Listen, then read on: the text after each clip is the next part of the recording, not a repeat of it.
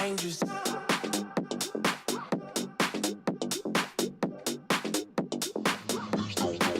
Get dangerous. Shameless. Facing. Shameless. Get dangerous.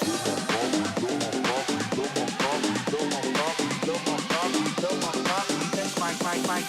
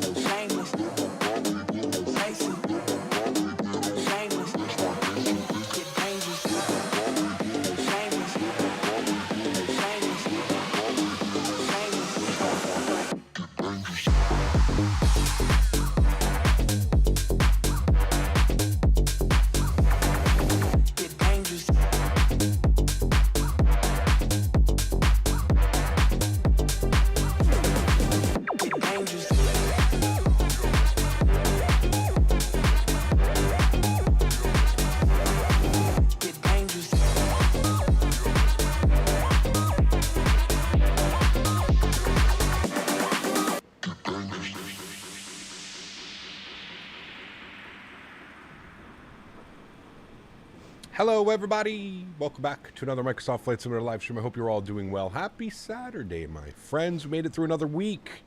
Hopefully many of you are enjoying your simulators this afternoon, this morning, this evening, whatever it may be. Good to see you all here. Cap Dom, good to see you, man. Ronnie, good to see you. Sebastian, good to see you. Timo, good to see you. 49 Whiskey, welcome. Chris Clark, good to see you. Skywings, all right, my friend. AJ, good to see you. My name is Cody, good to see you. Lincoln, good to see you, man. Welcome back. It's been a while. Hope all is well. Captain Grease, good to see you. Gaming King, good to see you. Gordon, welcome. Anthony Baldo, how are you, my friend? Good to see you, dude. Max Medcraft, good to see you. Captain Lee, good to see you. Jody Doc, welcome back. Evening for another miserable Ireland, the bright side of the pilot's life, too. It's been going places I've never thought I've been going to. There you go, man. That's awesome, right? Greg Elwell, good to see you, my friend. Welcome back. Tenure to MOBA, how are you, my friend? Good to see you, dude. Gary P, welcome. Abba, good to see you. Leonard Grant, good to see you. Flight 001, good to see you. Semper Buffo, welcome back. Jens Jensen, good to see you. Karan, good to see you. Zachary Holtzclaw, good to see you. Crimson, good to see you. Welcome aboard. Hope everybody's doing well. Thanks so much for coming and hang out with me today. I know it's a very busy day in the flight tomorrow. I saw Flight Deck to Sim was streaming earlier. I think XP72's got like a long haul going on right now, a 33,000 sub celebration. So if you do stop by and see XP today, make sure you say congratulations on 33,000 subscribers. An unbelievable milestone. I remember when I hit that milestone as well. So congratulations to Mr. XP over there. I think he's doing a long haul. I saw it briefly this morning when I powered up YouTube. I think he's going London to Boston or JFK or something like that. So huge shout out to XP. If he's still streaming later when we finish, we'll give him a nice flyby and do something like that. Professor Somebody, good to see you, man. Captain Nolan, good to see you. Adam, good to see you. JJ, welcome back. Hope you're doing well, man. Average Aviator, good to see you. Yuckfu, good to see you. Japan ops are soon. I can't wait. I'm saving my Japanese curry for some of those streams. Oh, baby, it's going to be fun, man. I don't know if we're going to get a full week in next week, Captain Lee, but we're at least going to spend 2 or 3 days over in Japan.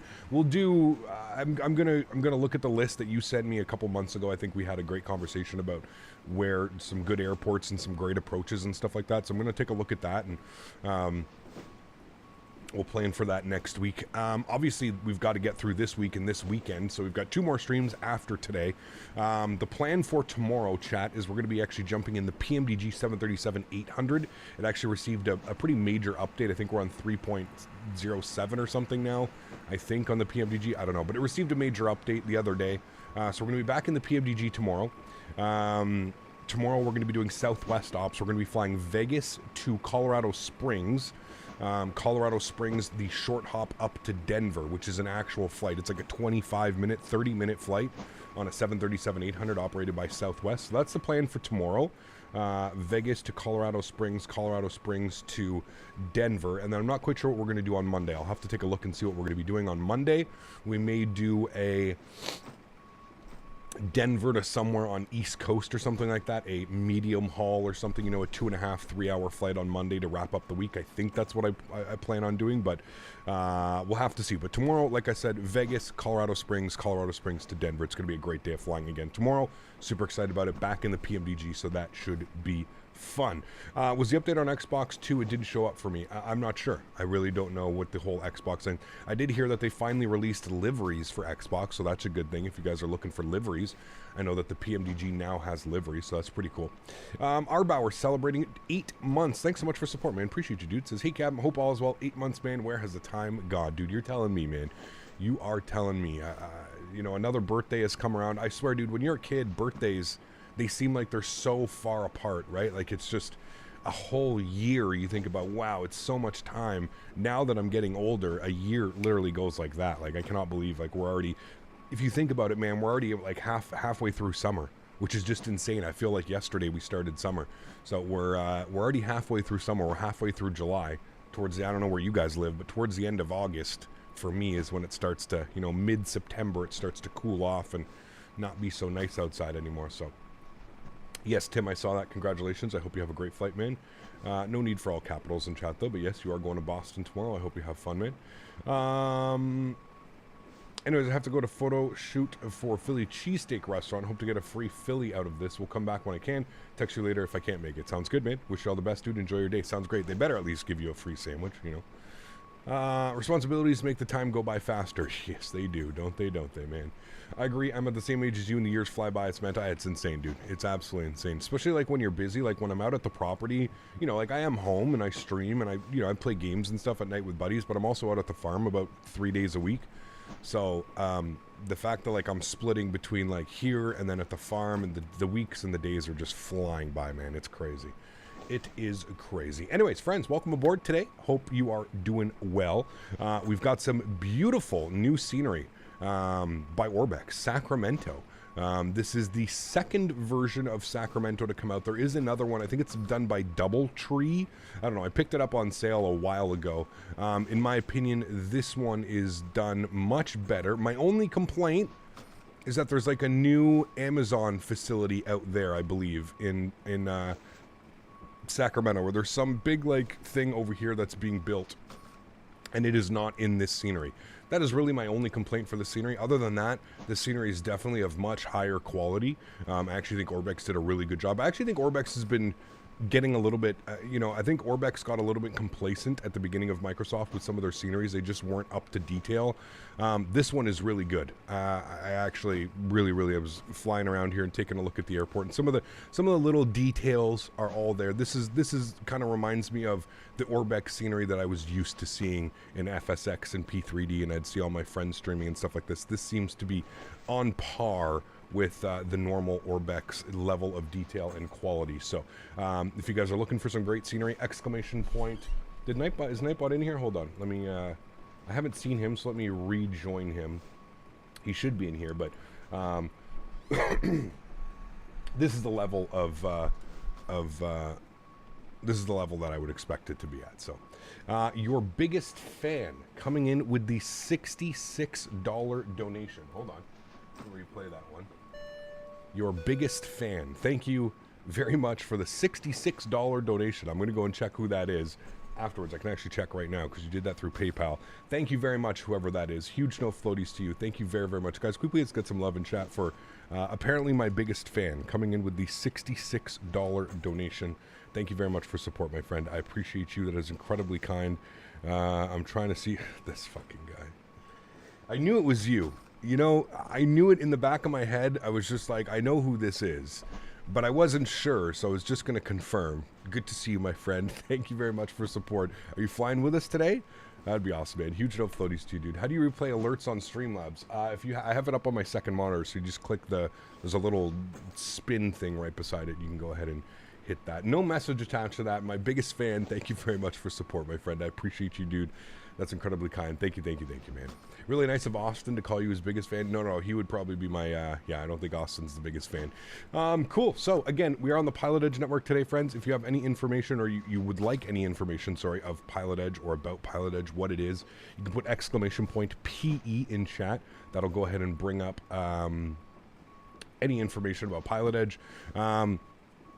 Who was it? We'll see, man. I don't want to, if he, obviously maybe he didn't want to say who it was, so we're just going to leave it like that, so it's okay. Have you seen the Aerosoft FAQ on the 330? A bit concerning? I have, Fuber. I don't know, man. Like I said, dude, I don't know what Aerosoft's doing at this point, to be honest with you. This is exactly why you don't overhype products, because I listen, man, I mean, these guys have, like, trailers out with, like, aviation lads, and they have, it reminds me of that whole Embraer 175 whole debacle with that FS, whatever that company's called, where like they kind of just make this wonderful preview and everybody thinks that we're getting this amazing airplane, and then they come out and say no VNAV, no system depth, no this, no that. I don't know, man. I think I think Aerosoft really messed up with the whole, okay, we're going to put this into a website, because everything that they put on the website, I mean, there was nothing new, right? There was no information, there's no release date, there's no time schedule, there's nothing.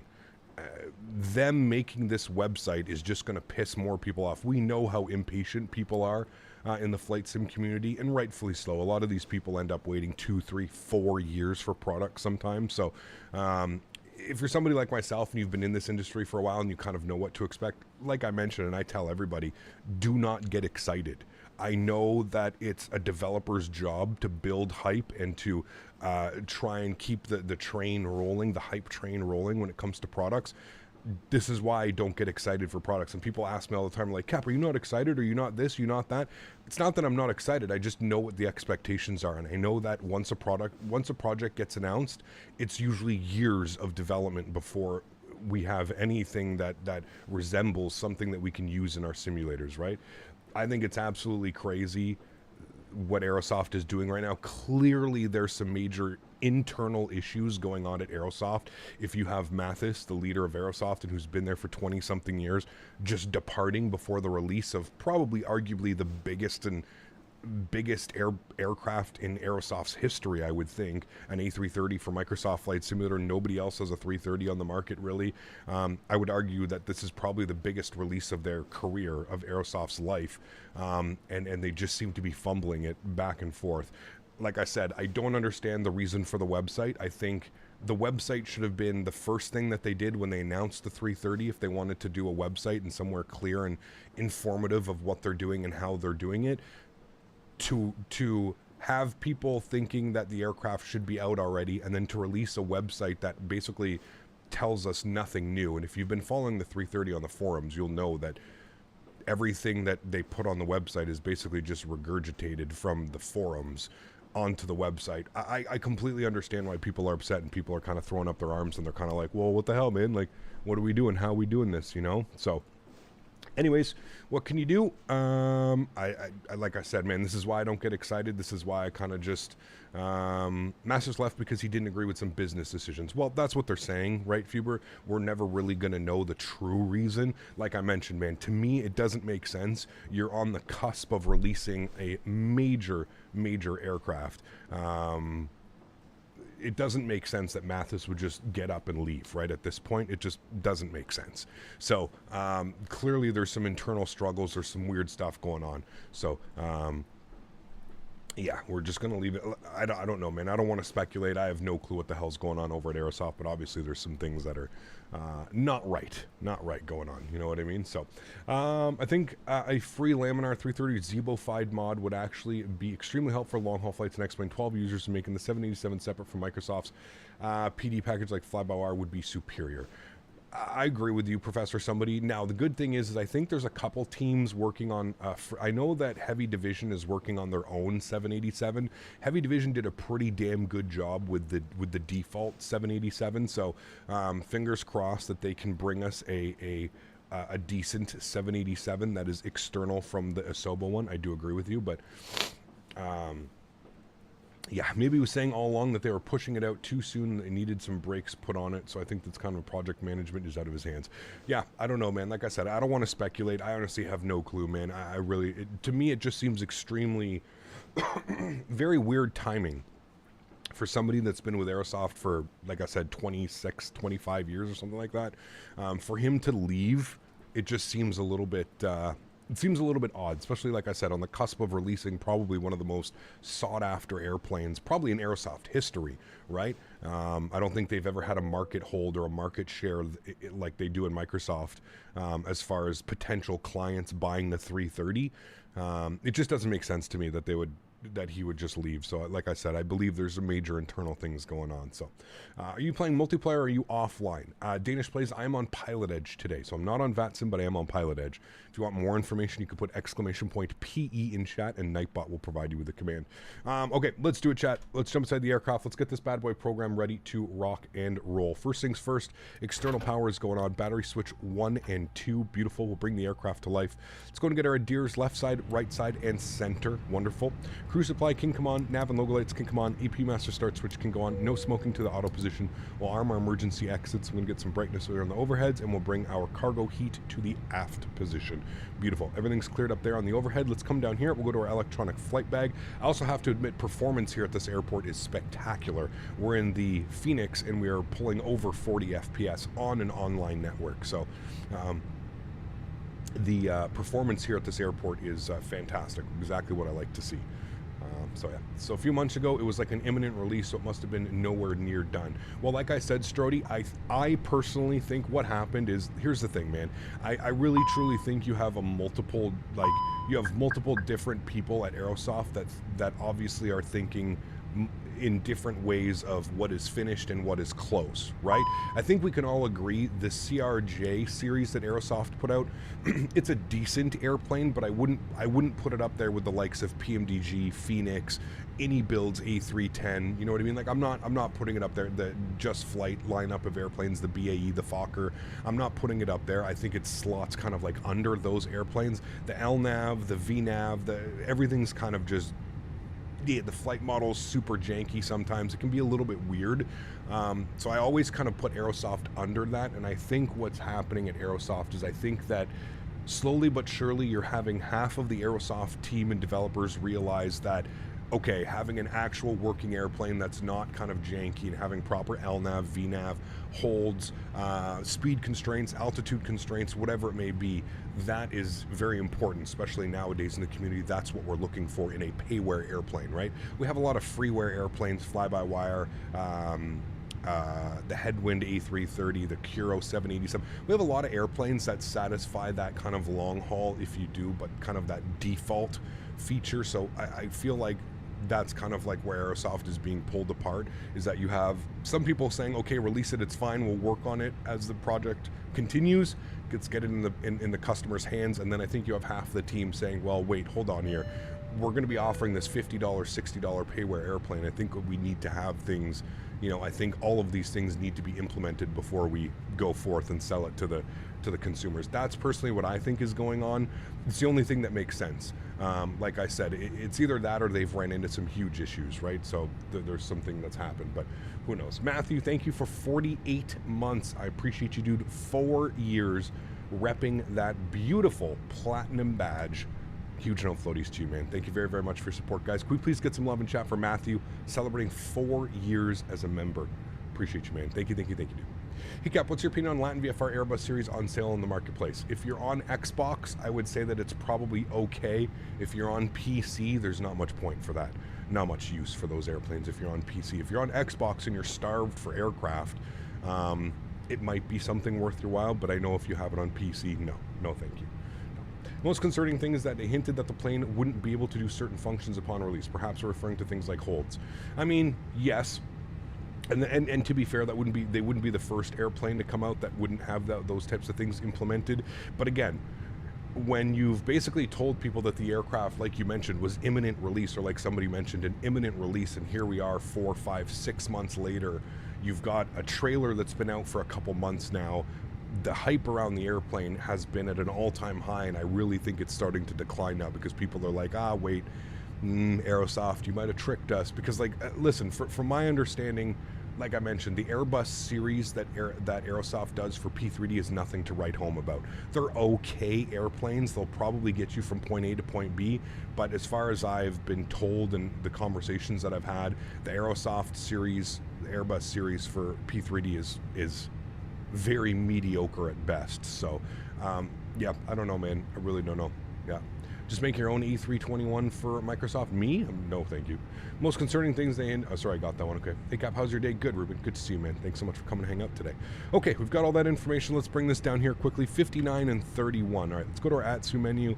We're going to go to our... no, I didn't mean to do that. We're going to go to our knit tab. We're going to do our knit request. That's good.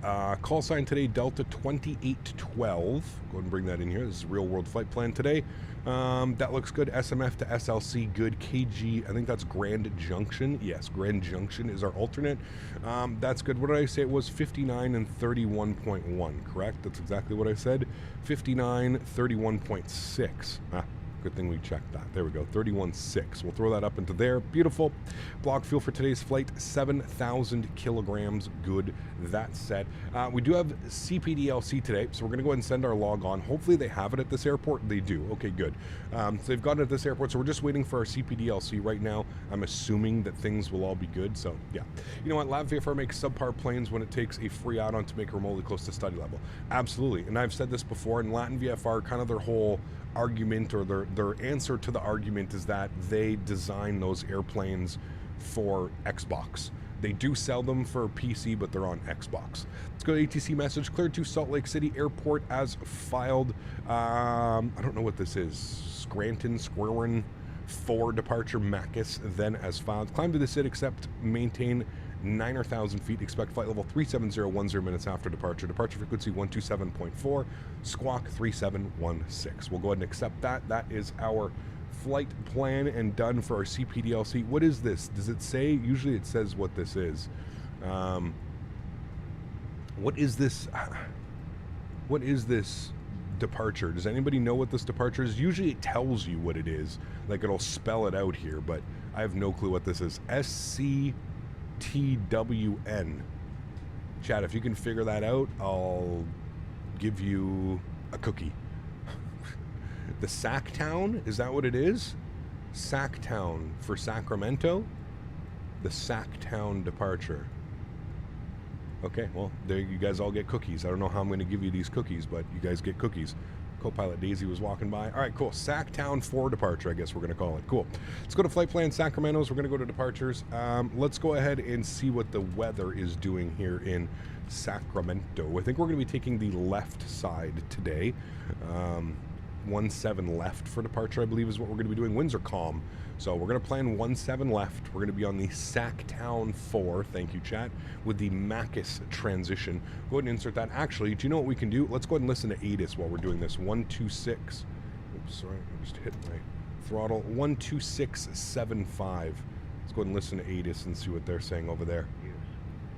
Departed clearance delivery. Advise on course heading, altitude, and if and then Salt Lake City, we can check the arrivals here as well. All runway assignments and hold short instructions. Advise on initial contact. You have information, Juliet. All right, we've got Juliet. Well, we'll listen to Juliet one more time. Sacramento International These are Airport. 15086. ATIS information, Juliet. 1553 Zulu. Windcom. Visibility 10. Ceiling 25,000 broken. Temperature 27. Dew point 14. Altimeter 29 or 82. Arriving and departing runways 17 left, 17 right. Visual approaches in use. VFR departures contact clearance delivery. Advise on course heading, altitude, and if flight following is requested. Read back all runway assignments and hold short instructions. Advise on initial contact. You have information, Juliet. All right, we've got Juliet 2982. It sounds like they are departing on the 17s, so that's the plan. We're going to plan for 17 left. That is what I heard, right? Zulu. Windcom. Visibility 10. Pay Ceiling attention a little bit better 25,000 there. broken. Temperature 27. Dew point 14. Altimeter 29 or 82. Arriving and departing runways 17 left. Yes, 17 okay. right. Good, cool. We're going to plan for the 16 left arrival, so go ahead and pin that into... Wait, no, 16 right. Not 16 left. 16 right for the arrival. Good. And we'll take it via fans, I guess is what we'll put in there. We'll put fans. It's probably the best option. And we'll go ahead and insert that. Beautiful. Good. Our GPS primary is available. Wonderful. There we go. Cool. Sweet. All right. Everything looks good down there. We'll go back to our NITREF page. Cost index initially 5. Cruise level 370. 37,000 feet today. That's all good and set there. Beautiful. Let's go to our performance tab. We'll go over to performance data up top here, and we'll go ahead and plug in some information. Departure performance. We're going to depart 17 left. Correct. Surface conditions are dry. We're going to do a flaps 1 departure. Force toga no. Anti-ice off. Packs on. Load sheet. Weather. And we'll go ahead and calculate V-speeds. 2982 is plugged in. Initial climb 9,000 feet, so we'll bug that up 9,000. Good. And our V-speeds today 40, 40, 43, 140, 140, 143. Good. Flaps 1 slash down 0.3 and 59. Down 0.3. And 59 on the flex temp, and there we have it, chat. We are good to go. APU master start switch is going on. We'll come back out here. We'll listen to the APU spooling up. At least the Kiro 77 update is really nice. Yeah, we'll have to, I don't know if we'll get to it next week, Fever. We may, but I don't think we'll get to it next week. Maybe the following week we can jump back into 787. Yeah. How's Daisy doing still? No, she's feeling better. Feeling better. She for about a day and a half I had her on the rice pumpkin diet. She's feeling better, man. She's feeling better. Note, anytime it's above 30 degrees Celsius, ensure to keep the flaps 1F on all Airbuses. There you go. I usually do a flaps 1F unless we have to do a flaps 2. Today on VATSIM I saw a Concorde from EGLL to JFK. Nice. Very cool. All right, APU is on and available. We'll get the APU bleed on. External power comes off. Fuel pumps can go on. Seatbelt sign goes on. Red beacon light goes on. We'll go to GSX. We'll prepare for pushback and departure. Beautiful. Let's come down here to our flight bag. We'll go to the Fenix tab. Go to our ground services. We'll go ahead and remove the chocks and cones and the GPU. All of the doors are closed. Everything looks good there. We're all set, chat. Beautiful. Let's go ahead and... Hello, Captain. We are ready for pushback. Thank you. We'll go into our AOC menu. We'll go to our received messages. We've got our preliminary load sheet. We'll accept that. And then we've got our finalized load sheet today.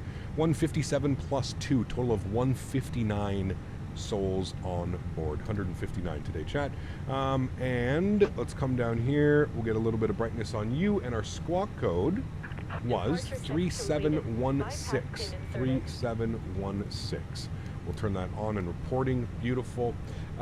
We've got to go on to Sacramento ground, which is going to be on 121.7. We'll tune to that now. We don't have to call for a pushback. If you're new to Pilotedge, Pilotedge simulates real-world operations. So, you want to go tail left. Yes. So, as you can see here, I've kind of gone over this before. You'll see these lines right here. These are called non-movement lines. Now, on VATSIM, you would probably contact ground controller to push yourself back. This is what I really like about this airport, chat. Look at the wear and tear. Look at all the tire marks and rubber marks from the aircraft. I'm telling you, dude, when you see a scenery developer put this much detail into, like, the doesn't this just look so much better? I understand people always want to, like, ship, like, these new-looking airports. I much prefer when an airport looks like this. Give me some wear and tear. Show me that this airport gets used and abused by these big airplanes. This is what I like to see. This usually tells me that we're going to have good scenery when you see the ground textures that look like this. Anyways, that's a non-movement line. When you're on Pilotedge, they simulate that this would be Delta Ops controlling all of this area, and that ATC starts basically once you pass this line, the non-movement line. Just a little tidbit of information if you do decide to fly on Pilotedge. Park brake is off. The ground textures are worlds better than Salt Lake City. We'll have a look. We'll see what it looks like in Salt Lake City, you know? So, yeah. All right, engine mode selected to the start position. You hear the packs turn themselves off. Here they go. There they go. Packs are now in the off position. Beautiful. We can go ahead and spool up engine number 2. Enjoy. Exactly, Lee. Looks good, man. Is there a GSX profile for this airport yet? No. No, unfortunately not. But I haven't had any issues with GSX. Everything seems to be working perfectly fine, so yeah. Why do you fly on Pilotedge instead of VATSIM? I fly on both networks. I'm sponsored by by Pilotedge, so I get a free membership Pilotedge to basically showcase to you guys every month. So yeah, I fly on both networks, man. I usually do a couple flights a month on the Pilotedge network, and for the most part, I would say 80% of the time we're flying on Pilotedge, or sorry, on VATSIM. So yeah, personally not a fan of Pilotedge. Gave them a few tries, just not a fan. I mean, that's completely up to you, man. I don't think there's really anything wrong with that. It's a personal preference. I personally love the network. I think it's a little bit of getting used to. It's a little bit different than VATSIM for sure, but I actually really like the network. But you know, yeah, there's nothing wrong with that, dude. It's a personal choice, right? Personal choice, personal opinion. Do you have to pay on Pilotedge? You do. Yep. You put !PE in chat. That'll provide you with a link. Park brake is on. We have a good engine start. You can disconnect. Who made SMF? This is Orbx. Orbx Sacramento. Yeah. You need to know what you're doing on PE? Yes, absolutely. You do, for sure. Yeah. That looks damn good. It does. Yeah, the airport. This is definitely the best rendition of Sacramento that we have in the simulator, for sure. There is another one available. It's done by DoubleTree. I wouldn't say that it's bad, but it's not anywhere near this quality. This deserves some of the praise that it's been getting. I've been reading some of the forum comments and stuff like that, and people have been really saying that this scenery is another step up for Orbx. This is kind of what Orbx has been known for, so yeah. I love Pilotedge, just wish they had bigger coverage area. Yep, I agree with you, man. I mean, you know, I've had so many conversations with Keith, the owner of Pilotedge, about like expanding and how they can do it. And the thing is Pilotedge controllers are paid, right? So these guys are being paid right now to control. So it's, whenever you have a paid platform, it's very difficult to kind of expand, right? You have to, you know, Pilotedge needs to make money in order to pay the controllers, but there's also more than just paying the controllers, right? They have to pay for the servers, they have to pay for the logistic side of things. So there's so many things that go into it. So unfortunately, I think as a, no, double T, not DoubleTree, double T. Close though. We'll go flaps 1. We'll jump back inside here. So I understand where they're coming from with why it's not possible to expand to the whole US or something like that. But that being said, maybe in the future there's got to be room for some expansion, right? As the hobby continues to grow. Engine mode selector to the normal position. Ground spoilers are armed. Predictive wind shear system over to auto. Auto brakes over to max RTO. And we're looking for a trim value of down 0.3. Should be good right about there. Beautiful. Park brake can come off. We'll go ahead and pull ourselves up to the hold short line here, and we're going to call up ground. We are going to be out of Terminal A, Charlie 3, short of Delta. What was the ATIS again, chat? I probably should. Juliet. Got ATIS Juliet on board. Right dog. How are you, my friend? Good to see you. Mr. Barry, good to see you, dude. Pretty sure I just saw Citation Max on the ramp flying with you. Oh, Mr. Max. 1217 for ground. Now, is it Big Sky ground or is it Sacramento Number ground? ground? 1595. Taxi, Juliet. Oof. Taxi, Juliet. That is Mr. Max. Where did he go? He must be over there. Charge me more, I don't mind. I have Number both. ground 1595. Taxi, Juliet. Delta 1595, Capital Ground, runway 17 left, taxi via Delta. 17 left via Delta. Delta 1595. It's silky smooth on the ground right now. That's good. All right. Capital Ground, very good morning, Delta 2812 with Juliet, short of Delta, ready to taxi, 17 left. Delta 2812. Capital Ground, runway 17 left, taxi via Delta, hold short whiskey. 17 left, taxi via Delta, will hold short whiskey, Delta 2812. All right, Ground Delta. 1595. We do need to join whiskey. We're on the north side of the ramp. Delta 1595, roger, runway 17 left, taxi via whiskey Delta. Whiskey, So wants us Delta, to go 17 left, Delta, and we're holding short of 1595. whiskey, probably for the aircraft coming out of the ramp. Beautiful. Mr. Citation Max is here. Yes, he is. Runway turnoffs are coming on. And we'll go and get our nose light over to taxi. Beautiful. Nice. Why would you pay to fly on Pilotedge instead of flying on VATSIM? Where you have lots of coverage and users. So the main thing that you fly on Pilotedge is because the controllers are online for 14 hours a day. Pilotedge, it's, 2812, you know, continue taxi via Delta, follow the company 320. continue to taxi by Delta, and we'll follow the company, Delta 2812. So yeah, Pilotedge, there's a lot of, you know, I understand the arguments from both sides. If you're, you know, Executive 04 contact. like I said, Pilotedge is Calling online City Center 14 hours a day, 135.77. 364 days a year. They're closed 1 day a year. You are guaranteed ATC coverage. On VATSIM, you're not guaranteed anything. You can load up on VATSIM, plan your flight, get everything ready, go to call ATC, and they've logged off. You know what I mean? So, yeah, that's the big thing with Pilotedge is you're paying to have ATC services. You know that ATC is online for 14 hours a day. You can plan your schedule around there. Pilotedge does hold, VATSIM does hold events and stuff like that with guaranteed coverage, but that's not every single day, right? And you also have to understand Pilotedge is more of like a training tool. I find VATSIM is more of like a free kind of network to kind of hang out on. Pilotedge, is very much a training tool. So if you're a real world pilot, you want to do real world VFR, IFR training, this is definitely the network to go to. They also use real world frequencies, so there's a lot of aspects, right? So like I can tune to ground, and then like tower's going to be on 1257. There's a lot of realism things that Pilotedge does really, really well, and that's kind of what you would be into. Yeah. What if Pilotedge had covered all over the world? It'd be pretty crazy. I don't think it would happen, but it would be crazy. 1595 Capital Tower, runway 17 left, clear for takeoff. Clear for takeoff, 17 left, Delta 1595.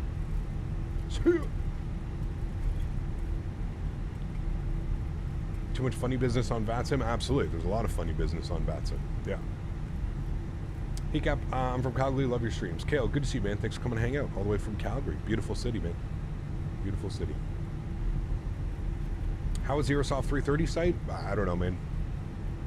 There's nothing on there that's new that I didn't know from the forums, looking at the forums for the past 6 months or a year, so yeah. I have Pilotedge and I would pay double just to get the East Coast. I would agree with you. I'd love to have the East Coast. Now they do, I don't know how long you've been on Pilotedge, but they they have like certain weekends where they'll like go and do all West Coast, right? They'll cover like New York, Boston. They do some stuff, yeah. Max's plane is bumping, yeah. He's bumping, he's having fun over there. Nobody teases an airplane with no results like Aerosoft. Yeah, professionals at it. Yeah, I can agree that a lot of it was regurgitated. Hanch, what's up, my man? Good to see you, dude. Welcome, welcome. Hope all's well, man. Been on VATSIM for years and only encountered funny business a few times. Yeah, if you're not a streamer, or you're not somebody like 100%, there's probably no issues, right? Like I never had an issue really on VATSIM when I wasn't streaming, right? Now that I'm a streamer, it's a little bit different. Everybody wants to get a laugh and a chuckle from their friends in Discord, and it's one of those unfortunate things, but yeah. Lee, good to see you, man. Welcome. Hope all's well. Capital Tower, Delta 2812, short of 17 left, ready for departure. Delta 2812, Capital Tower, continue holding short for internal spacing. Continue holding short to Delta 2812. Delta 1595, contact NorCal departure. Great day, we'll see you, Delta 1595. Does Pilotedge cover Burbank? Yes. Yeah. Do you have any advice for getting over a fear of Euro ATC? Just got to do it, man. It's one of those things you can eventually do it. 1900, climbing via to 9. All right, so towers 1257. NorCal departure, radar contact, climate departure frequency is going to be 1274. Flight level 190, Delta 1595. 274 is in. Good, we'll plug that up, get that ready. We can actually go and send our log off. We can log off. Good. We'll close that. Wonderful. Cool. Is that max like citation max? It is, yeah. What do you think of the 787-800? It's okay. It's not the best airplane I've flown. It's definitely not the worst. 12, runway 17 left, line up and wait. 17 left, line up and wait. Delta 2812. All right, nose lights, strobe lights, wing lights, landing lights. Let's go. When do you use open climb or open descent? If like ATC gives you a descent before, you know. What's the fear of Euro ATC? Flying over in Europe is a whole different animal, honcho. It's they do things very differently, and if you're somebody that's like trained yourself to fly in like North America or something like that, it's very different. Very different.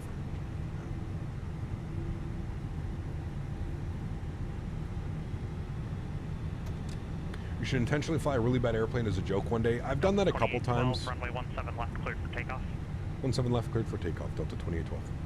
I've done that a couple times, and I don't know, man. I feel a little bit weird when I fly like those airplanes and stuff, just because, if I'm being honest with you, like any promotion, like even bad promotion is promotion, right, to some of these developers. So like, even though I'm telling people not to buy it, somebody's going to see me flying it and they're going to be like, oh, I'm going to go buy this airplane. So that's why I really choose not to fly like the Captain Sim and those types of airplanes, because I just don't want any promotion whatsoever. You know what I mean? Cool, let's go chat. Throttle's up to 40%. Hopefully that makes sense. We'll talk about it more after departure. Throttle's 40%. Looking great. Sounds are up. Enjoy the departure, my friends. Chronos are on. Let's get it. Manflex 59, SRS runway, auto thrust, blur. Takeoff power set, slight nose down pressure on the stick. Airspeed's alive.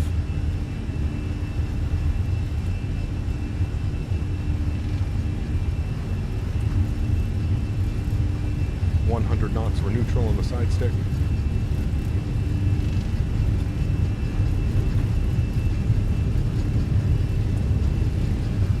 V1, rotate.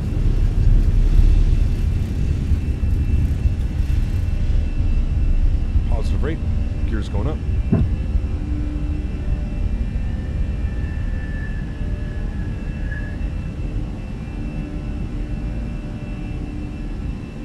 And we'll follow the flight directors, slight left turn.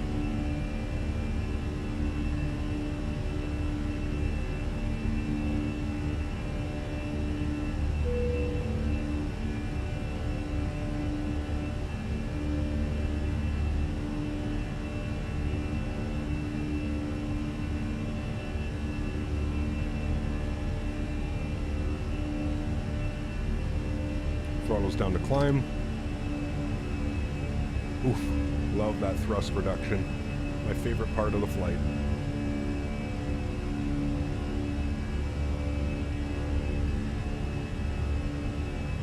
Alright, we'll wait for him to hand us over to departure. Sounds down just a little bit.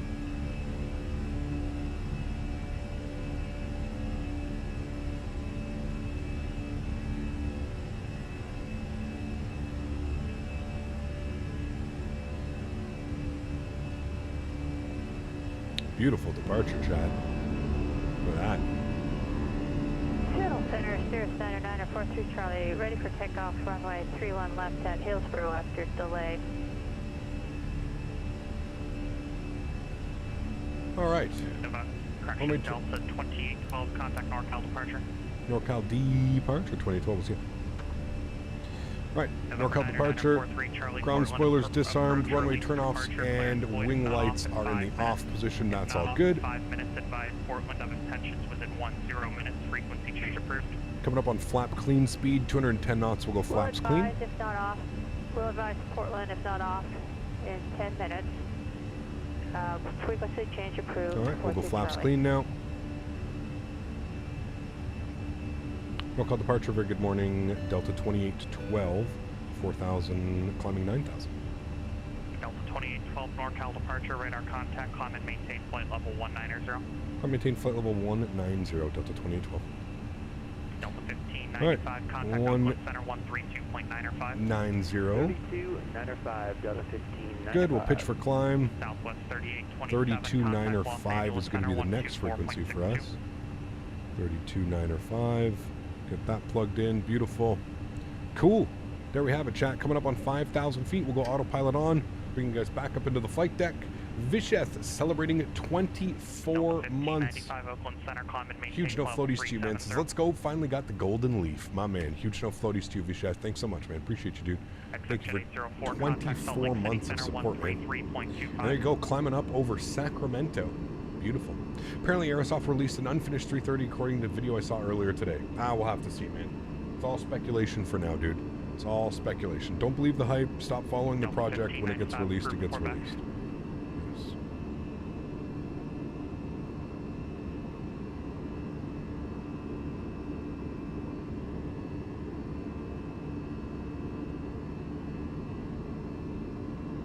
Jet 804, Salt Lake City Center, hello.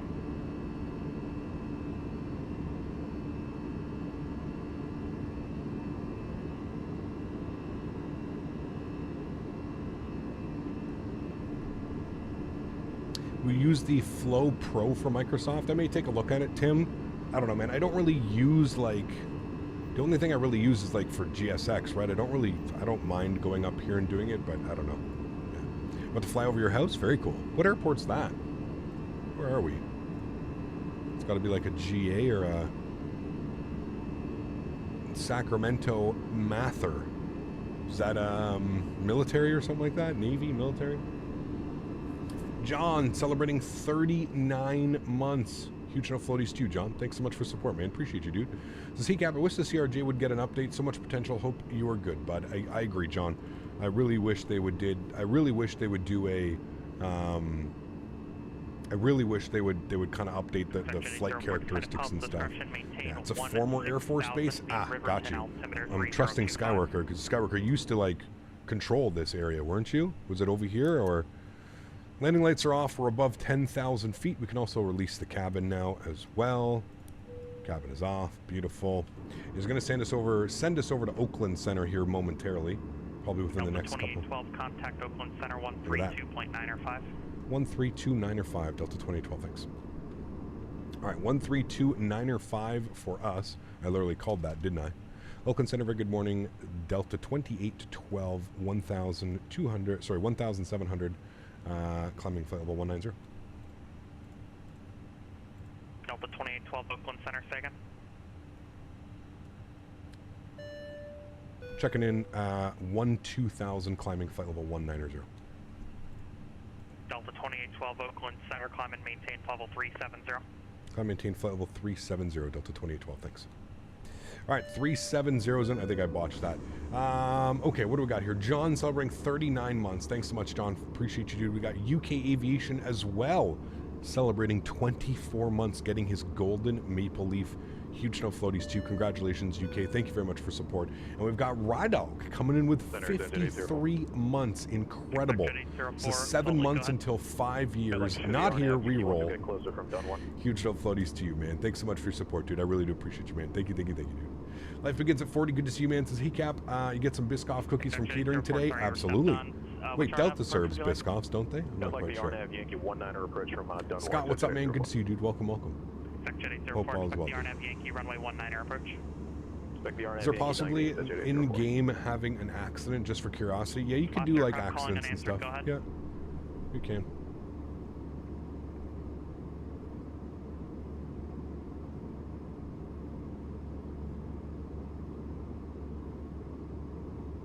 November 9er Charlie, Portland, departure ident. Sorry guys, give me 2 seconds.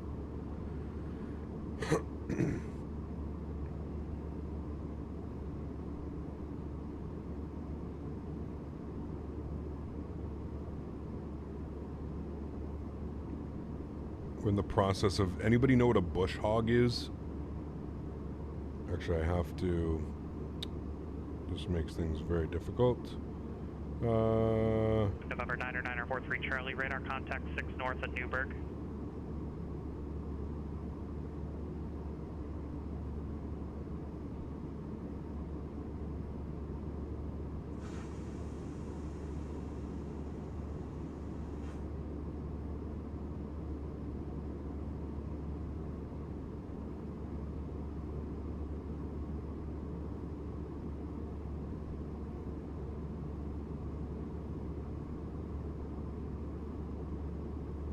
Anybody know what a bush hog is? I'm in the process of buying a bush hog, so I have to send the money over. Lincoln, 20 months. Thanks, dude. Appreciate you. Huge no floaties. Thanks so much for your support, man. Really do appreciate you.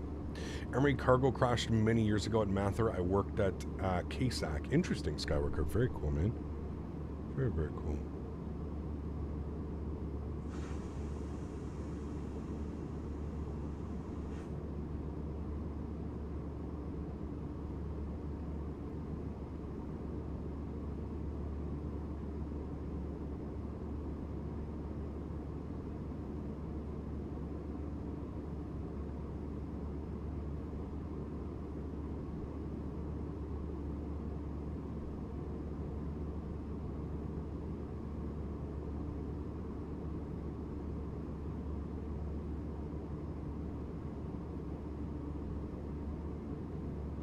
Captain Scoop, what's up, man? Good to see you, dude. Appreciate you being here. Welcome. Very nice entrance for yourself there.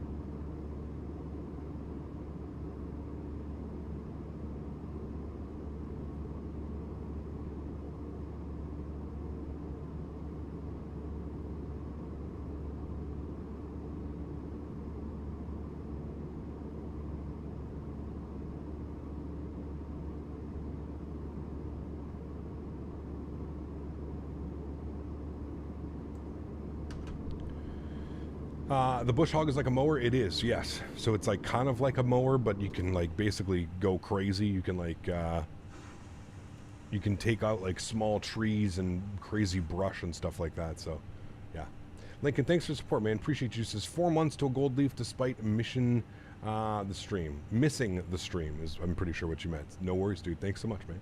Well, just checked in. Bush hogs are huge. How big is your garden? Why, I own a farm with my fiance, right? I have 36 acres that I got to somehow keep track of, man. 36 acres. Yes. GSX pisses you off? Honestly, man, ever since like I've learned GSX and how to use it properly, I don't really have any issues with GSX, knock on wood, if I don't have any further issues, but yeah. Flying Paphos to London Gatwick on the Airbus 320, and I'm enjoying learning how to fly via watching you. Very cool, Camies. Very, very cool, man. What has been updated on the PMDG 737? I'm not sure, Jens. You'd have to go to the PMDG forums and figure it out from them. I'm honestly not 100% sure. I don't pay all that much attention to the updates and stuff. Doing some Amazon Prime flights, Fort Lauderdale, JFK, and American 7-3 from JFK to Portland, Maine. Very cool. I love flying into Portland, Maine, man. We need to do that one again. Yeah. Bush hogs are big mowers. They are. Yeah. Massive mowers. But like I said, they'll also take down like small trees, brush. They'll do all kinds of stuff, right? So yeah, we've been looking around for one to get for the tractor for the back of the PTO. So yeah. Sponsorship from PMDG coming? Probably not, man. PMDG are, it's like the they have their very few that they trust and that they go to, man. So yeah. Speaking of GSX, I'm reinstalling Microsoft and all of my add-ons. Do you have any suggestions on how to re-download my GSX client? Just do it directly from the website, Arthropod. Directly from the website. Make sure that you have everything updated, and yeah. I have no interest in it, but the A2A Comanche is amazing. I'm loving so much. Already I got 5 hours on the plane. Very cool. It may be something that I pick up for some of our GA fly-ins and stuff like that, which I want to do more of, our Bauer, but we'll see, man. Cat Mice Creams, what's up, man? Good to see you, dude.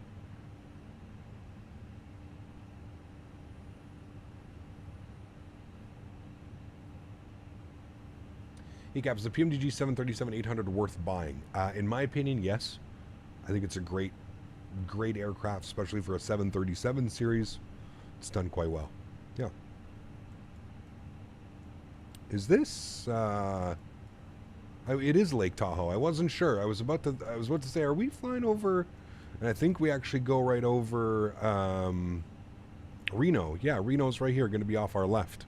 It's another airport we haven't been to in a while. Chat, Reno. November 4th, Maybe we can hit up Reno on Monday. 121.4. Isn't there some really good scenery? The ETR is currently $12 on the marketplace. Ooh, that's a steal. November 872 Golf, contact Los Angeles Center 133.2. 33-287, sorry. Reno's your home? Very cool. Very, very cool, man. Lake Tahoe. It's a big-ass lake, isn't it, Chad? Now, how many cottages and, like... Seattle Center, Cirrus 90943 Charlie, level 5,000. Places are all around there. Pick up with information. The new Reno is messed up because Pac Sim scenery hasn't been updated, and the realigned the runways from 16 to 17 and 34 to 35. I mean, that's still not... As long as the scenery's okay, Matthew, I would be okay with that. But yeah, I've heard a couple of my friends have it Mayday as well. Yeah. We have to check it out. Need to do more GA. I really enjoyed the Bush and Discovery flights. Yeah, absolutely. No, for sure, man. At 3,100, clear for the RNAV approach. ETR is one of those planes where you need to sit down with it for a day and learn to enjoy it. Lots of fun. Yeah, I would even say even longer than a day, but yeah. Jet 804, descend and maintain 14,000. The Jackson altimeter 3034 Bravo current. I think they make you pay extra if you want to put in payload information directly from the plane. What's that?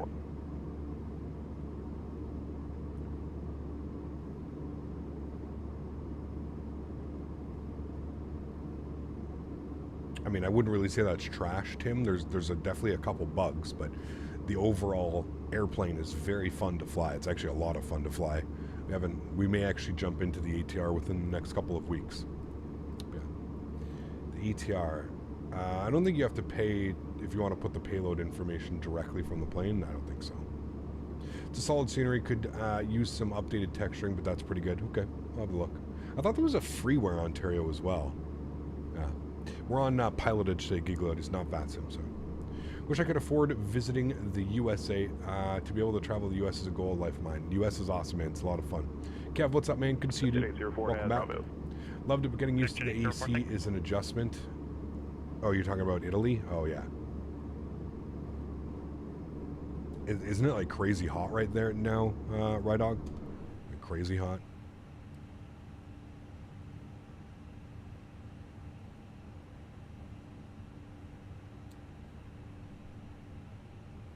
Five Star has a freeware Reno. Yeah, I think that's the one I have installed, and it was actually really good. So I may just go with the freeware and just keep that going. I think the airport is somewhere right there. There it is. I was looking for it. There's Reno. KRNO. It's been a while since we've been there. Beautiful like terrain and scenery around there. Yeah. MW King, good to see you, man. Welcome aboard. Jarvis celebrating 6 months. Incredible. So many pterodactyls. Huge no floaties, my man. Thanks for the support too. Appreciate you, man. Rich, thank you for the kind words. Appreciate you as well, man. Thanks for being here, dude. Thank you, thank you, thank you. Remember, guys, if you haven't done so, don't forget to smash down the thumbs up. We're looking for 300 likes today. No clue if we'll hit it, but thanks everybody for being here. I really do appreciate you guys, man. I said, I know it's a busy day out there in the streaming world. So thanks everybody for being here today and hanging out. Checking out some new scenery.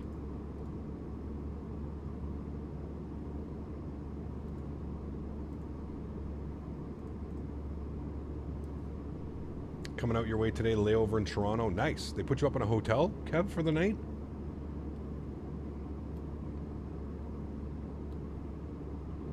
What was your favorite flight in sim? What do you mean, like my favorite flight sim? I obviously think that changes as we the community continues to grow and we kind of get different, right? Right now, I'm definitely a huge fan of Microsoft Flight Sim. I really, really enjoy this simulator. I think it's the best possible option out there, but Cap, how do you get the passengers to board from the terminal in GSX? Usually through custom profiles, Thomas. So if you go to flightsim.to, you go to the GSX welcome back. section, you should be able to get download profiles for them.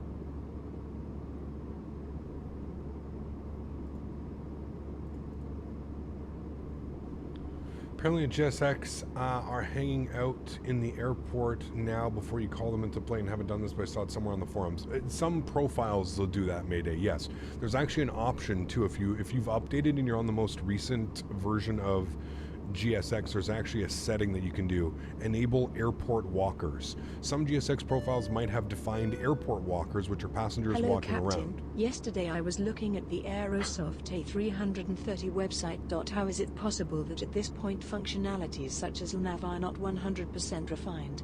Come on, fly-by-wire and headwind have done all of that for free. I'm disappointed. I can definitely agree with you. This guy, man. And my second biggest fan, chat. My first biggest fan was here today. My second biggest fan is now here today as well. Huge no floaties to you, my friend. If you guys don't know who this is, some of you will probably figured it out by now. Thank you very much. My first and second biggest fans. I don't even think that's possible, because really I'm your biggest fan. So I mean, shit, dude. And by the way, I'm rocking those socks everywhere I go. 100%. Every time I go into the world flight stuff in November, going to be rocking the socks. Be awesome, man. Huge no floaties to you, dude. Thanks so much for your support, my friend. I appreciate you.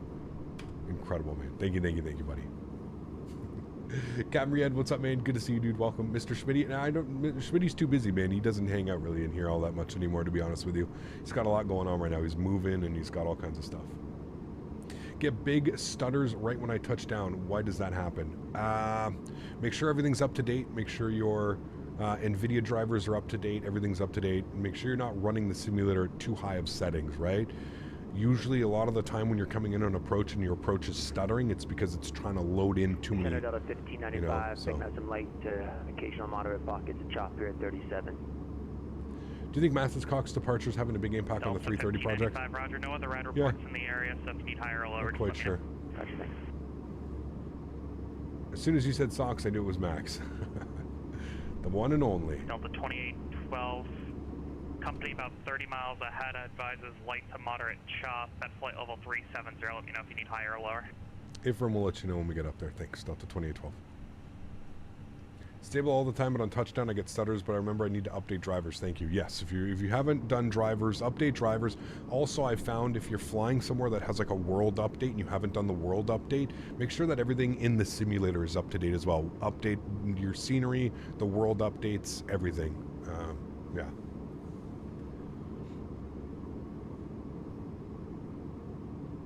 How do I get rid of the autopilot error on the eCam after I disconnect the autopilot? You can hit the little clear button right here. These two buttons will clear that. Clear and clear. Yeah. CJ, what's up, my man? Good to see you, dude. Welcome back. Hope all is well. How you doing over there in the UK? Big change in weather, isn't it? Is PMDG's VNAV good? Yes, very good. Very, very good. I rarely have any issues. Yeah, it's done very well. I have a flight tomorrow. What's the fair amount to bid for a premium upgrade? Ooh, where are you going? How long is the flight? That's the big one, Jarvis. What I always do, Jarvis, is when I bid for the flight, I always bring the slider all the way to the left to see what the minimum is, and then I usually add about $20 onto the minimum, and that usually gets me in, because I feel like most people that do like the bid for a premium upgrade, they go all the way to the left and they'll only bid, you know, YHZ 4 hours. Well, it's a long flight. Yeah, it'll probably be like $200, maybe $220, $240, something like that. But like I said, go all the way to the left on the slider, whatever that number is, add like $20 onto that, $20, $25. That seems to work for me almost every single time. I really haven't had a time where that hasn't worked. So ECAP just had to sign into my old channel to get my other one got hacked. Well, welcome back. Delta 1595, contact Salt Lake City Center 128.72. Aerosoft 330 is definitely not going to be it. PMGG 777 is all I need, maybe. Yeah. Did you see that Q8 reported 58 degrees in Q8? I think it was 52, Diego. But yes, Diego, thank you very much for the donation earlier as well, man. Huge no floaties to you and my second biggest fan. I have the turbulence setting set low, and still my winds are 10 to 15 knots more than the ATIS. Weird. Shouldn't be.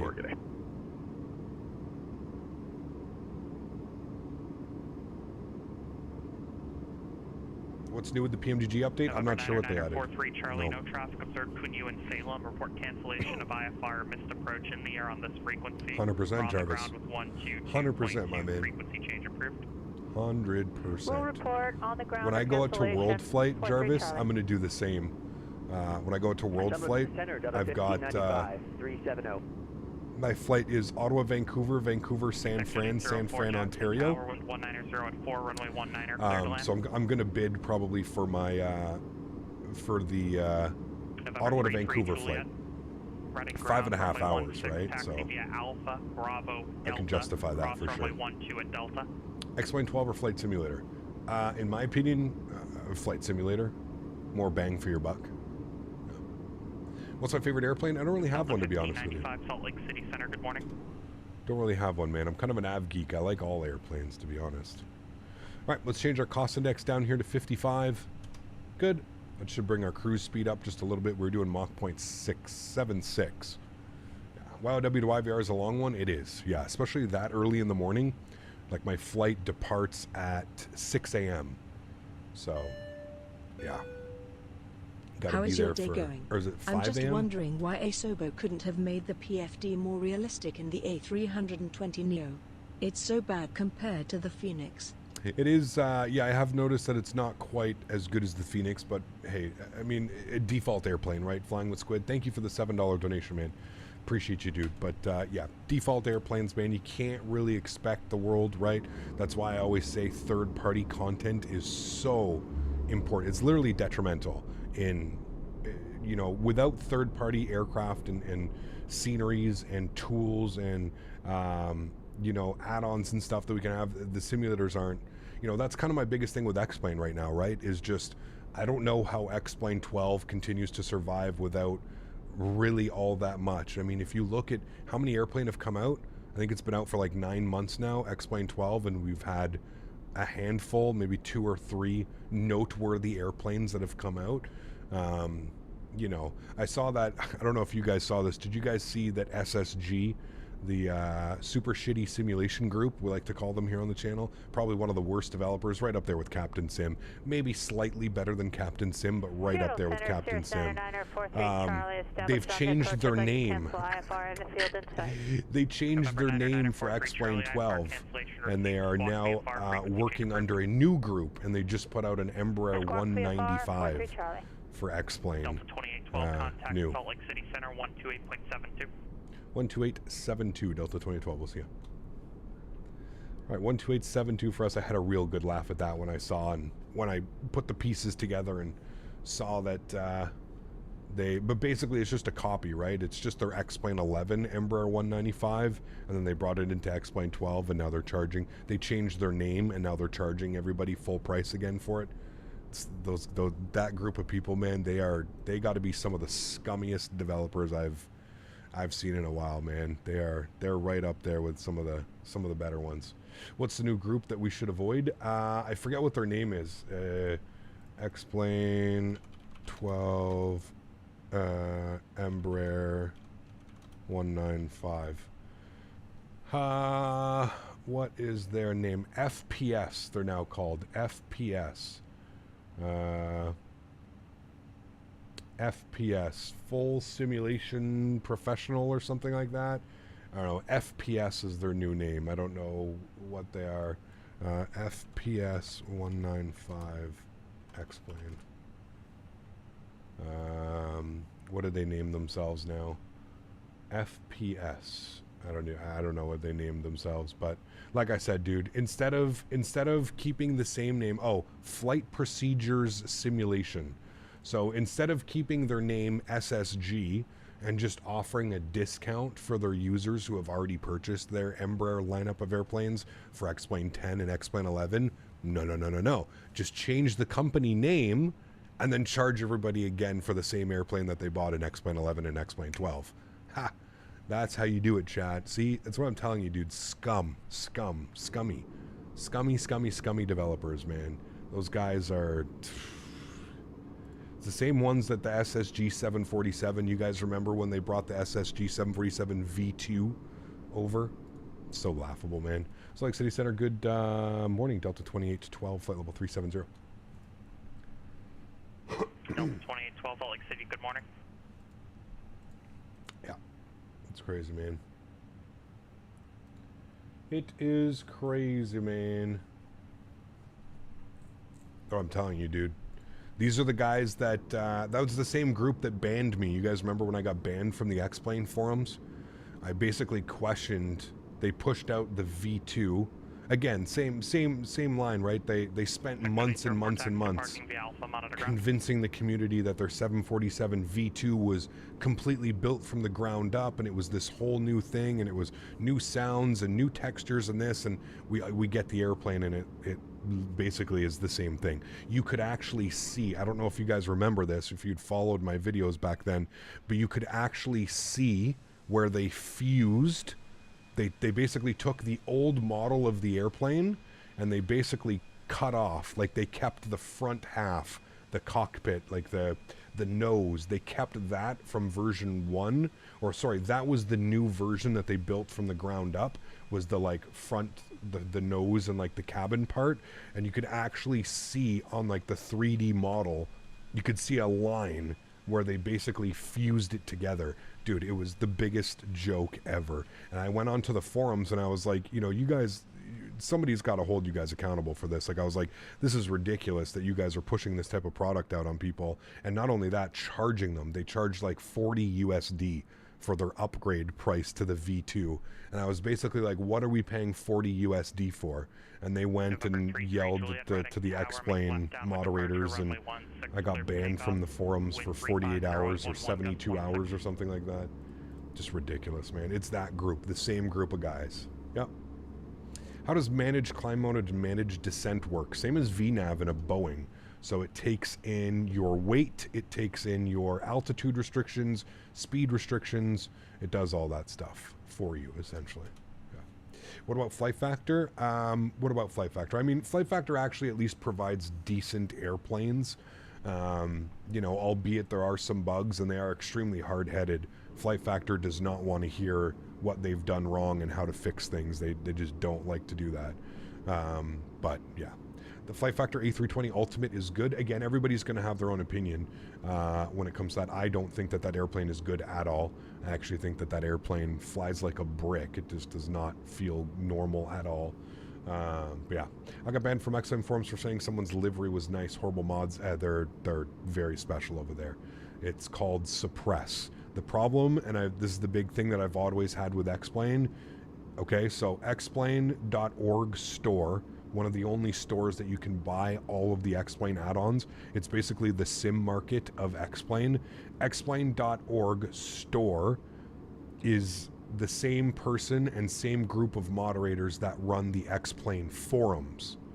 So, of course, if you have something negative to say about an airplane or a product, everything that you say gets suppressed because they don't give a shit. They just want people to spend money because it's the same moderators, right?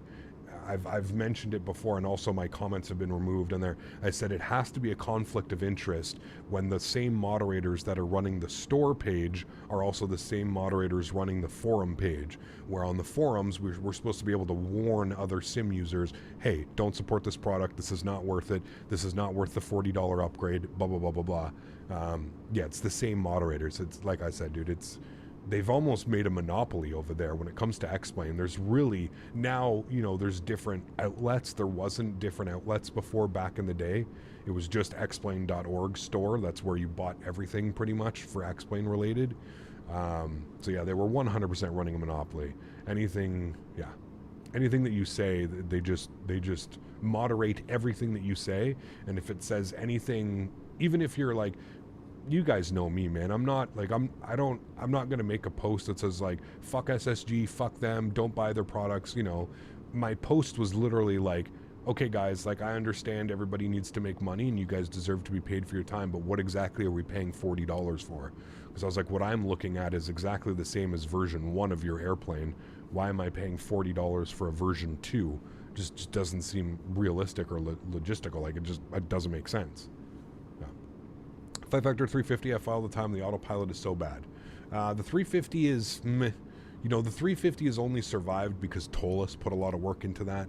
They basically fixed the FMC and gave it SIDS and STAR and integration and stuff like that. Flight Factor basically abandoned that airplane 5 years ago. So, yeah. XP72 is streaming some new amazing sounds for Tolis 321 made by some other guy, and BSS was in chat telling everyone that he's the creator of BSS and his sounds are better. Dude, I gotta be honest with you, man. I actually used to really, I used to have a great working relationship with the guy at BSS. I think over the past like 3 years, he's completely lost his marbles, man. This guy is, I don't even know what to say anymore, man. Like I said, I used to have him here on the channel, man. He's been on the channel numerous times. We've done a ton of giveaways. He's kind of explained how he makes these sounds, how they all come together, and how these things work. And I think what you're seeing right now is you're seeing developers, like aircraft developers, actually putting out proper sound sets. So things like BSS aren't really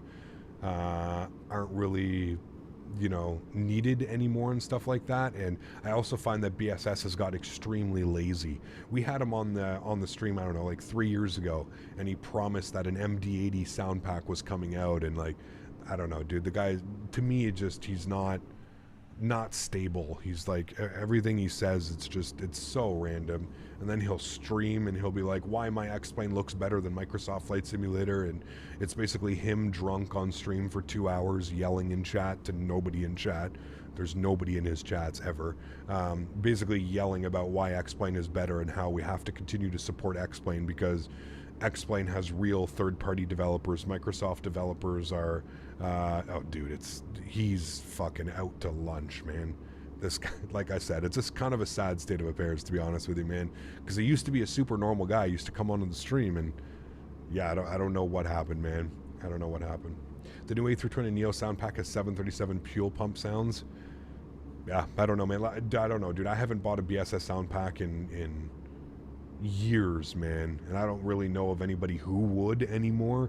I mean, you can literally pay $3 a month to FT Sim and get unlimited sounds for almost every single airplane. Why would I not just go that route? You know? 17,000 at the Wendover altimeter 3011. Null at 17.1595. Null at 17. All right, well, we're gonna plug that in. Is that a restriction on the chart? Let's see what it says there. Null at 17,000. Okay, it is. Yeah. So we'll go null. We'll go speed 290, and we'll go 17,000. We'll put that into. Wait, I can't.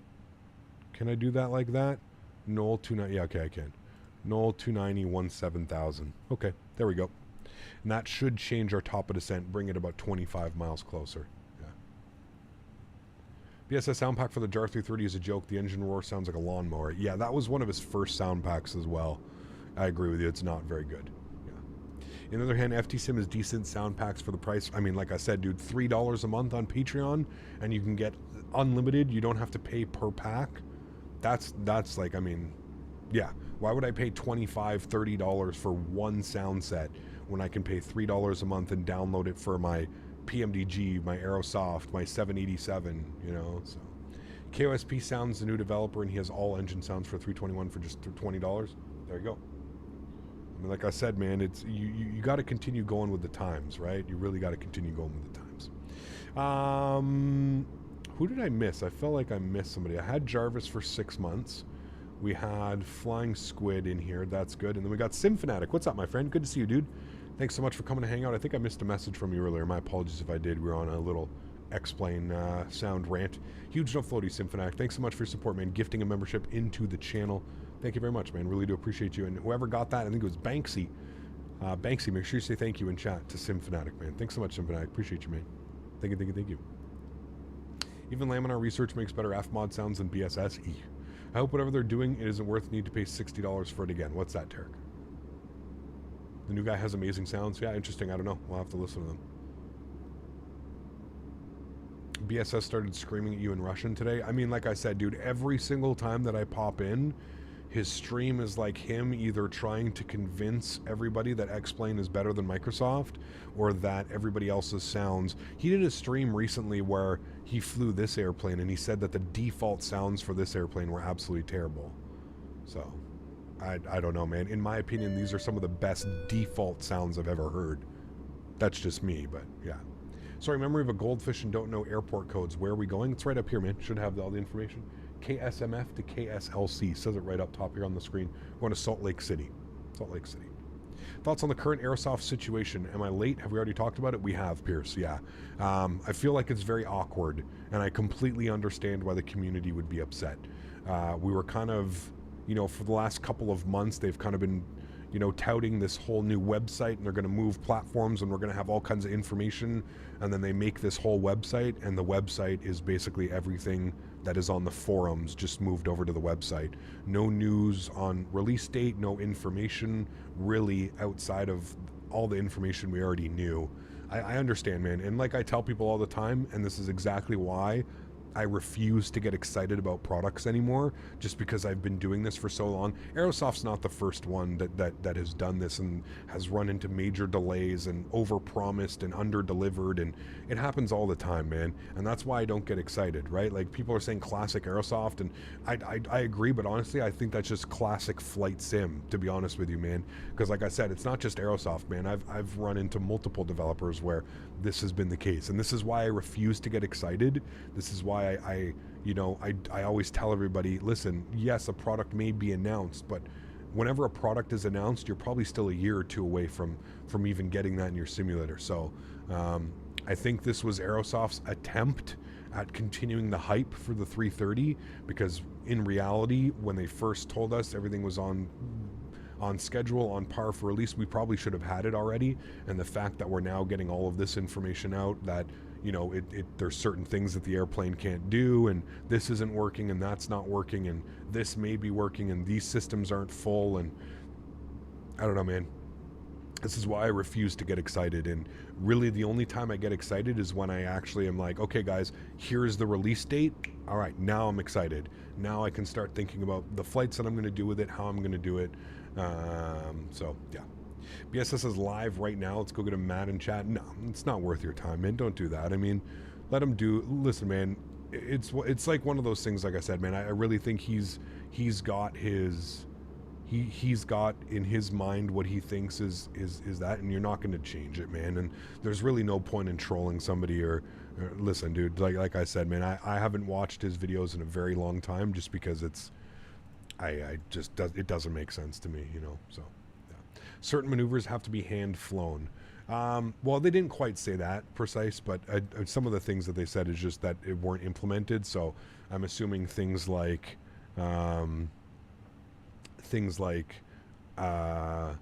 holds and certain other things may not be working on release, So yeah.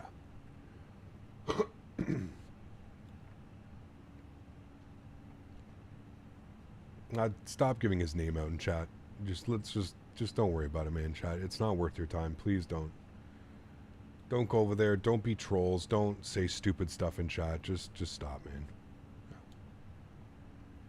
It's not worth your time. Trust me. It's not worth your time.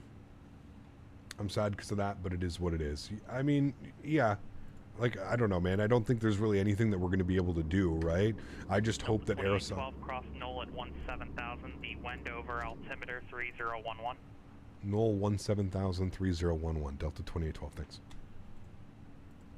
It's, yeah, it is what it is, man. Like I said, dude, unfortunately, some developers and some people are just really stuck in the past, and they refuse to kind of like move forward. And like, I don't know why listen, I don't know why, they're just sound sets. Like, I don't know why BSS is so stuck and gung-ho on developing and sticking with X-Plane. Like, if he's gonna like yell and tell us that like Microsoft is a corporate scam and we're all sellouts because we all fly Microsoft, I mean, just develop sounds for Microsoft. It's that easy, you know what I mean? It's just not worth your time, David. It's not worth his time. It's not worth your time. Nothing's going to come of it. Just a complete waste of time, man. There's so many better things that you can do with your time, Recent shocker was the E170 series for Microsoft. Yeah, I mean, yeah, I'm not going to support that type of project and stuff like that, but that's just me, man. If you want to fly it and you believe in them, that's your, that's your doing, dude. But I'm not here to support that, $3 a month can't be defeated. I would agree. Yeah. It's still being labeled as a summer release. What's that, Thomas? The E170?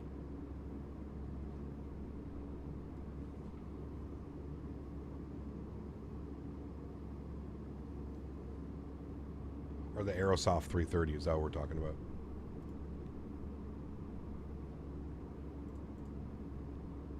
Currently my gate waiting to board for my flight. First time flying solo. Any tips? Just like when you're flying with family, man. Enjoy it. Hopefully you got a window seat. Stick your head out that window. Take lots of pictures, lots of videos. Enjoy it, man.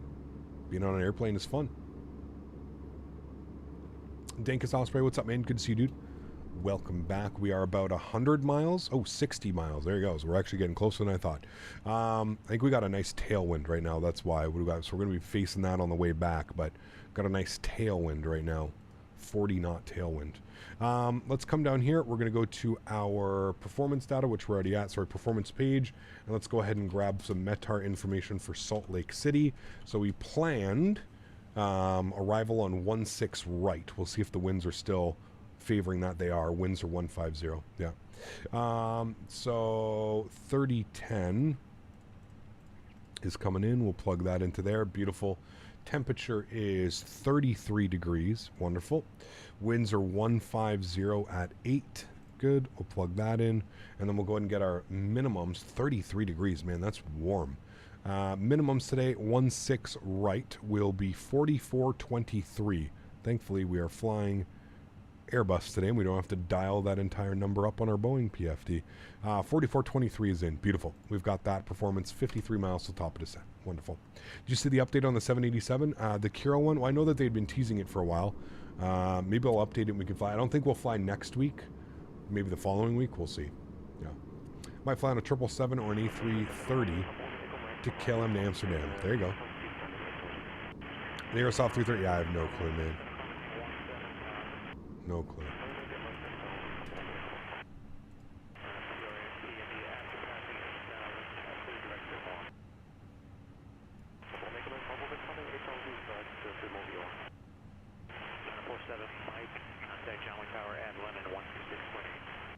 Feel like we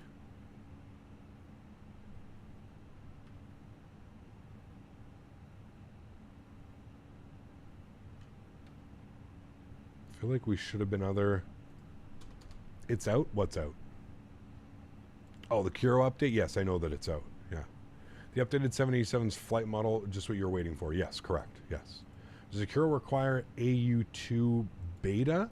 There's no more beta anymore, Captain Robbie. We've completely switched over. Yeah. I feel like we should be over on a different frequency. I was like almost losing that frequency, 12872. Hey, Cap, what resolution monitor do you use for Microsoft? 1920 by 1080, man. Yeah. Waiting for the EFB for the 787 default in the Kiro. When is that coming? I love EFBs, but...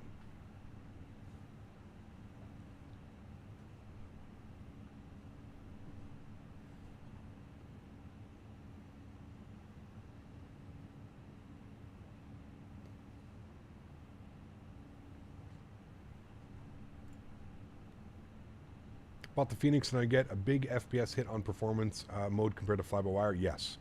So CJ, like Jarvis just said, open up the Fenix app, the launcher, the desktop launcher, change the display quality from performance and the render displays to your GPU. Exactly what Jarvis said right there, and it should help tremendously. Yeah. The communication policy of Aerosoft is a joke. I don't know, dude. I honestly don't know what's going on over there right now. I don't think they're taking it as seriously as they should be.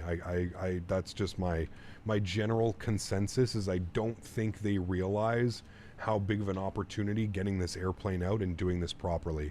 If I'm Aerosoft, I'm hiring, I'm doing whatever I can do to make sure that this airplane, and I know that you have to do your due diligence, and I know that you can't just hire anybody from the community because there's really shitty people out there that would either leak information or leak the entire airplane and stuff like that, right?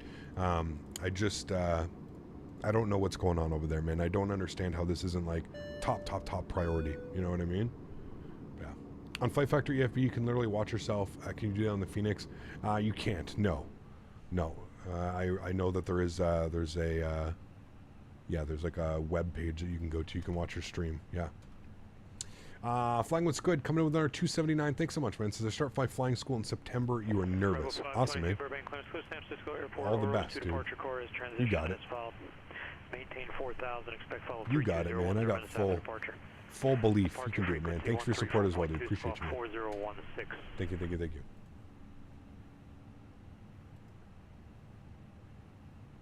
I definitely enjoy flight school for sure. It's going to be a blast, man. All right, we are 22 miles. 1595.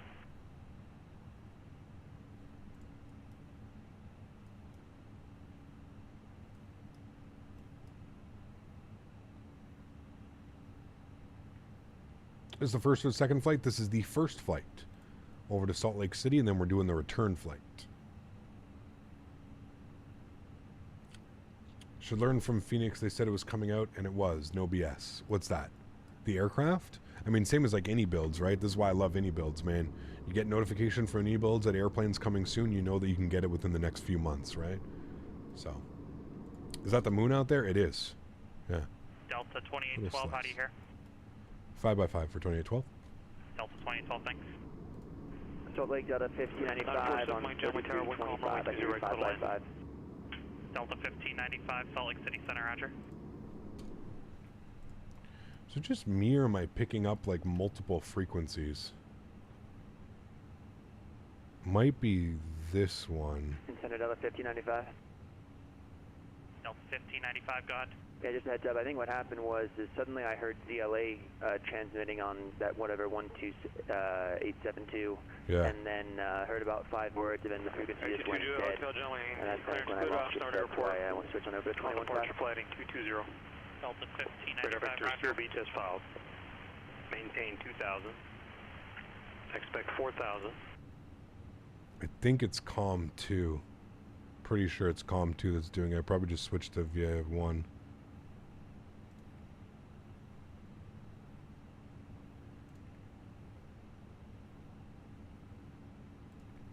Interesting. Just flown the updated Kiro 77 from YVR to YYZ. Not bad. Flight model is more refined now. Good. Cool. It's not so like twitchy and like kind of just jumpy all over the place. That's my biggest thing, right? With the default airplanes, I think that they've done a decent job, especially with the system depth on them now, but they just feel so like twitchy, right? Like you barely touch your yoke and the airplane just wants like, or you touch the rudder pedals and you're all over the place trying to correct it. And that was my biggest thing, right? All right, 17,000 is coming in. We'll go ahead and managed the descent mode. Seatbelt signs can come on. Beautiful. Cool. It's no longer a negative pitch while cruising. Good. Good. So the nose isn't kind of like tilted over like we noticed. Gotcha, gotcha. Yeah, we'll give it a go. I don't think we'll have time next week. We may, but I don't think we'll have time next week, but definitely the following week when we're back in the US. Maybe we do some Air Canada ops or some American ops or something like that. I'd really like to go down to Saint Martin. It's been a while since we've flown down to Saint Martin, you know, that part of the world. So maybe we can plan on doing like an American 787 from Miami to Saint Martin or something like that. That'd be a really fun flight. Or maybe we'll go a little bit further, make it a mini long haul or something, you know. That could be fun.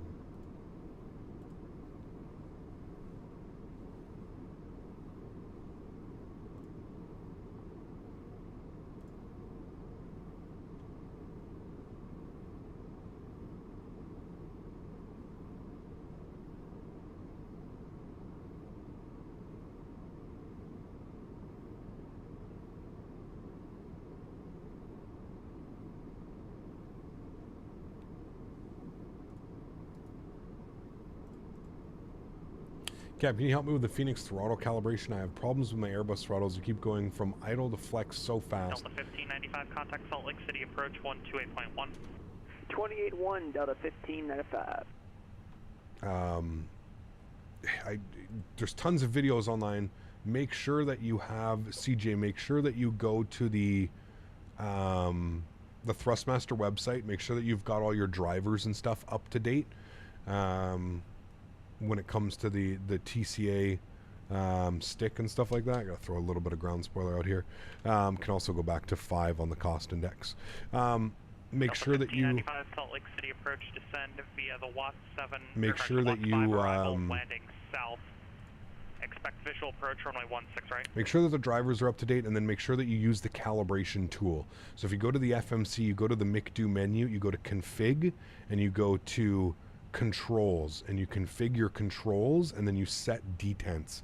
So you hit the calibrate button and you follow the instructions, and it'll show you how to do everything. You have to do that for the Fenix. Otherwise, yes, like you said, there's like no room between, like taxiing is extremely difficult. So make sure that you do the thrust lever. So again, you go MICDO menu, config, and then calibrate, and then you do the calibration. I'm not going to do it because I obviously have mine calibrated, but that's how you would do it. You do the whole calibration and stuff like that. All right, got speed brake up. We are descending back onto profile. And again, CJ, there's tons of videos online. Obviously, I can't do much right now while streaming. There's tons of videos online. Just like even Google TCA Airbus side stick configuration Fenix, you know. So. Skyward, take care, man. Contact Salt Lake City Center 133.25. 3325 for Delta 2812. Salt Lake City Center, good morning. Delta 2812, flight level 250, descending for 17,000 at Knoll. Delta 2812, Salt Lake City Center, hello. I'll look for the vids, many thanks, no worries, man. Gotta run Costco and Buc-ee's runs in order. Oh man, Skywalker, can you, when you go to Buc-ee's, can you please get some beef jerky, get the Bohemian garlic, or the Applewood smoked. The Bohemian garlic, Applewood smoked. Those were the two best things ever.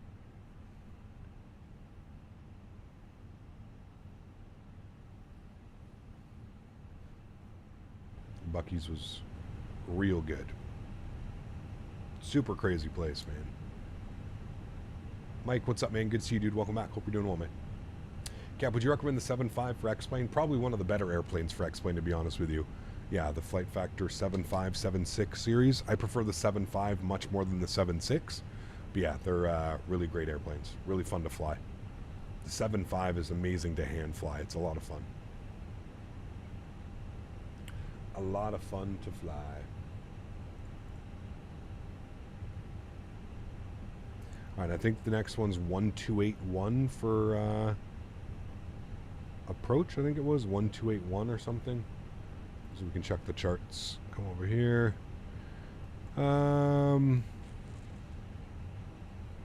Arrivals, maybe on the airport info.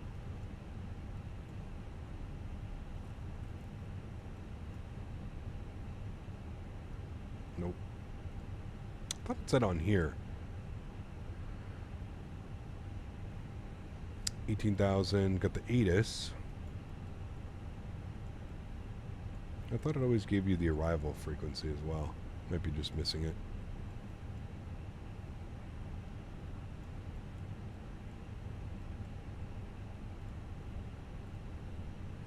The phrase is the same versus VATSIM and Pilotedge. Yeah, Pilotedge, a couple things are different, but yeah. Mr. Midnight Maverick, how are you, my friend? Good to see you, dude. Welcome back. Hope you're doing well, man. Delta 2812, contact Salt Lake City approach 128.1. 128.1 for approach. Delta 2812 was you. All right, 1281, we've got approach. Let's go and grab the ATIS quickly here, 12475.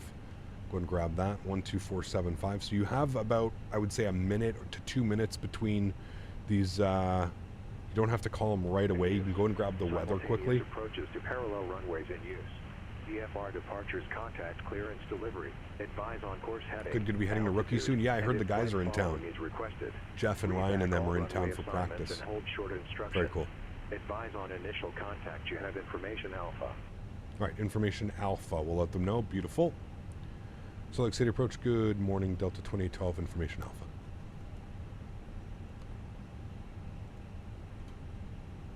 Delta 2812, Salt Lake City approach.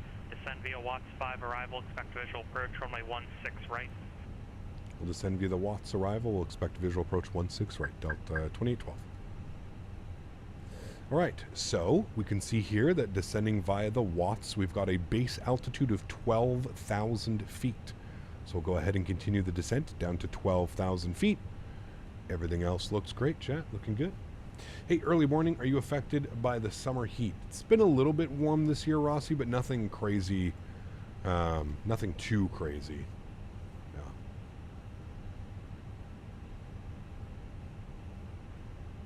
Yep, Jeff and Ryan are here, and we were up till 4 a.m. last night. Speed 210, then descend and maintain 11,000. Jeez. Like I was telling Rookie, man, I was speaking to Rookie yesterday. I was like, man, I wish I was a little bit closer, but it just doesn't, you know. For me to go out there for a weekend, Maverick, you're looking at like $1,500, $2,000 for a weekend. Sorry, but with a farm and everything else going, that's way too much to come in for like these little practice things, right? I would love to, man. I'd love to be able to do that, but justifiably, it's just not, you know, for a weekend to pay that kind of price is just too much, man. Got my TCA stick for my PC, and it will work with Xbox. Not the buttons. It should work with Xbox, especially if you got the newer TCA stick. I think there's 2 TCA sticks that you can buy. You just have to buy the Xbox compatible one. Do you like 44-degree weather? No, absolutely not. Yeah. We just got to get a nice big airline to sponsor for the team to help with the costs. Exactly. Yeah. Rob, what's up, man? Got hammered by thunderstorms yesterday afternoon, complete with hail, heavy rain, and new wildfires. Jeez. Crazy, man. Well, at least you're safe. Hopefully everything's okay. House, car, everything. Managed to make it through. Salt Lake City approach 125.7. 25.7 down to 1595. See ya.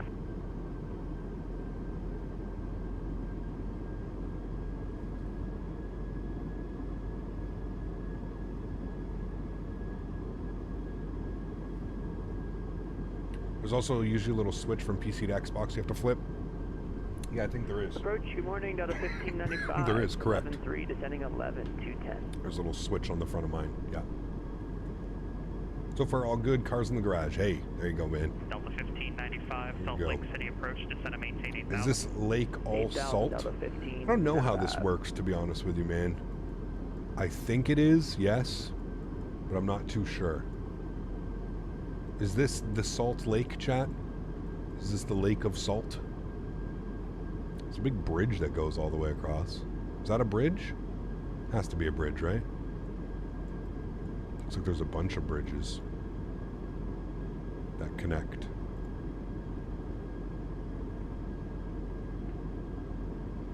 Yes, and it's great. Can you go swimming in this water, or is it like... Are there fish in this water? Or is it like toxic, you know? That's Antelope Island right here, or that's Antelope Island up there? Oh, there's one right here. There's another bridge coming down here. It's a fascinating place, to be honest with you. You can swim in it? Okay. Is it super, super salty? Like ocean water salty, or even saltier than ocean water? You just float with the salt content? Okay. It's very salty and it stinks. See, I've heard that. I've heard that it's very sulfur.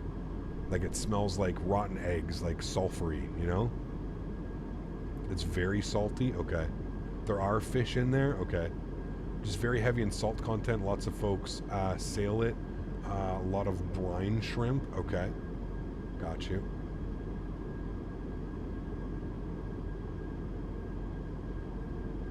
Very cool.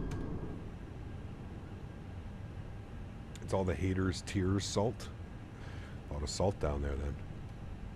I know there's a big factory plant somewhere over here in the X-plane scenery by what's his face? There's like a big plant here. It's pumping out all kinds of stuff. You seen what's up, man? Good to see you, dude. The lake in Lee Vining, California is pretty wild, almost a perfect circle crater. Huh. It's the copper mine. That's pretty crazy. Where's the large mine? It's over here. It's off over this way. What are you doing there, engines? Okay. Is there a speed restriction? 2,000, 250 knots or something? No speed restriction, but I'm going to bring my speed back down. I'm going to go to like 240.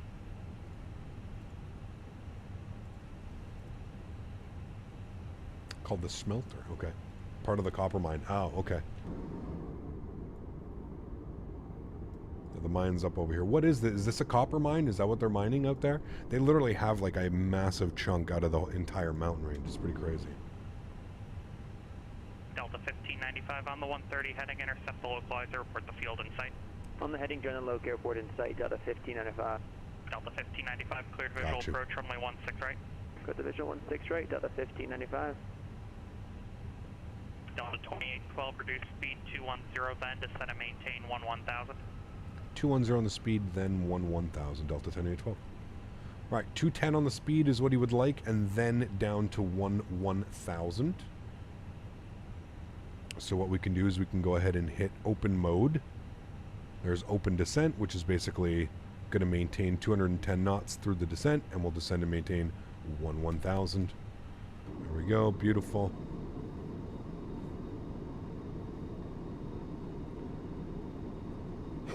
The largest open pit mine in the US. I would agree. It's absolutely massive. Massive. Pretty cool. Pretty cool. Delta 2812, contact Salt Lake City approach 125.7. 125.7, Delta 2812. We'll see you. Delta 1595, contact Salt Lake City Tower 132.65. 3265, Delta 1595. All right, let's go flaps 1. Salt Lake City approach. Good morning, Delta 2812, 1000 with Alpha. Delta 2812, Salt Lake City approach, descend and maintain 8,000. Descend and maintain 8,000, Delta 2012. All right, again, we'll go open mode to 8,000 feet. 8 out, 16 right. How's Captain Sim keep getting away with making a ton of 777s with different engine types, but it's just the same plane for $25? Because unfortunately, people are buying it, Squid. That's the problem, man. People are buying it, dude. Until people smarten up and they stop buying the products, then he's not going to develop anymore, right? There's our good friend Mr. Max on short final. We see him right there. Said he was about 8 miles out, so he's probably about 6 now. There's the airport right there. It's kind of cool how, like, the airport's almost built, like, into this, like, marshland. It's kind of crazy. Now, I wonder, chat, can you, like, get boats? There's probably people that get, like, boats in between all these little channels and stuff like that, but I wonder if there's a way to, like, get a boat down to, like, probably is. I wonder if there's a way to get a boat down, or do you not, like, is this water not accessible? You don't go in this water. Looks like there is. It looks like there's, like, little roads and stuff that people maybe do, like, off-roading or ATVing, but this really looks like a lot of big marshland down there. Are you on VATSIM? We're on Pilotedge. Should say right up here, man. Pilotedge. The Pilotedge network. It's possible, but I wouldn't recommend it. Got you. That's a protected wildlife area. Got you.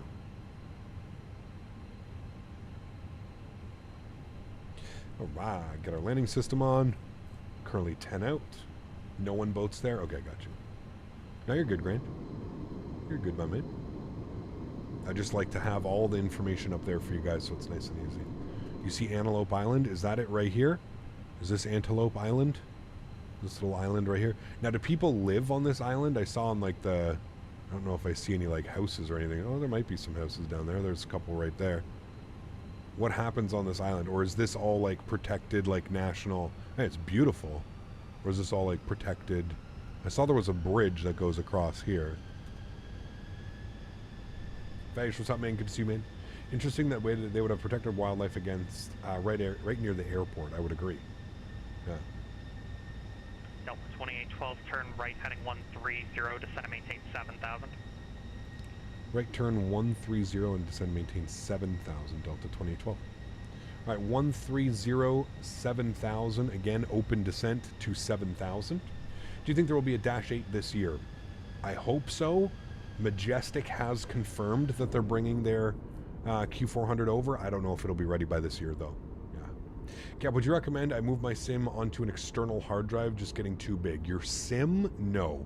You can put your scenery, Thomas, on an external hard drive. That shouldn't be a problem. I do not suggest moving your simulator. You can make a second community folder. That would work. I don't suggest moving the sim to an external hard drive. No. Have you tried X-Men 11? I have, yes. And in its current state, I'm not the biggest fan. Delta 2812 on the 130, heading intercept the runway 16 right, localizer, report the field. And on this heading, looks up the localizer, and we do have the field in sight, Delta 2812.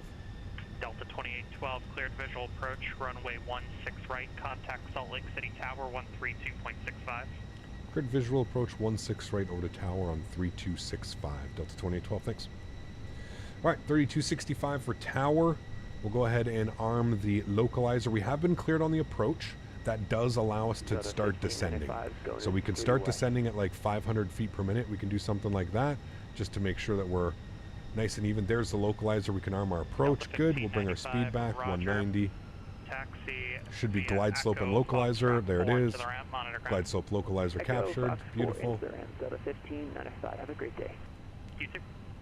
Salt Lake City Tower, very good morning. Delta 2812, visual 16 right.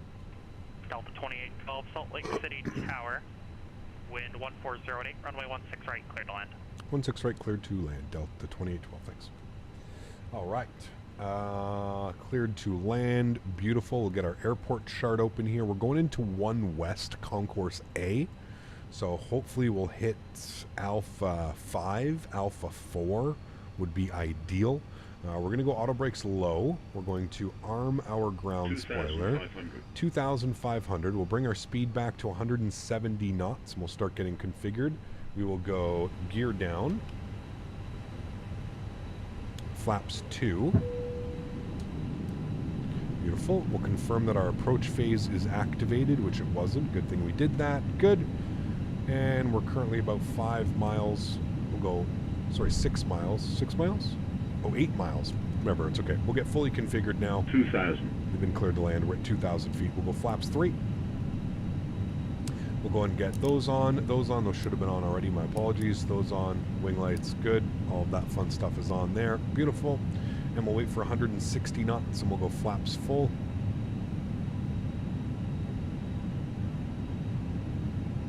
There's 160 knots. We'll go flaps full. Give you a nice little wing view of that. Beautiful. Looking good. Are you going to get pizza later? Pizza Hut later? Am I going to get Pizza Hut later? No, I'm going out to the farm. I'm having a barbecue. We're doing barbecue chicken kebabs. Chicken, peppers, onions, tomatoes with, I think, macaroni salad or something like that we're making, I think is what we're doing. Something along those lines, I believe, is what I'm doing for dinner tonight. Good. All the lights are on up there. That's all set. Sound's coming up. All right, guys, enjoy the arrival. I'll catch you down on the ground. Joystick cam is on. See you down on the ground. My airplane. Let's do it. Landing checklist, gear down, 3 green, flaps full, ground spoilers armed, cabin crews advised. You've been advised. We've been cleared to land. Let's do it. A little bit of gusting winds still.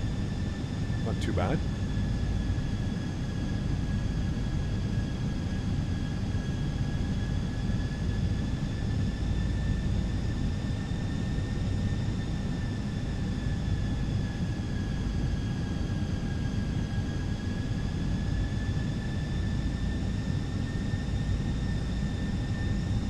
$500. 100 above. 400. Minimum. Continue. 300. Oof, big balloon there. Put ourselves back on 200. track.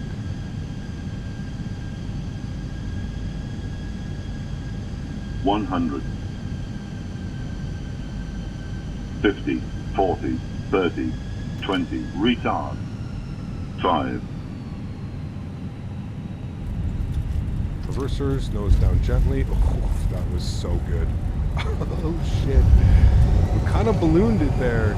Almost hit like a pocket of air, but holy shit, that was smooth. Reversers out, decelerating.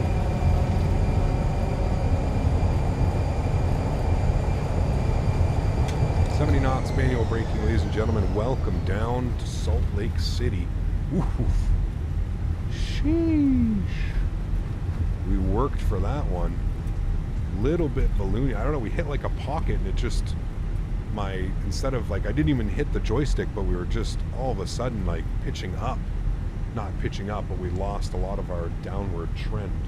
Came in with a lot of momentum there though on short final. We vacated Alpha 5. 472 Juliet, Salt Lake City Center. Beautiful. Welcome down, my friends. Great flight. Stop the clock. 1 hour and 12 minutes on the flight time. Beautiful. Well, no. In Salt Lake Tower, Delta 2012 vacated Alpha 5. Looking for 1 west, please. Delta 2812 taxi to parking via Alpha, monitor ground.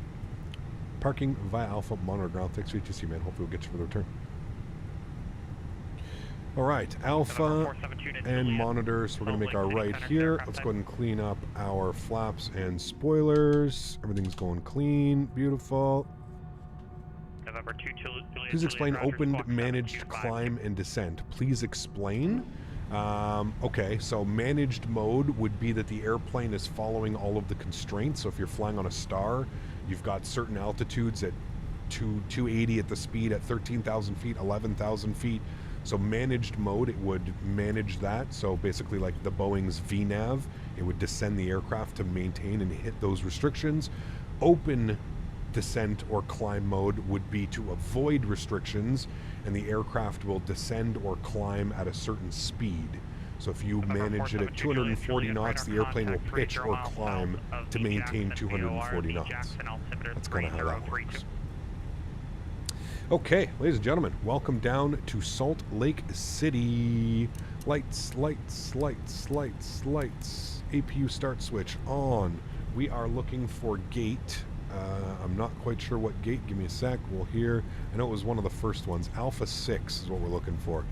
That's where the real aircraft went. Next, Alpha 6. No. And we are Delta. Good. Cool. Captain, when are you supposed to activate the approach phase in the A320? You can activate it whenever. If you're in managed speed, like you're, if you just, I would say on, 10-mile finals, 5-mile final, you'd activate it.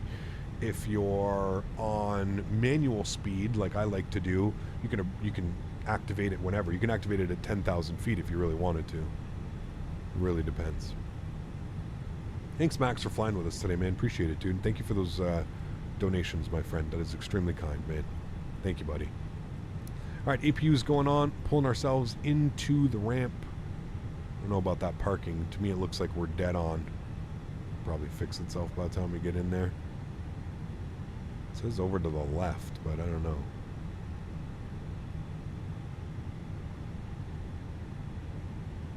Try and get zeros.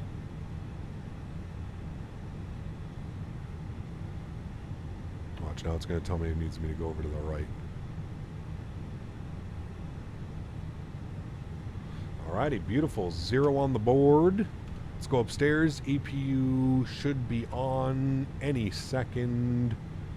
Wait for the bus transfer, and then we'll go APU bleed. There we go. APU bleed is on. Engine number 1 is off. Engine number 2 is off. Red beacon light is off. Seatbelt sign is off. Ladies and gentlemen, welcome down to Salt Lake City, my friends. Great first flight. Had a lot of fun. Hopefully you guys did as well. Absolutely greasy landing. We don't feel like we get those landings sometimes, but that was a real good one. Let's go ahead and request deboarding. Turn those sounds down a little bit. I'll start getting some tunes jamming now for us. All right, cool. And let's go ahead and plan for our return flight, shall we? We shall. We'll go ahead and disconnect from the Pilotedge network briefly, just so we can get all of this stuff plugged in here. We're going from SLC back to SMF, Sacramento. Good. We are going to be Delta. Wait, they keep the same call sign for the return flight? Is that actually a thing? Let me see. They do. They use the same call sign back and forth. That's odd. I've never really seen that. Usually they'll change it by like one flight. You know what I mean?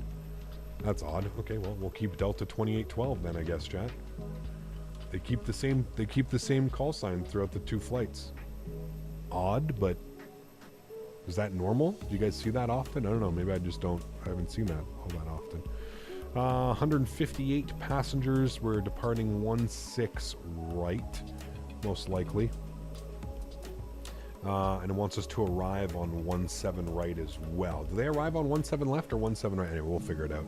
We'll generate OFP. We'll see what they want to do with the arrival. Probably because of the arrival, we'll have a look and see what it does here. Let me go ahead and get this filed off onto the Pilotedge network, just so they know we're expecting a CPDLC. We're going up to 28,000 feet. That's all good. We'll file our flight plan.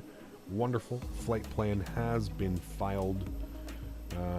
That's good. That's good. You can get closed. You can get closed. Good, good, good. Cool. Sweet. Remember, guys, if you haven't done so, don't forget to smash down that thumbs up. Hopefully you guys like that arrival, that extra smooth butter. You've seen it a few times. It's somewhat common. Okay. Huh. Probably because there's so many flights going on, right? That is just bad. How do you know which flight is delayed when you look it up? Yeah, exactly. Which one of you is delayed? All right, we'll reconnect. Beautiful. That is done. That is set. Wonderful.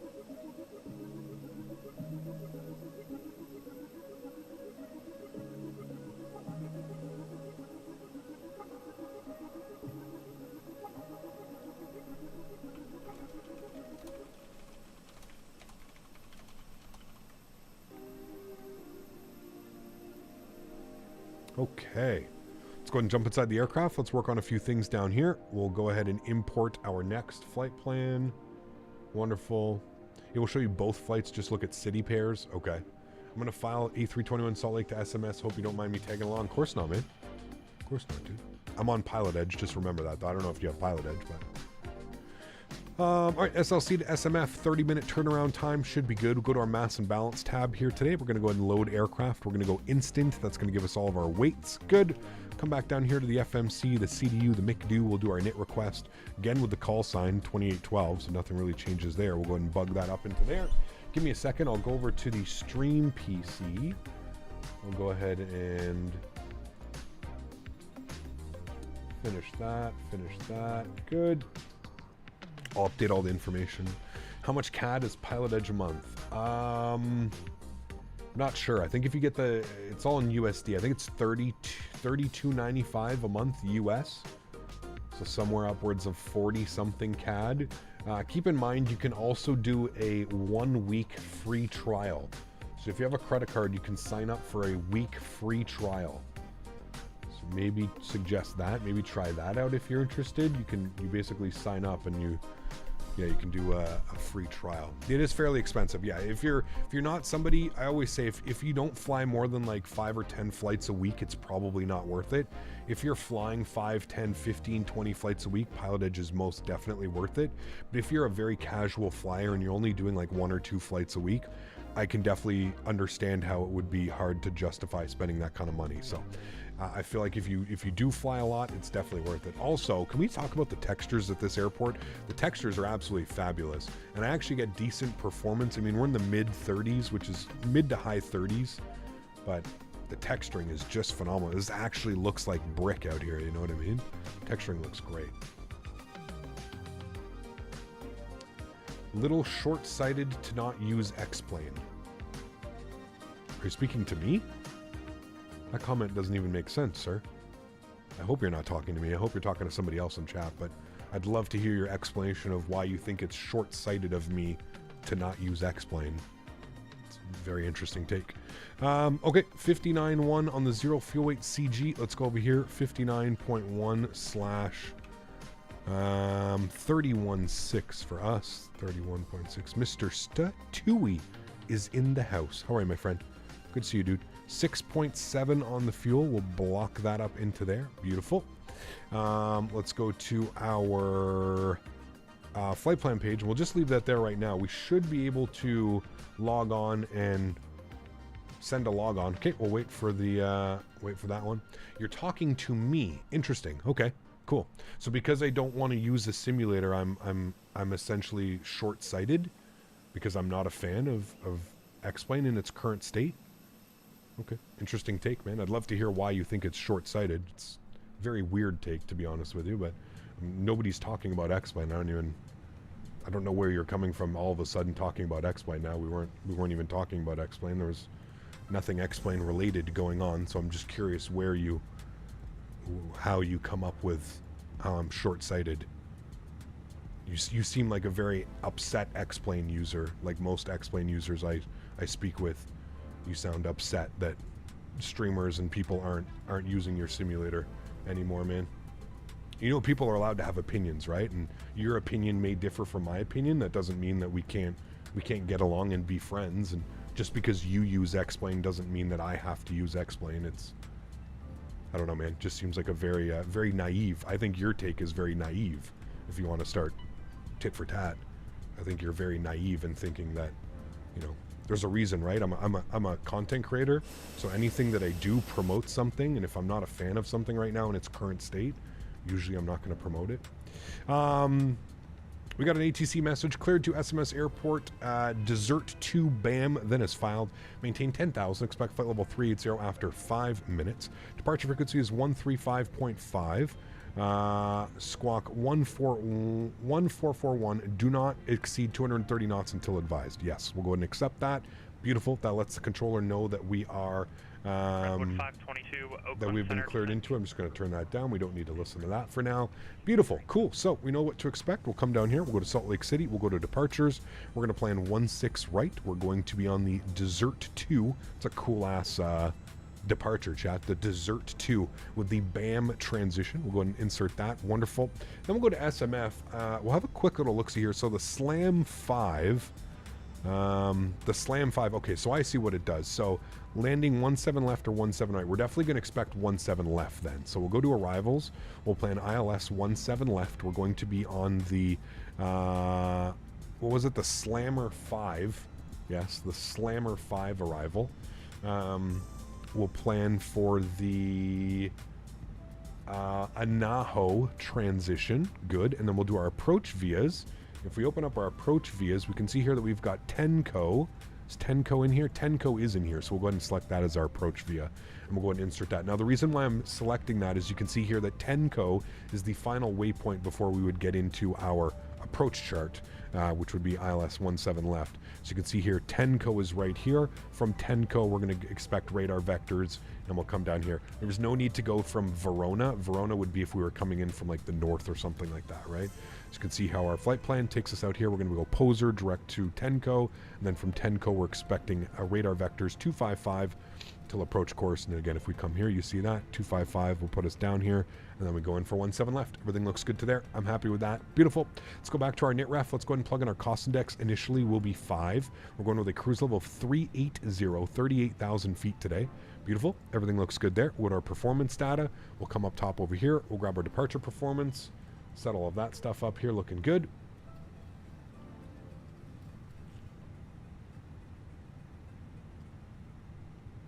Is anyone here in San Diego? I don't know. Why are VATSIM controllers in Europe so mean? They're not. I think it's probably just, like I mentioned, man, VATSIM in Europe is a whole different ballgame.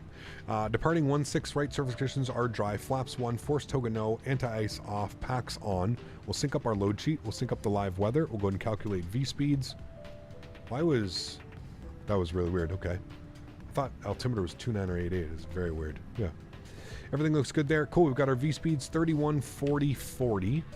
131, 140, 140. Good. Flaps and flex. 1/down 0.3. 1/down 0.3. We'll throw that into there. And flex, I believe, was 54 degrees. It was 54 degrees. Beautiful. We'll plug that up into there. Good. I think they're done deboarding. They are. We'll go to GSX. We're going to do a restart of the Kutal script. Give me a second. How do you get a squawk on Unicom, or do you not? You don't, Banksy. So Banksy, very common practice is if you're flying VFR, you squawk 1200. If you're flying IFR, you squawk 2000. 2000 or 1000. 1000 if you're flying in Europe most of the time. Squawk 2000 in North America is usually what it is. 1441 for a new squawk code. We'll plug that into there. Can you play the 310 on the next flight? No, next flight's tomorrow, and we're going to be in the 737. That's what we're doing tomorrow. Go to make do menu, although I do want to jump into the 310 somewhat soon. Yeah. Go to the AOC menu. Let's go ahead and receive our received messages. We've got our arrival message. Good. We've got our preliminary load sheet. We'll accept that. And then we've got our finalized load sheet. We'll go to GSX. We'll restart SimBrief. Good. And then we'll go ahead and request boarding. Good. And we are Delta. Wonderful. We've got our secondary load sheet. We'll grab that. 158 plus 5. So 163 souls on board. We'll accept that as well. That's all done there. Beautiful. Wonderful. Looking good. Hiccup, how do you see your flight plan? What do you mean? Like on the airplane, or what are we talking about? German VATS controllers sound very angry because they're German. German ATC is some of the best, I've heard. So, Cap, thoughts on the Aerosoft 330 last update? No holds in the MiG-2 on release. I don't know, man. I mean, that's fine to me. It's could be worse, right? But again, I don't know. I'm not going to get myself upset about something like that. It is what it is. I just hope they can bring the airplane to the market sooner than later, to be honest with you. Delta doesn't fly to SMS, so it isn't real-world ops. Man, weekends are just such special days, aren't they, chat? KSLC. Sorry. SLC to Sacramento, right? Sacramento. Yeah, Sacramento. So we've got Southwest, we've got Delta, and we've got more Southwest. So we're actually replicating this flight right here, Delta 2812. So I'm going to click on that one just for you right here. And we can see here that it says on the 21st of July, 2023, which was yesterday, they did this flight. It took them an hour and 15 minutes. And you can see here that today, July 22nd at 3:40 p.m., so in about 5 hours, they are going to be operating this exact same flight from Salt Lake City to Sacramento. So, yeah, just in case you were wondering. No problem. So many big brain chatters today. Yes, of course. Always out there, man. Yeah. Been lurking around. I love your stream. Subbed, earned. Jiggin with Moose. Thanks so much, man. Great name, dude. I would assume that you're a Canadian with a name like that. Thanks for being here, man. Appreciate you, dude. What snacks do you have on board this flight? Hey, man, we always serve Biscoff cookies here. Yeah, always. Always. Flying with Squid, I still don't understand the question. Sorry, did I miss it? Sorry, autocorrect. No, like, how do you see it? How do you see my flight plan? But you can ask me for the flight plan if you want. I can post it in chat for you. But my flight plan is whatever SimBrief is going to give me. So as long as you've got SimBrief, yeah. Doesn't prove anything but okay because nobody knows the website you used.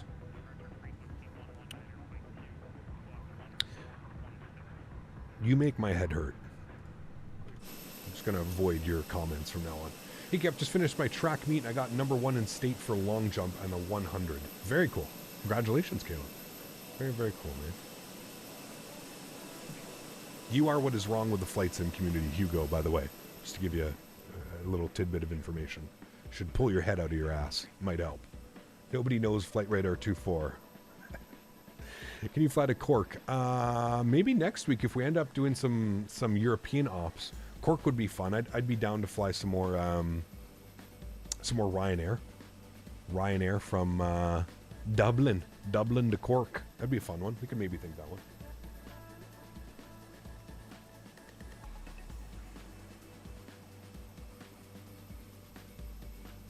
Can you just ban these guys? Eventually, Statewi. I mean, he's going to do it himself. I'm not going to have to do much. He's going to do it himself, but I like having a little bit of fun with them at first, right? Because, you know, it's a little bit of fun, right, Statewi? Come on. A little bit of adventure for our Saturday afternoon. How's the Sacramento scenery? I can say that I am pleasantly impressed, Captain Isocreams. They did a really good job. I think Orbx is really listened to the community feedback about their airports, and definitely worth the money, definitely worth the pickup if you're interested in Sacramento. Definitely worth it. Yeah. How can I listen to ATIS when on multiplayer? I don't think you can, Captain Grease. Yeah.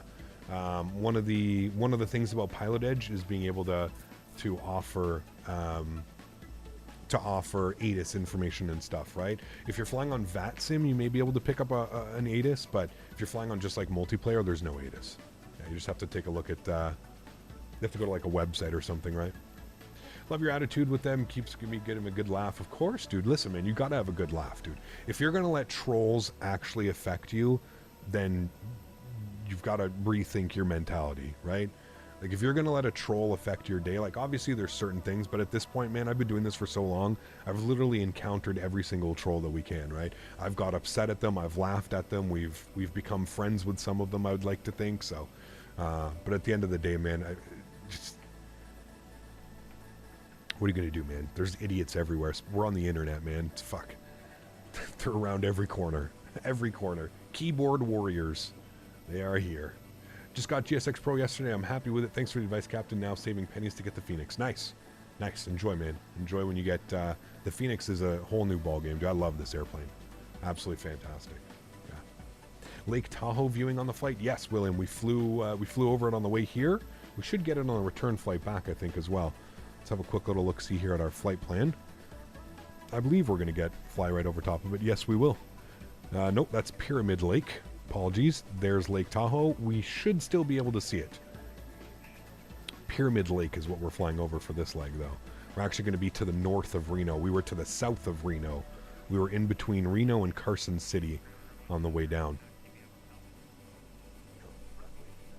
Guess I just need to sit back and plane spot at LAX rather than listen to these trolls. Exactly. I can't wait to do that, Huskers, in November, man. I'm going to go to that In-N-Out. I'm going to sit there. I'm going to watch the plane spotting. We'll eat my In-N-Out. It's going to be a great time, man. Yeah.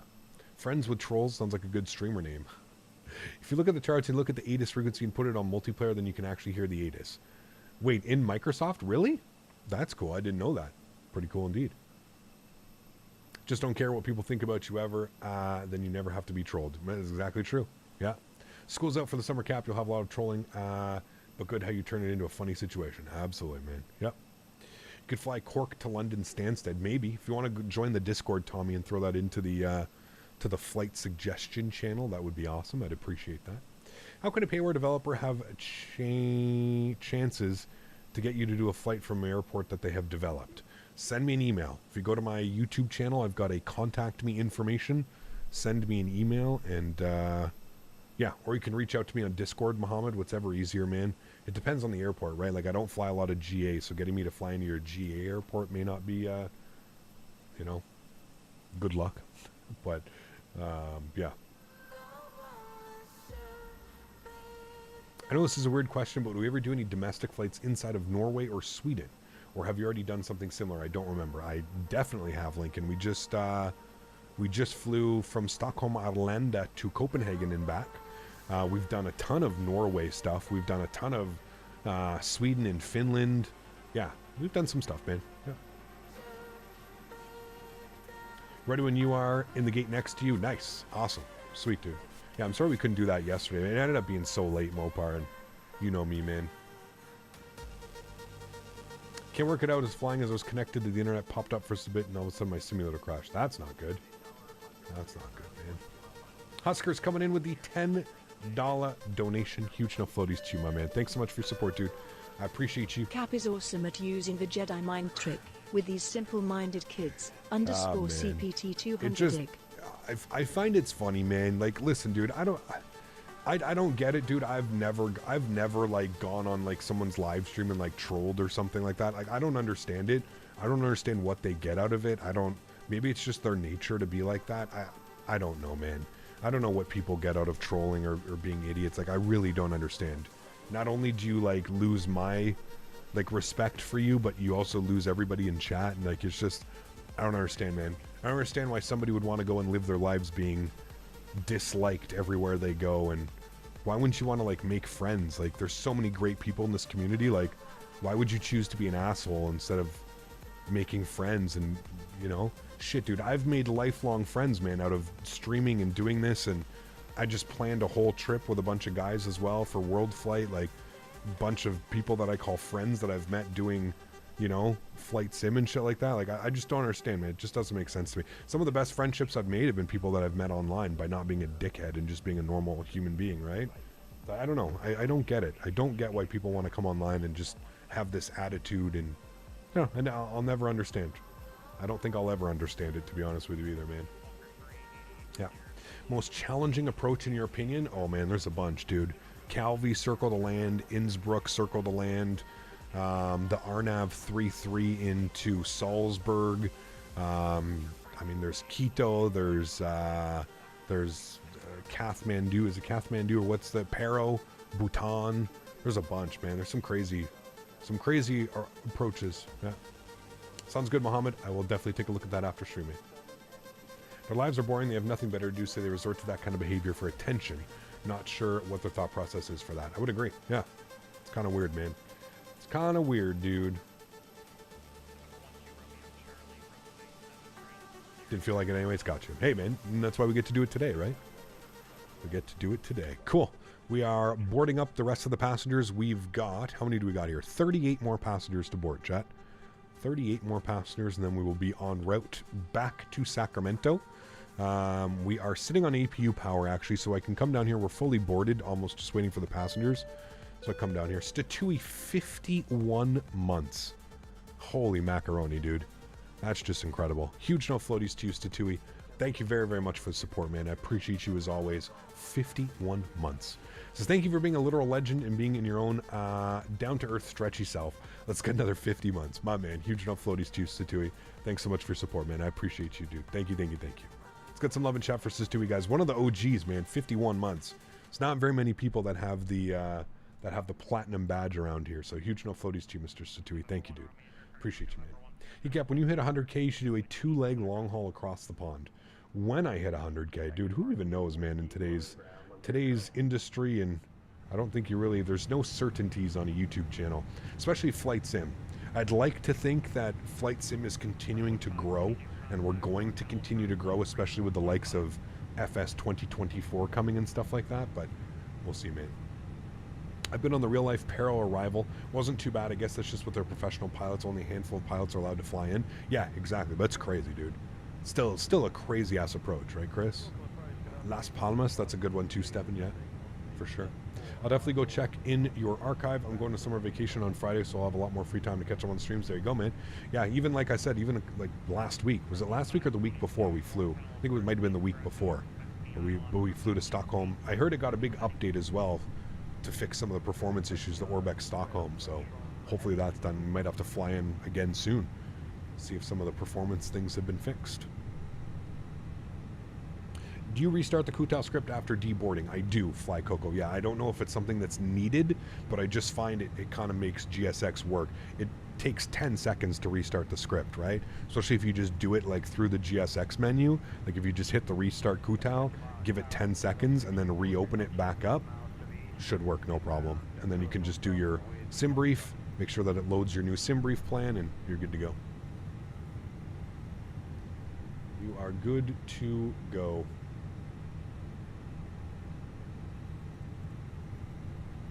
Flew to Quito 2 times last month. It's not as bad, just the mountains are scary high. Yeah, it's crazy.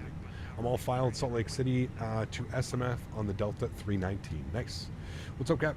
Tuning in extremely hungover. Got my Gatorade now, and I am not leaving this bed until you stop streaming. My man. Hopefully you feel better soon, dude. Good to see you, man.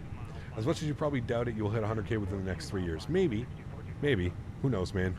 Like I said, dude, I really don't pay attention to numbers all that much anymore. I used to number count and number watch, and honestly, it's not good. For a content creator, I can definitely suggest, if you're a content creator out there, do not, like, count your numbers. It'll almost be enough to drive you crazy.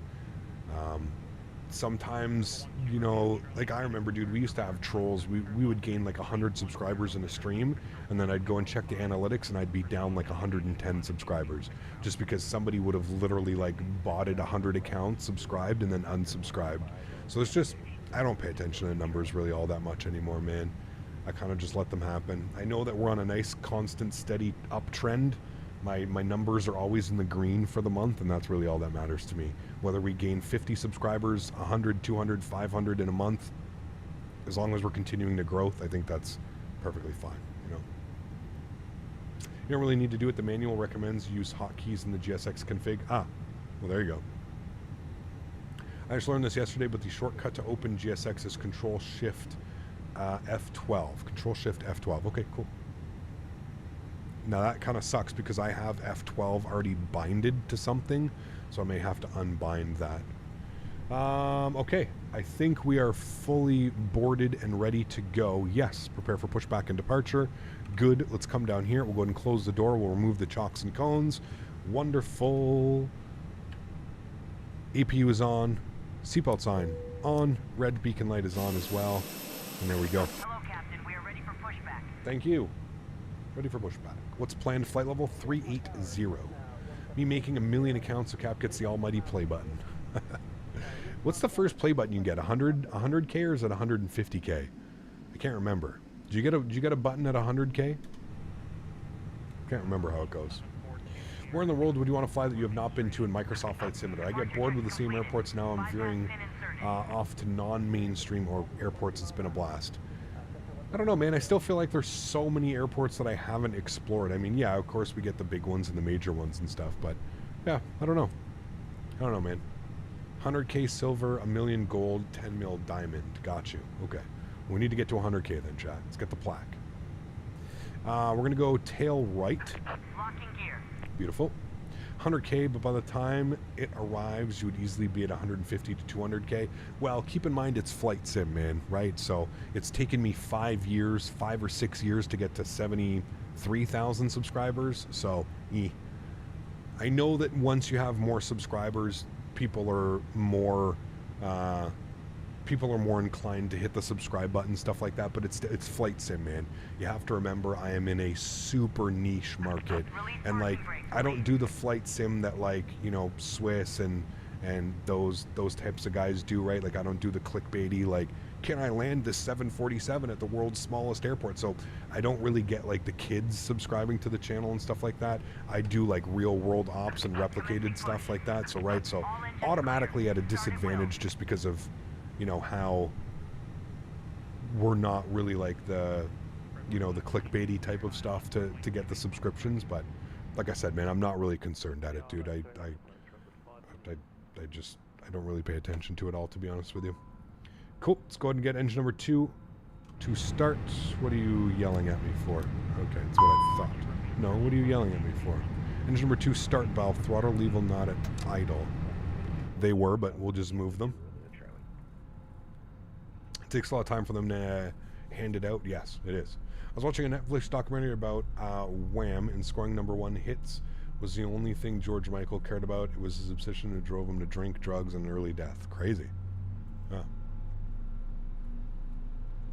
You aren't using Squawk's GSX overhaul? I'm not. I don't even know what that is. I've never heard of that sync. Do let me know what it is. Park brakes on. Real world ops are better, at least for people like us. Well, like I've mentioned, I would much rather build my channel, and like I've said this before, dude, obviously what like Swiss01 and those guys are doing, obviously it works. They're getting the subscriptions and stuff like that. But at the end of the day, I would absolutely hate it if the only type of content that I could create was taking these massive default airplanes into the world's shortest runways. I would actually prefer not to make content, and that's just me. I know that it's not everybody, but like if that was the only type of flight sim content that I could create, holy fuck, dude. Imagine how boring that would get. Now, on the retrospect of that, they may look at the content that we do and say, wow, this is so boring. Who wants to do these real world flights? Who wants to fly these replicated flights? So like, I understand, man. I understand the appeal, but I'm just, man, it would drive me crazy if that's the type of content that I had to do, dude. Maybe not everything from XPGSX, but pushback voice is now more realistic in US, UK, is overhauled as of 1.04. Is it a mod or something on flightsim.tl? I'm not sure. Captain Canada, the only way to fly. We enjoy your content, that's why we're here. Well, thank you, Phil. Appreciate it, man. Takes everything that's from, what's XPGSX? What's XPGSX? My point being is it's not good to obsess over the numbers and subs. You're right, 100%. Yeah. Thanks, Jones. I'll send a DM? Okay, cool. Maybe not everything from XPGSX. Oh, sorry, I got you. Okay. Making tutorial videos in Flight Sim could boost your views and subs. I'm just not a tutorial type guy, man.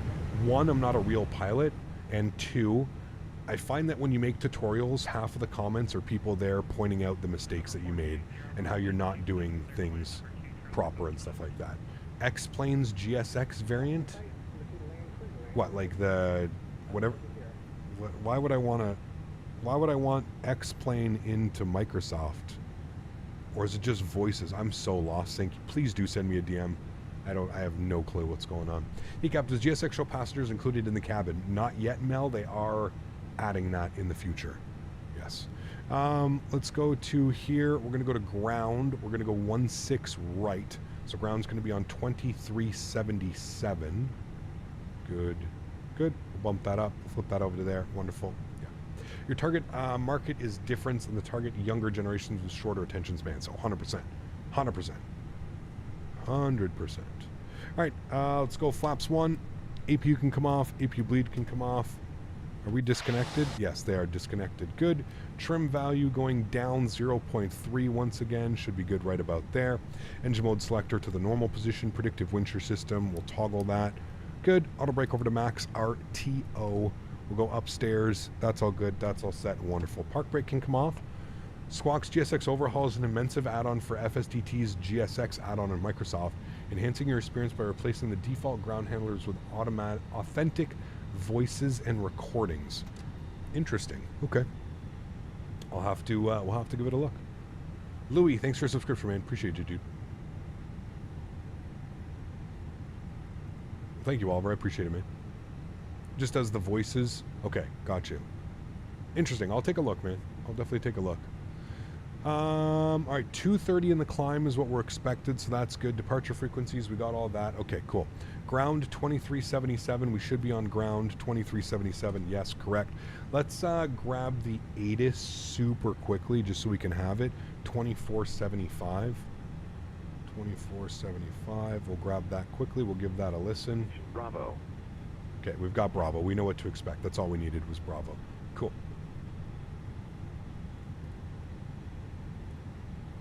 All right, and we are, where are we? Concourse A, well, it's called 1 West, short of Bravo. Sólríkt City Ground, very good afternoon. Delta 2812. West 1, short of Bravo, ready to taxi runway 16 right, and we've got Bravo on board. November 42 Foxtrot, taxi to parking via Alpha, remain this frequency. It's probably going to give us remain on this Bravo Alpha. Taxi to parking. November 420, taxi to parking via Alpha. In which file should I move your camera file for the Kiro 787? Taxi Alpha. Louis, it goes into the... Check in there, Louis. I can't remember off the top of my head where it goes, but... 2812, Salt Lake City Ground, runway 16 right, taxi via Bravo Alpha 11. Bravo Alpha 11 for 16 right, Delta 2812. Redwood 51T2, contact San Francisco Tower 120.5. 20.5 buses. San Francisco Tower, good morning, right, Redwood cool. 522 on the ILS 28. Redwood 522, San Francisco Tower, wind Okay, Lincoln, 0405, yeah. runway 28 left. Time zones are weird for sure, man. Left coastline, Redwood 522. Alright, so this is going to be Bravo. We're going to follow Bravo all the way up. All the way, all the way. There we go. Beautiful.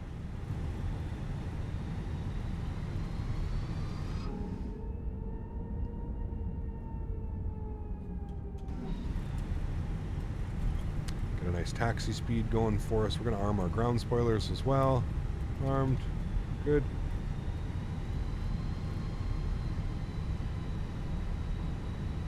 You're at the end of Bravo. Cool.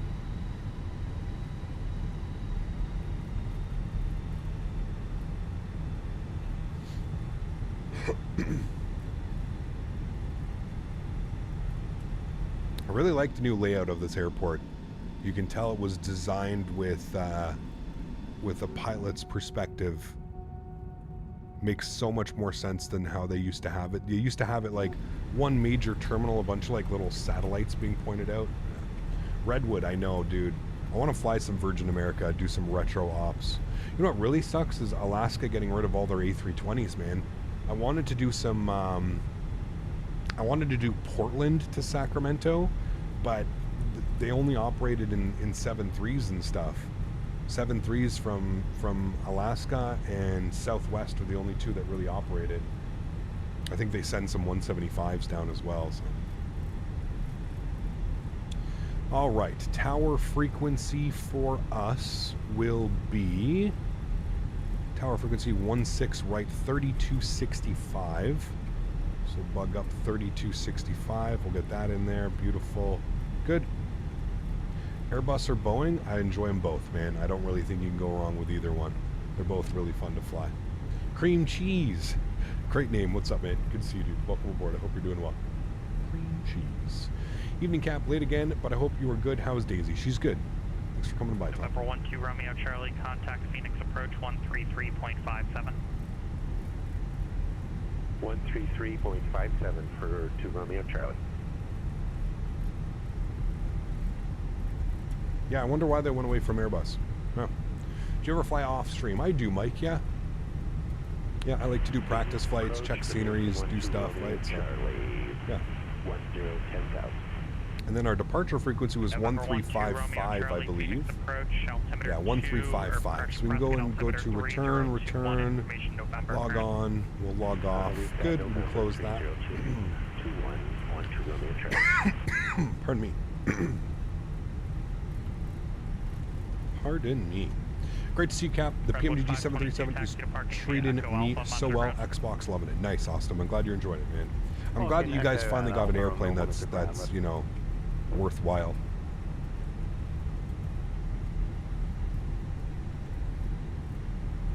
Which business jet would you like as a study level in the sim? I don't know, man. I don't really fly a lot of business jets. I wouldn't be the right one to ask for that, to be honest with you. Rolling. By exclusively flying mainline Boeing jets, Lacasse can streamline the pilot's training and maintenance process, while also boosting operational flexibility among other economic benefits. Yeah, that's probably why they got rid of their Q400s as well, right? Horizon, or I guess that's Horizon, so that may be a little bit different than Alaska's statement, but because Horizon still has the Embraer series, but I think they only have the Embraer now. I haven't tried the Fenix A320, but how does it compare to the fly-by-wire? Quite a lot different, Tom. It flies very, what's the word I would be looking for? It flies much heavier. It feels much more, it feels like you're flying a commercial aircraft. Definitely the Cirrus Vision Jet is super cool. I've heard the Cirrus is cool.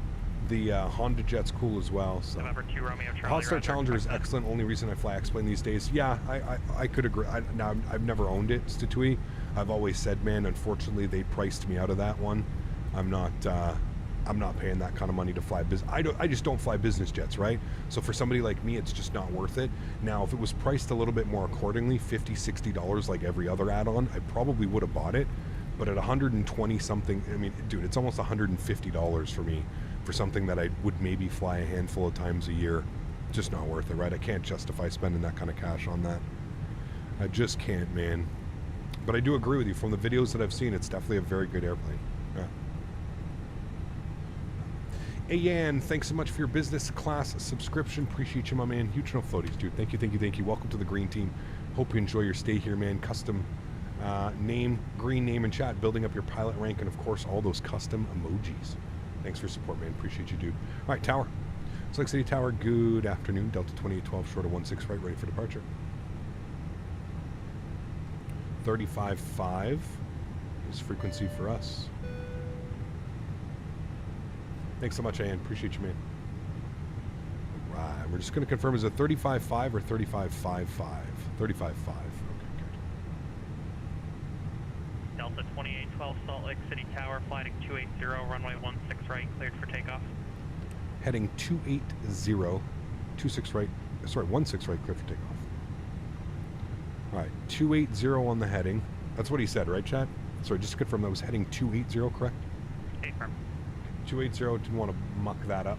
Our initial climb on the Desert 2 takes us to 15,000, 15,000. So we'll bug up 15,000. There we go, cool. Let's go and go. Landing lights on, runway turn off, strobe lights, wing lights.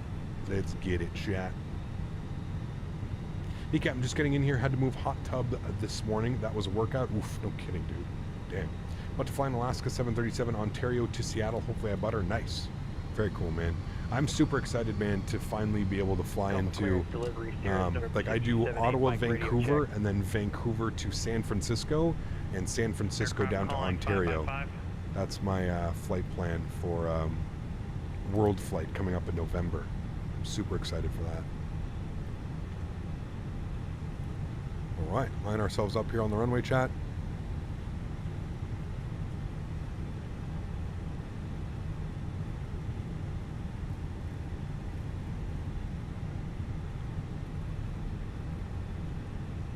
Beautiful lineup, good to go. That can come off. You guys ready? Let's do it. Joystick cam's going on, sounds are going up. Let's get it, my friends. Throttle's to 50%. Good. Chrono's on. Let's go. Manflex 54 SRS runway, auto thrust blue, slight nose down pressure on the stick. 6378 Mike, looking to pick up our IFR to Ellenburg. Takeoff power set, airspeed's alive. 6378 Mike, Seattle departure, standby.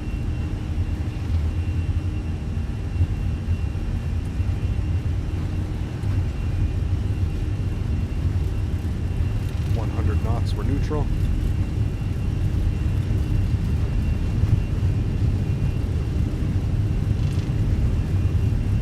V1.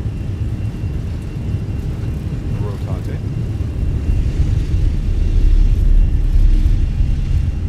Slight crosswind correction there with the side stick and rudders. Positive rate, gears going up. God, the sounds are so good on this airplane, man. You literally hear like the nose wheels spinning. Like you can physically feel it. Right, right turn, 280. We want heading track. I don't know why it's not following heading. There it is, 280.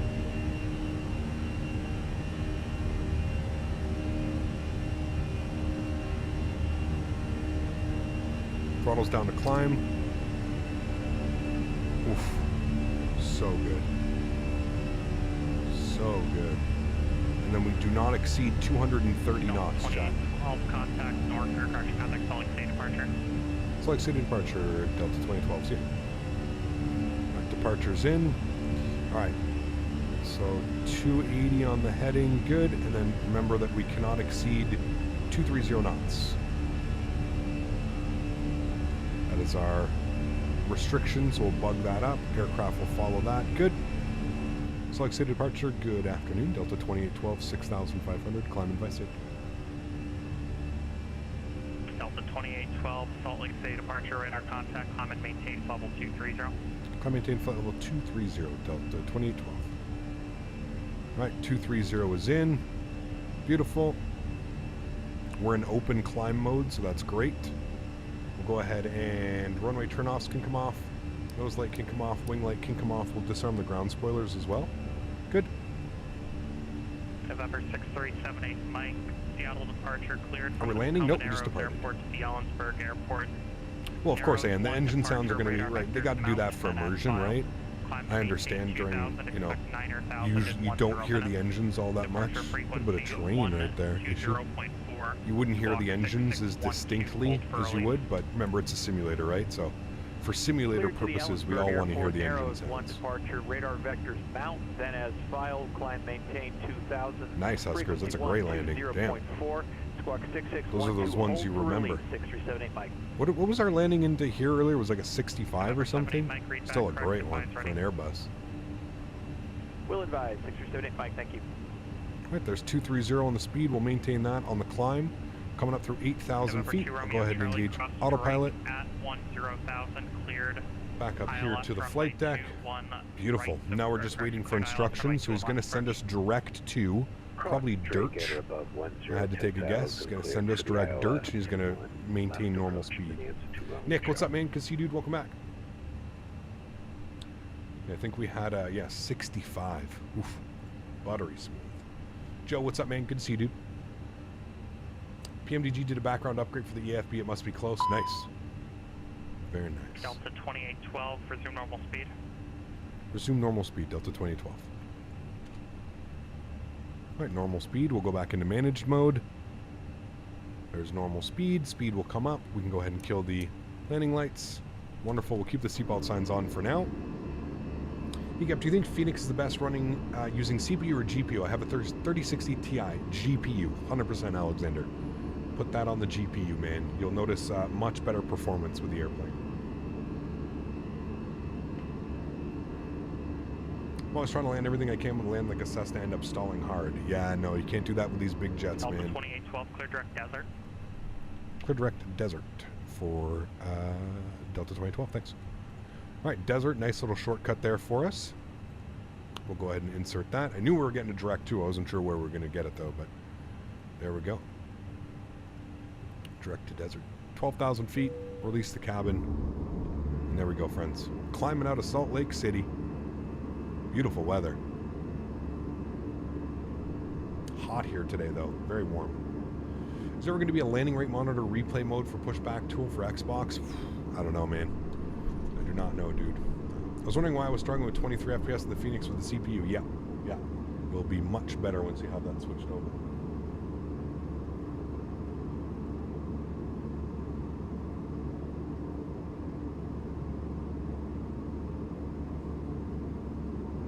I think while they're at cruise, they're allowed to have the dome light on, Captain Isocreams, but I know that during like critical phases of flight, so under 10,000 feet, they probably have it off. Yeah. For per minute is a contact Salt Lake City Center 133.25. 3325 Delta 2012. We'll see ya. 3325. Is that GPU auto select?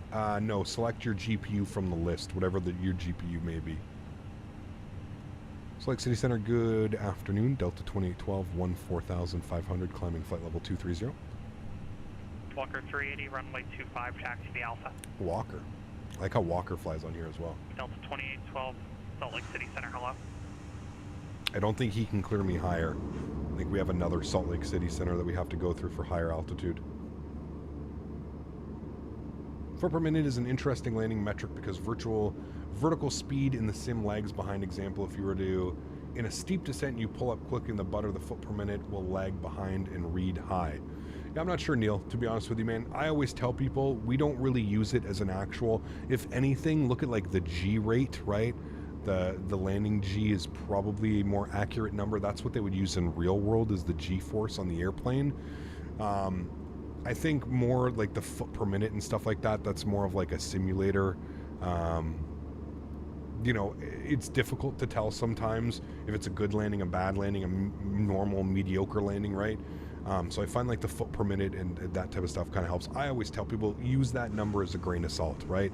Like in the real world, they're never using that number. It's not a number that, you know, the pilots don't go check their foot per minute landing after they're landing and stuff, right? So it's very much for simulator purposes and uses. Yeah. What is that light blue square in the white? Where? Are you talking out the window? I'm a little bit confused.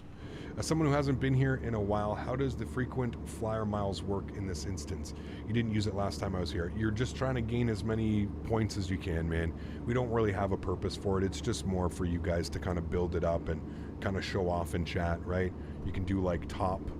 I think like if you do exclamation point top, it shows up how many Delta people. 2812, contact Salt Lake City Center 128.72. 12872 for Delta 2812. We'll see you. All right, 12872. Get that in there. Good. Bump that over.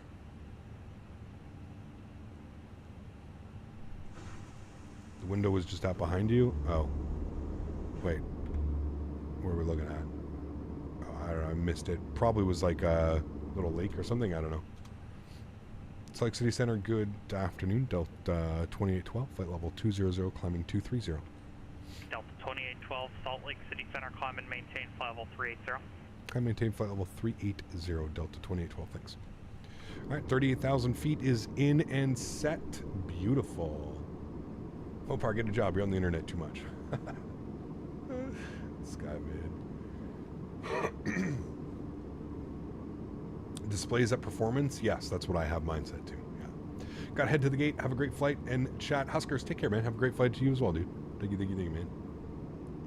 There's a vertical sim video about how they are evaporation ponds that evaporate minerals like water, like potassium. Huh. Interesting. Just back from dinner, Precise. Welcome back, man. I gotta have my lunch soon, actually. Gonna have my lunch here soon.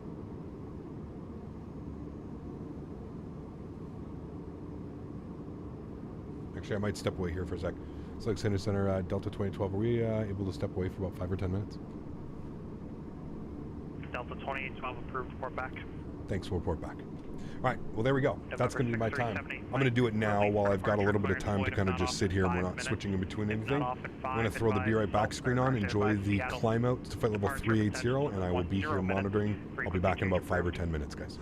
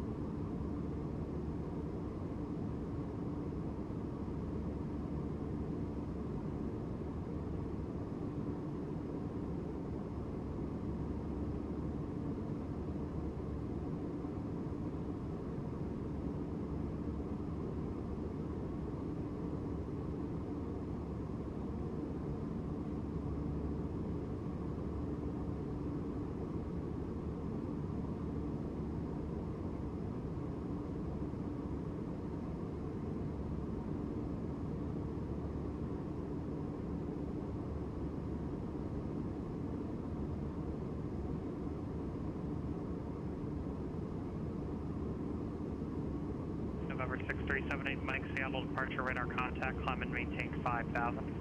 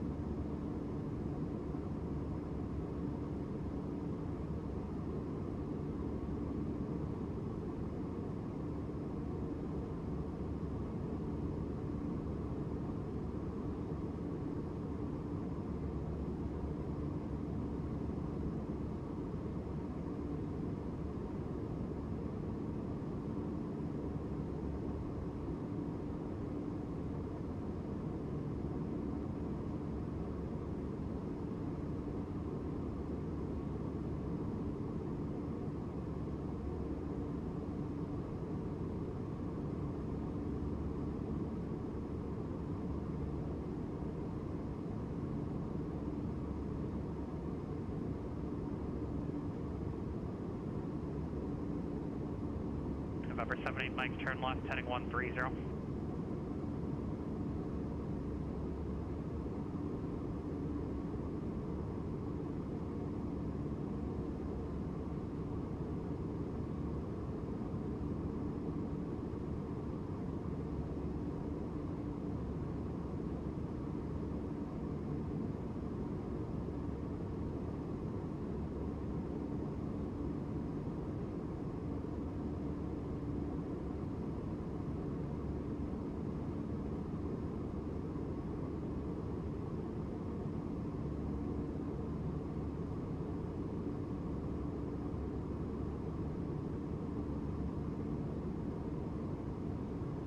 November 78 Mike, climb to 9,000. Walker 380, Farman Tower, wind 130 at 8, gust 17, runway 25, clear for takeoff.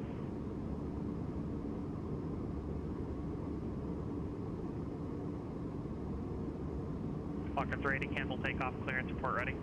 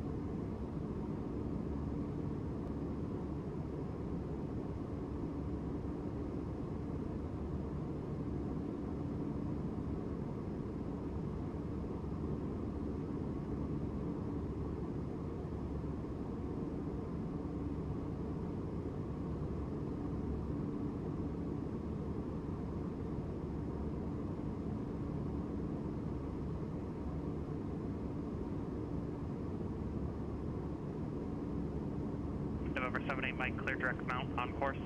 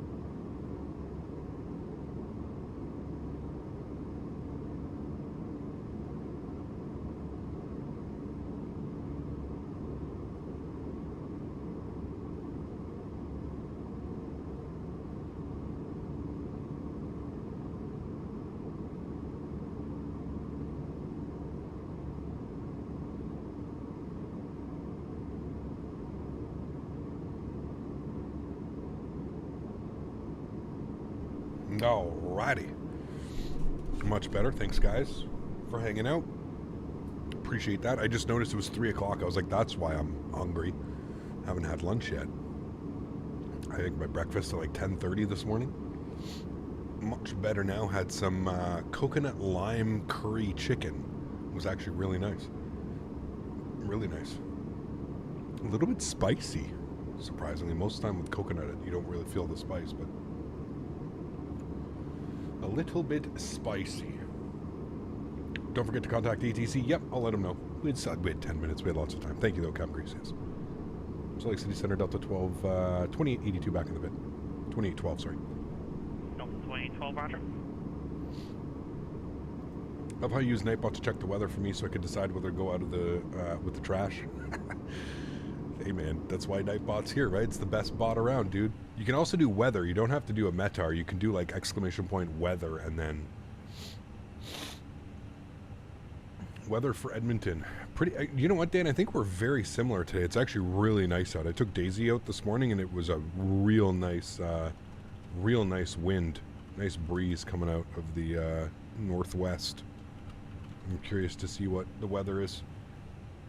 They are Skyhawk, yes. It will be in an upgrade, and it will be free. We're literally the same weather, Dan. Except you're sunny, I'm partly cloudy.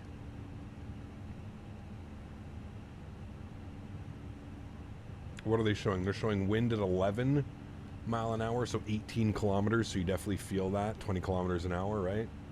Yours are only at 11, yeah.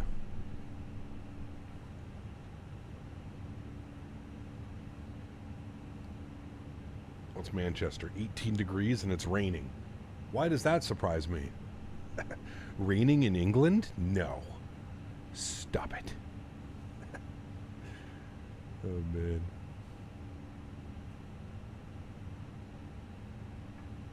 Walker 380, wind 130 at 8, gusting 17, runway 25, quick for takeoff.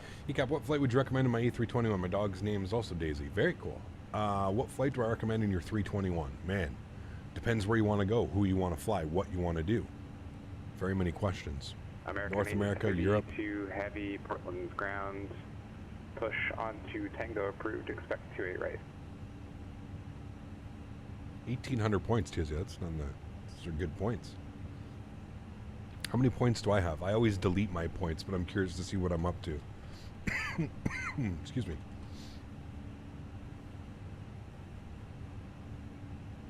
Cap, do you remember me by the name Zaid? I used to talk here frequently. I'm sure you remember when I traveled out of the country 8 months ago, I lost my phone and all my main accounts gone. Oof. Cobra Walker, well, welcome back, man. Hey, chat, I have 1,000 points. Welcome back. That sucks, Zaid, that you lost everything. Terrible. November 1 to Charlie Prescott Tower, runway 21 left, clear to land. Probably North America with a challenging approach. North America with a challenging approach. So you've got the river visual in DC. You've got the RNAV X-ray / expressway visual into LaGuardia. Probably one of my favorites. Love that one. You've got the harbor visual into Maine. You've got Key West, always difficult. The RNAV into Key West. Not really difficult, but just the airport landing there is a little bit difficult. Yeah.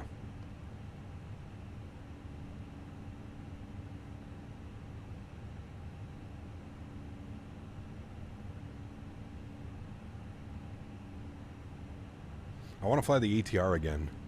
I want to do some more ATR hops soon, especially since it just got another update.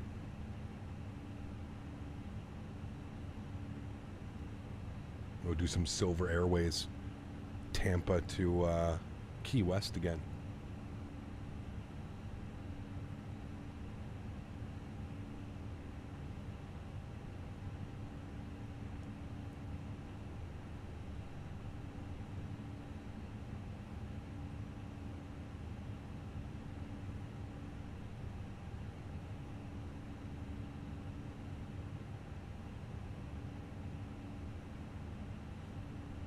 Miami's always got crazy weather, man. 35 degrees. Oof. Does the frequent flyer miles count if I change my name on YouTube, or is my points just low because my hiatus from here? Probably because your hiatus. Yeah, I don't think, as long as it's your same YouTube account, you didn't like delete your account and make a new one. Yeah. Haven't done flight sim in 9+ months. When I come back, I want to do most visual amazing flights. There you go, man. Do it up. Please ATR Nassau to Fort Lauderdale, Bahama Air livery. I have issues with the Nassau scenery, DJ.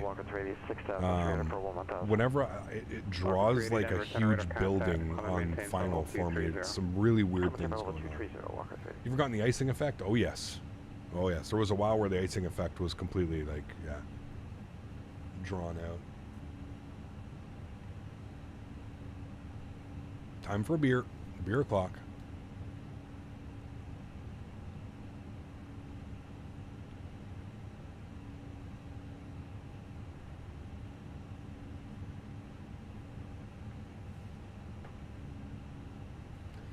Beer o'clock. Cap, I don't know how much you get about MS-24.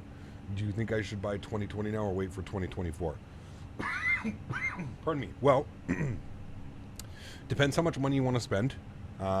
They've already said that all of the add-ons that work for 2020 will work for 2024.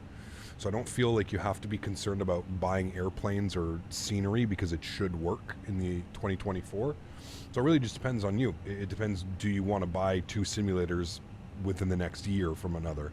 That's really up on you, man. I mean, I would say it might be worth it, but I don't know, dude. I feel like 2024 is going to be very different. You know, they've got the whole new physics model. They've got the whole new, there's a lot of things. So. X-Plane also said that about 12. No, I agree 100%, and I am a little bit wary of those things flying with Squid. I totally get that, especially with the fact that they're changing the physics model. Like, how is that going to, right? If the physics model's completely changed, aren't the airplanes going to have to also go through some type of change, right? Aren't they going to, you know, this airplane is designed to fly with the current physics, right? Or maybe not this airplane because it uses an external flight model, but I'm not quite sure. I'm not quite sure, yeah. Why am I so quiet? Quiet? I don't think I'm quiet. Turn your sound up, maybe? I don't know. Yeah, absolutely, 49 Whiskey. I think there's going to be some type of tweaking, yeah. Is 2024 going to go on Xbox? Yes. Yeah.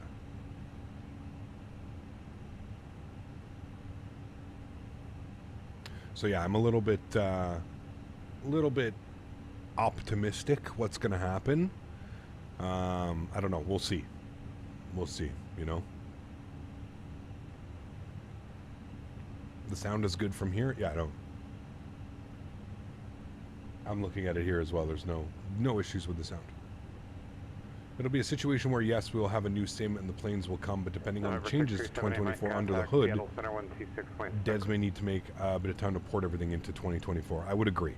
I think that scenery will be the same. I don't think any issues. I don't think really scenery is going to change because the scenery is like it's there. So, yeah. Thoughts on Silver Sun pickups? Great band. Great band. I heard their bass player is... would you ever consider becoming an airline pilot? IRL. A lot of money, man, here in Canada, dude. Yeah, we don't really have any PIPA programs and stuff that'll, you know...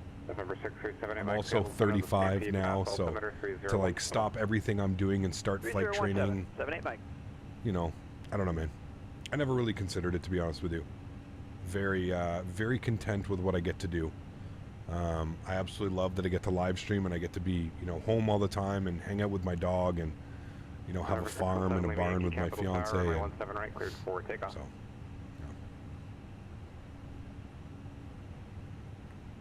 Walker 380, contact Albuquerque Center 134.6. Albuquerque. 34.6, Walker 380. I'm looking forward to tomorrow's flights, chat. Tomorrow's going to be kind of fun. We're taking a look at the new scenery, the new Colorado Springs that came out by AM Sim World, however you pronounce their name. And then we're doing a really cool flight from... I actually found it was pretty crazy how many carriers operate that flight from Colorado Springs to Denver. It's like a 25-minute flight. No joke, 25-minute flight. I don't even know what our cruising altitude is going to be, but super excited about that. I love doing those little short hops because there's so much going on. You know, you basically have your departure, pardon me, you get everything set up and everything done there, and then basically you're starting your descent within 5 or 10 minutes of your top of cruise, and top of cruise will probably be your top of cruise, sorry, will probably be I don't know. I don't even know what our cruise altitude will be.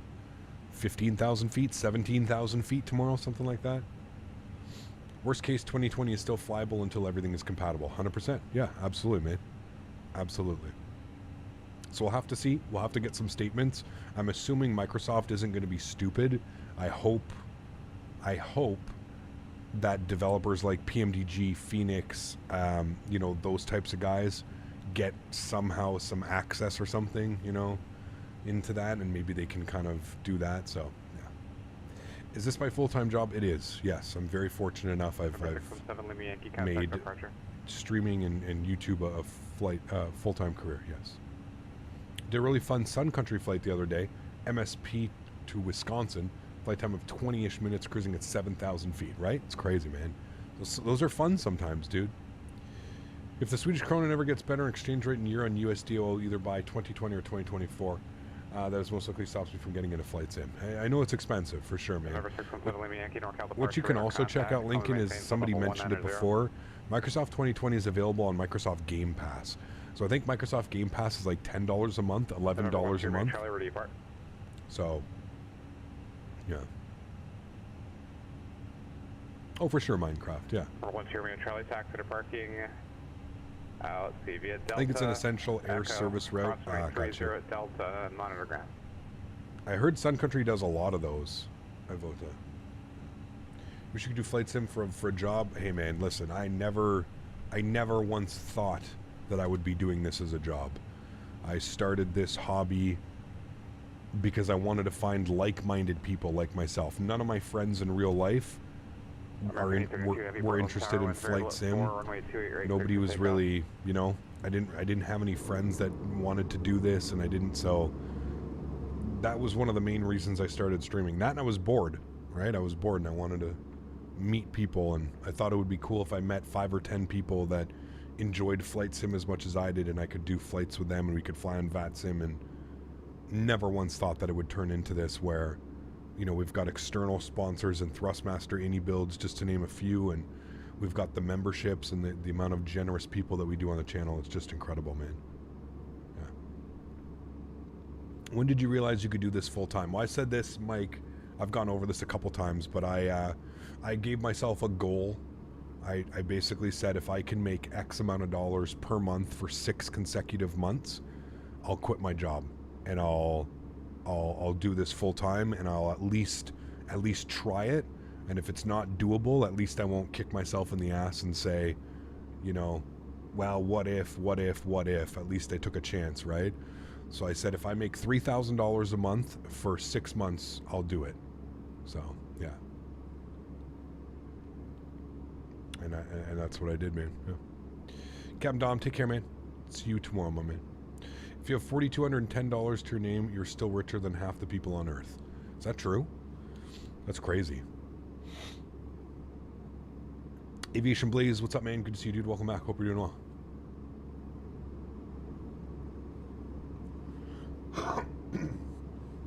I believe that, man. To be honest with you, Dan. I feel like most people don't have a lot of money. Number 617, Lima Yankee, contact Oakland Center 132.905.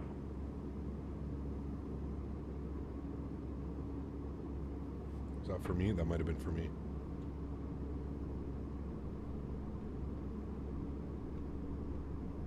Oakland Center citation 617, Lima Yankees 11,300 climbing 190. Number 617, Lima Yankee, Oakland Center, climb and maintain flight level 410. Climb and maintain 410, citation 7 Lima Yankee.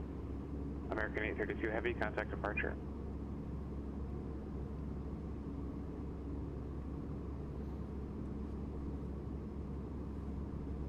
See what the weather's doing down in Sacramento. Santa Monica, that's another one we haven't been to. We got to go back into there. It's been awfully handsome today. Well, thank you. I would actually have to say it's probably because of this new camera that I'm using. It has nothing to do with me. Promise you. Promise you that. 32 Heavy, Portland departure, radar contact. I got $5 to my name. We ballin' over here. Hey. Gotta do, man, right? I got a bunch of assets under my name now. Does that count? I spend all the money that I get on my farm and my computer and my flight sim add-ons. Give me all the add-ons.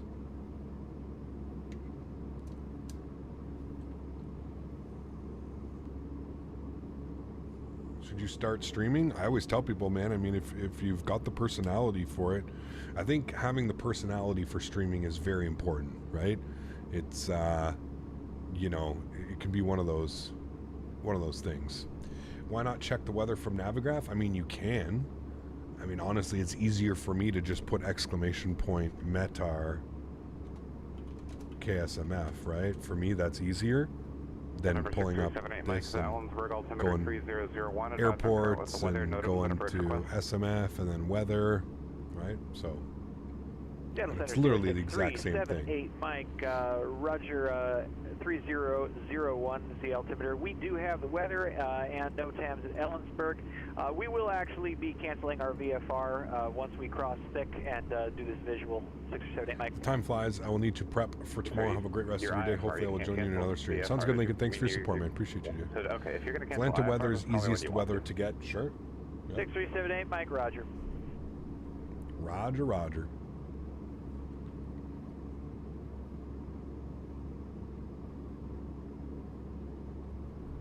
Forgot how pretty Microsoft is after playing X-Plane for 2. Yeah, I mean, yeah. That is one of the things. One of the things that is, it's very hard to like go back. I totally get that. Totally get that aspect. Having to go back. It almost feels like you're going back in time by like 10 years when you jump back into X-Plane, right? There's certain scenarios and there's certain scenes where X-Plane will look good, but the general consensus is that, yeah, it just doesn't.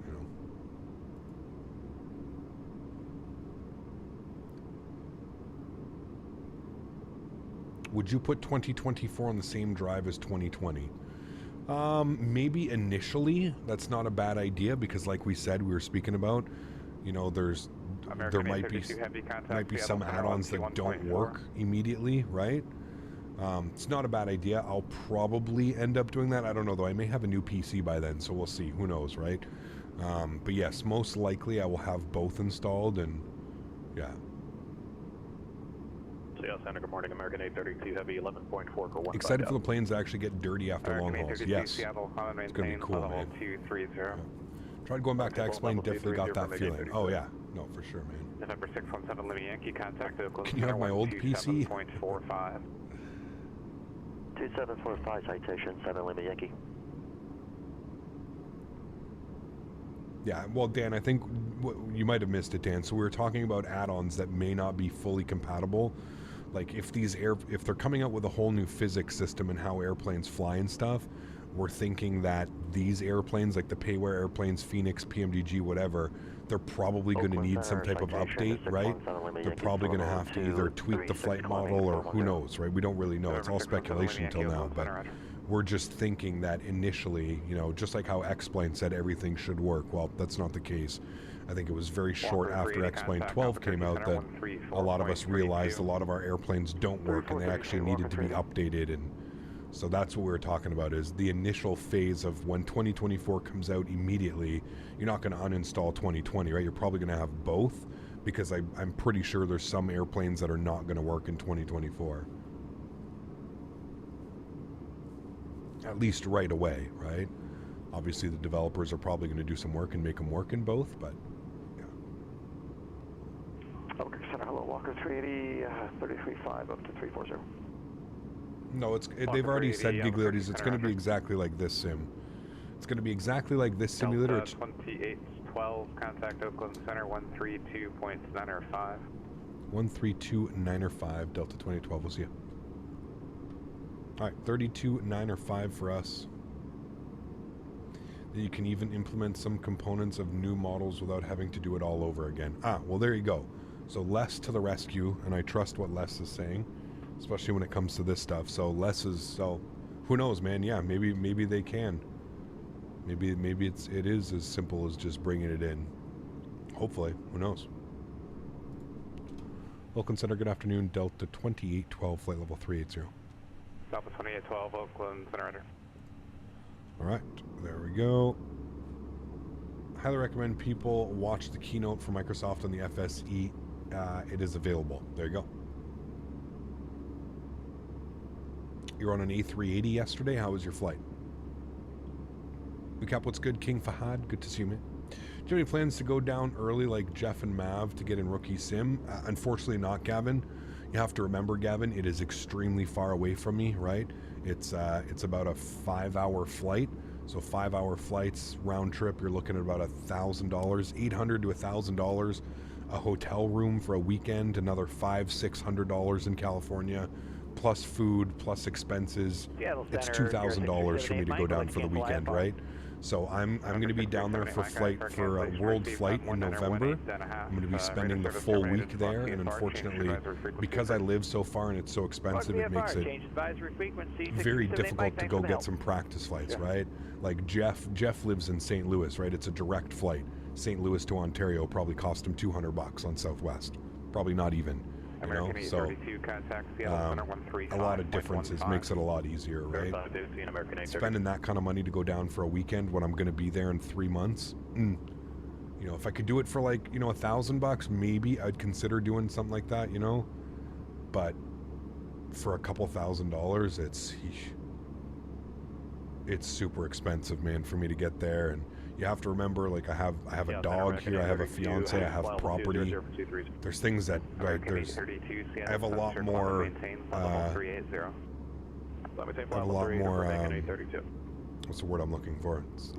It's on the tip of my tongue, I can't think of it. There's a lot of things here that require my attention and stuff, right? So.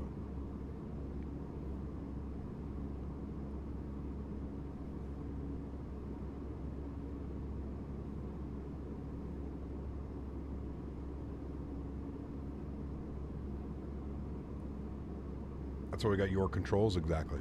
Yeah. PMDG got updated. It did, yeah. They had an update. I don't know exactly what's changed or something, but it got an update. Yeah. You're over the Atlantic and VATSIM. Very cool. He never said no to the PC. Plugging in a waypoint not found, so our page dedicated to those lat long waypoints. Oh, you got the latitude, longitude. Yeah, you have to. Those are weird to insert, man, to be honest with you. Very expensive, yeah. Very expensive.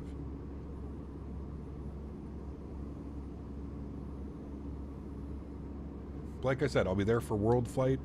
We're going to do a ton of training before World Flight, so we're all super comfortable, and yeah, it's going to be awesome.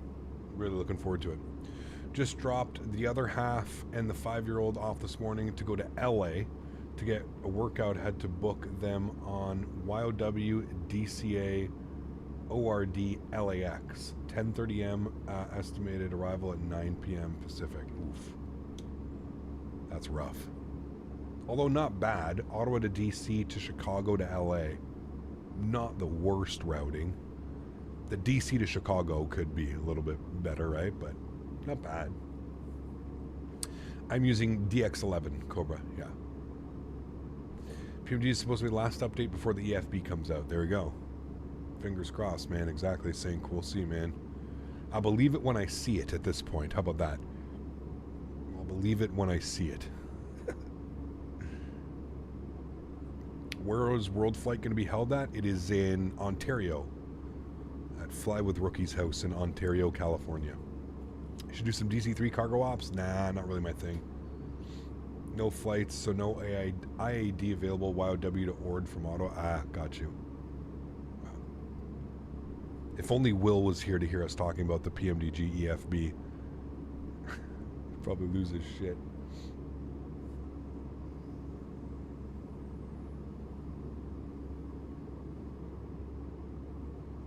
Flights are so packed right now. It's summer. I mean, yeah, everybody's traveling, dude. I feel like this is like the first proper summer after COVID and everything too, right? I'm not believing anything before I'm seeing it. Yeah, exactly. He wouldn't be chill Will. I don't know, man. He's on the weekend. You'd think he'd be chill Will, right? He's able to have nice stretches. Like, we get angry Will. We get like the stuck at work, stomping on his keyboard, dealing with idiots, not being able to stretch Will. That's who we deal with.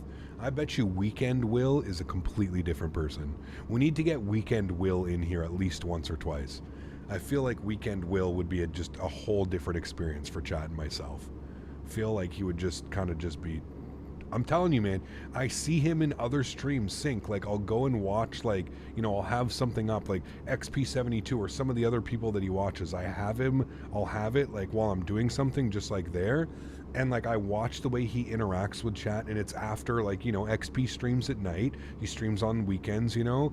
And, like, I see Will in there, and it's a completely different experience. I'm just like, yo, why can't we get this type of Will? Why do I have Will in here? Everything that I say, he's battling me about. Well, no, that's not true. You don't do that. You have to do things this way, and you have to do that. Like the other day, dude, I put my landing gear down at 9 miles, and the guy was shitting down my... Shitting. Like, he was freaking... You put the gear down way too early, man. Don't you think the gear's down way too early? It's like, bro, we're 9 miles. Like, what the fuck? What are you, my training captain? We were trying to save this virtual fuel? What do you mean 9 miles? What the hell's... At 10 miles, 11 miles, you can have the gear down. You know, like, he's on me for every little thing that I do. It's insane. It's insane. So that's what I mean. We need Weekend Will, man. We need to experience Weekend Will and see how it goes. What's my FPS down here in the bottom right corner, man? Currently mid 50s, low 50s, high 40s, low 50s. Davis, fuck, man. Hey, Cap, would you recommend getting the flaps and spoiler add-on for your TCA throttle? I can. Yeah, they're really good, man. They add a lot of immersion, for sure. A lot of things that you can do without actually being in the cockpit with that stuff going on, right? Performance status, 78 miles till top of drop, chat. We're getting a little bit close. We're dealing with that headwind, right? That bang-on headwind, 34 knots. We are cruising at Mach 785, but that headwind, she's nasty. Adds about 15, 20 minutes onto the flight. Yeah, like Les, I had no, like, when I was picking my seats for my flights for World Flight in November, Les, I mean, they were empty. Empty. Yeah.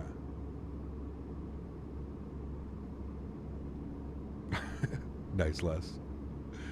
Did you get better frames in X-Plane or Microsoft? I don't know, man. I haven't used Microsoft in a while, but haven't used X-Plane in a while. Last time I used X-Plane, I was not getting good performance. It was actually quite bad. Now, I don't know, there's been 5 major updates to X-Plane since then, so maybe they've addressed the performance issues. From my understanding, they have not. They're still quite bad. The performance is still quite bad in X-Plane, but I don't know. I don't know. I've learned basically everything from flying from you. Well, thank you. That's awesome. Hopefully you butter your landings just like I do. Do you have any Thrustmaster promo codes to share? Probably not till Christmas time. I'll probably get like a, 20% off, 15% off coupon code around Christmas time. That's usually how Thrustmaster rolls. So maybe around Christmas time I can get you guys like a discount code or something, you know?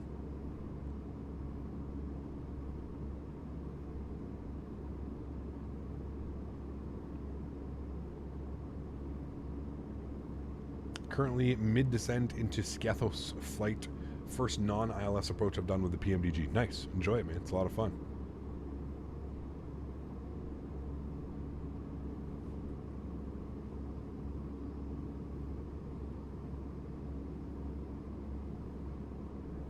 Planes normally going in Heathrow drop their gear at 8 miles. So endless, you're flying Ryanair, 9 miles is fine. Exactly. I mean, that's usually when I do it. I usually do it between 10 and 8 miles, somewhere around there. I don't know why he was all upset with me dropping it at 9 miles. It's not like I do it any different any other stream. He just got the Thrustmaster Airbus pack for my B-Day, so eager to join VATSIM. Nice. Awesome, man. Well, Paul, like I can say, man, if you're going to join VATSIM, just make sure you know how to operate the airplane right. I'm just trying to save you some trouble and getting booted off the network. Just make sure you're comfortable with everything. I would do a couple flights off of VATSIM just to make sure everything's good, unless you're a VATSIM veteran. If you're a VATSIM veteran, now you're fine. Don't worry about it. But if it's like your first couple VATSIM flights and you're using new joysticks, maybe do a couple outside. But Gap, don't let Will win. Don't drop the gear next time. You'll hear me out. Just hear me out. Exactly, right? No gear, or I'll drop it at like 2 miles out. 140 for the add-on to the throttle is a lot. It is, yeah. Where are you looking, though? I don't think it was 180, was it? 9 is an odd number. If you would have dropped it at 8, Will would have complained. Maybe. I don't know, man. Also, like I said, I don't think there's any pleasing daytime Will. Daytime during the week, Will. Will, if you're here listening, hi, buddy. Shame on you, Cap. Your commercial license would have been revoked. I know. Terrible. Definitely practice with new hardware and find the best sensitivity settings. Yes. Yeah.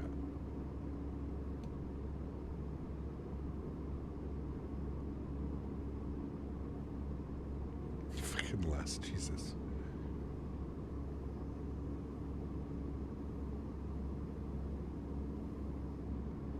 We should just start calling them weekday Will. 2812, descend via the Slammer 5 arrival, the Sacramento Capital Airport landing north, and the capital altimeter 2981.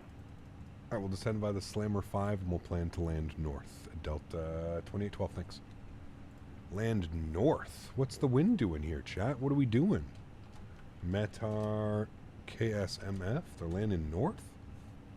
What's going on, chat? What's the weather doing? I thought we were looked earlier and it was still for the... Ooh, 270 at 6. 270 at 6. Alright. Go to flight plan. We're going to go to arrivals. I guess with winds like that, we're probably going to expect 35 left is my assumption. So we'll go 35 left. We're on the Slammer 5. That's all fine. And then we'll do our approach vias. No via, because we don't want to take it via Sacramento. And we'll go ahead and insert that. Beautiful. I don't think anything changes from our top of descent. That's just going to change our arrival and kind of the pathing that it takes. I'm just going to make sure that that all looks good. Should be Slammer, Poser, Rice, then PK, Thane, and Banza.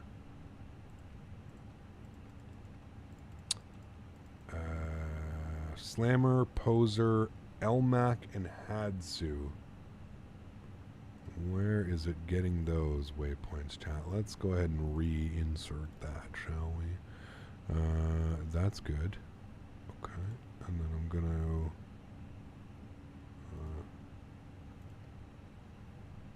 to... next.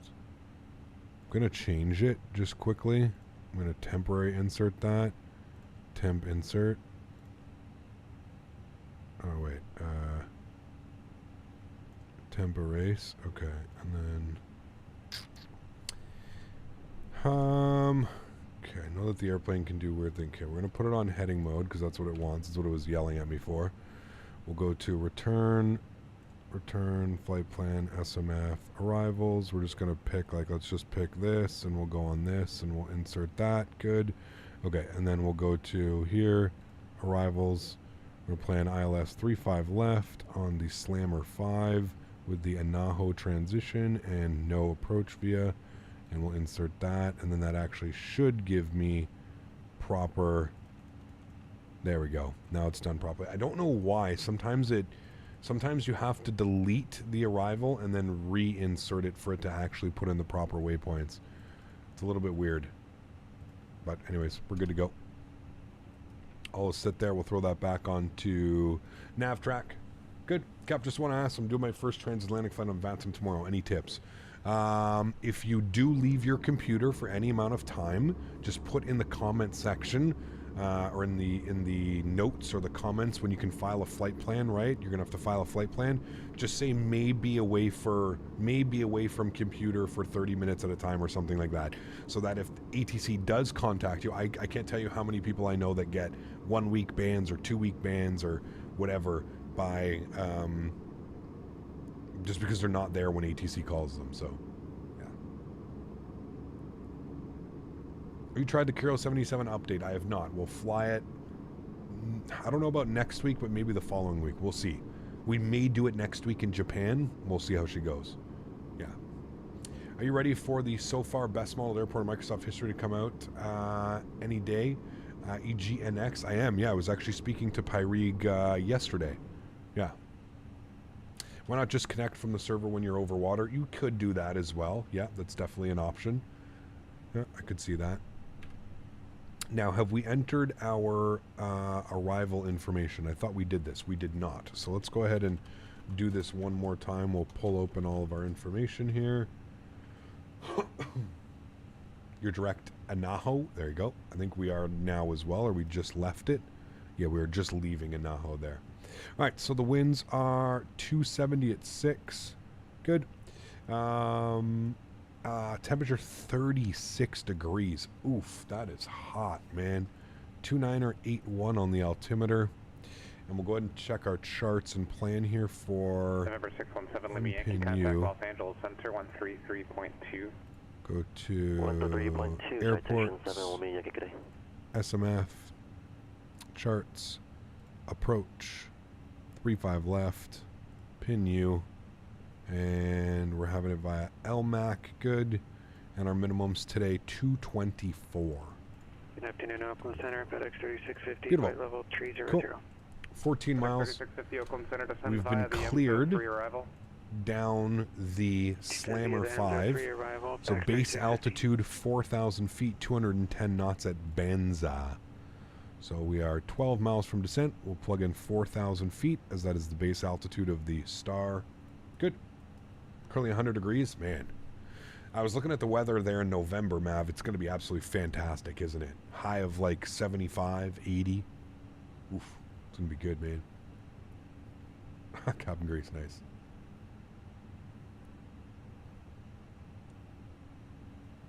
That is warm, man. Jose, how are you, my friend? Good to see you. Welcome back. Hope you're doing well.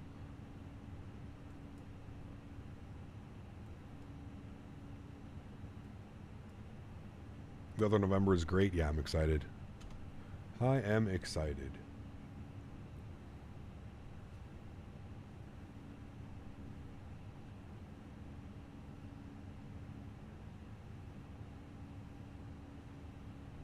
When is top of descent? 6 miles, my friend. So literally 30 seconds. Orlando was 104 this afternoon, raining now. Of course. True Orlando fashion, true Florida fashion, right? Something builds up.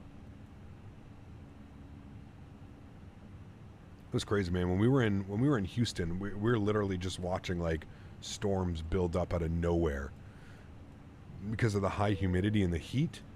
It's crazy, man. The Mojave Desert is 115 or higher right now. 121 here in Greece tomorrow. Oh my goodness. That is crazy. All right, we've started our descent. Received messages. Delta Ops. It's all good there. Beautiful. Sweet. Starting our descent into Sacramento, my friends.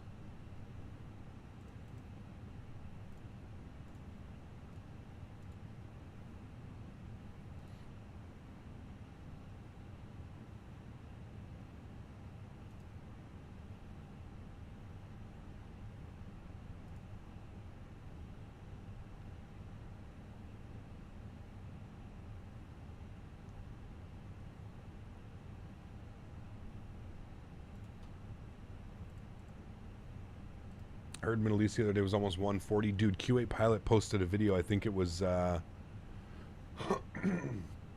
was like 52 or something like that. 52 degrees, I think is what he posted his latest video. Just insane. Insane. What did he say? He posted it.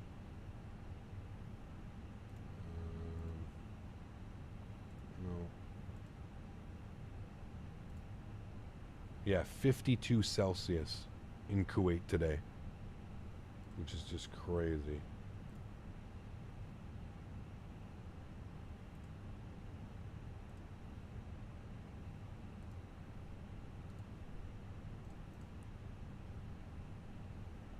We fly the A2A. We'll see, Victor. It's not out of the question. I may pick it up. I've heard tremendously good things about it, so yeah. 71. Oof, that's nice. It's 79 here today, Sync. Did I watch Oppenheimer yet? No, I don't really go to the theaters, and I'll probably wait for it to come out, man, or something like that. I don't really go to theaters anymore. Haven't in a while. Auto brake low. Ground spoilers armed for now. American 832 would like to step out for 10. Fine.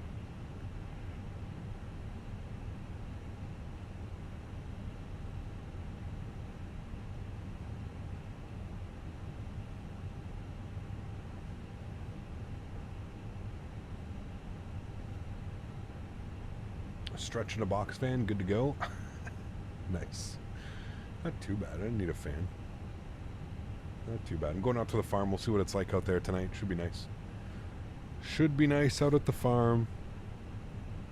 The neighbors have a huge old barn that ended up blowing down, and they like recently redid the roof. So they have all these new tin roofing sheets. If anybody knows anything about that, you know how expensive those. And they came over the other day and they said, I guess insurance is covering everything, like the entire cleanup. And I guess the insurance basically told them, like, salvage whatever you can and whatever you want. So they offered to us, because we're building a bunch of like shelters for the horses in the fields and stuff. So they basically said you can come by and take whatever you want. Like, if you guys can take it out of there, if you can put it on the ATV, do it. So we went, they got a bunch of really nice tin sheets. So we're gonna go back again this evening and get a couple more tin sheets. Just flew back home from Fort Lauderdale. There you go. They are great neighbors. Yeah, they're really, really nice. They're older, both retired, really nice. Their son lives down the road as well. We went by the other day and the son's like, man, take whatever you can. Wood, roofing, whatever you need. He's like, just take whatever you need. Yeah, nice people, really good people. Movie theaters are ripoff? Yes and no. I think you're paying a little bit for the experience, right? Kind of like restaurants and stuff like that. Can you sometimes make the food that the restaurant's making for you? Sure, absolutely. But it's still more of the experience sometimes, right? I feel like it's the same way with movie theaters. It's an experience, being there with other people, laughing and kind of like, you know, enjoying the moment or something. I feel like it's a thing. I do think that the prices at movie theaters are absolutely absurd, what they charge you for a drink and popcorn and stuff, right? But in reality, that's how they make the money. They don't make their money for selling you a ticket for $10, right? They make the money charging you $25 for a large Coke and a popcorn. Yeah. The awesome AMC with the big lounge chairs and the drinks delivered to your seats. Those are good ones. Yeah, the new, what do they call those? They're the Deluxe Premium something, aren't they, Les? I've been to one of those. There's one at Lansdowne. It's good. I've been there a couple times. Did we watch Barbie? Oh, not yet. Not yet, man. Might have to put that one on later. Some movies are made for cinemas, e.g. Oppenheimer, maybe. Yeah. Have any of you guys seen it in chat? Has anybody seen it?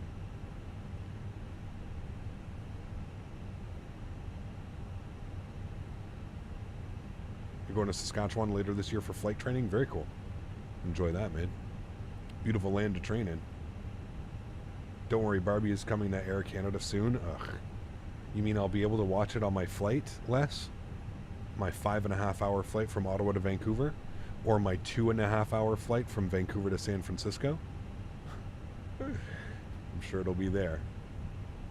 You're going on Monday? There you go. You only go to Lansdowne if I go see a movie? Got you. Yeah. They tweeted it today? Fuck. So it'll definitely be there when I go in November. Barbie on Air Canada. You know, I know what you're watching, Dan.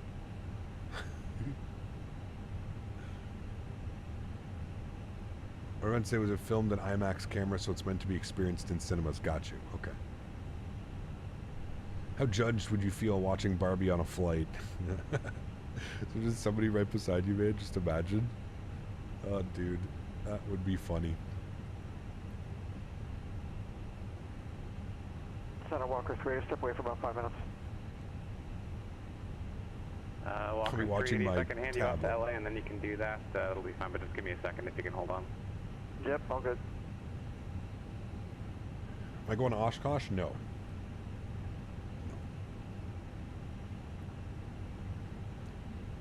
You know who I bet will be at Oshkosh, though? Austin in X-Plane.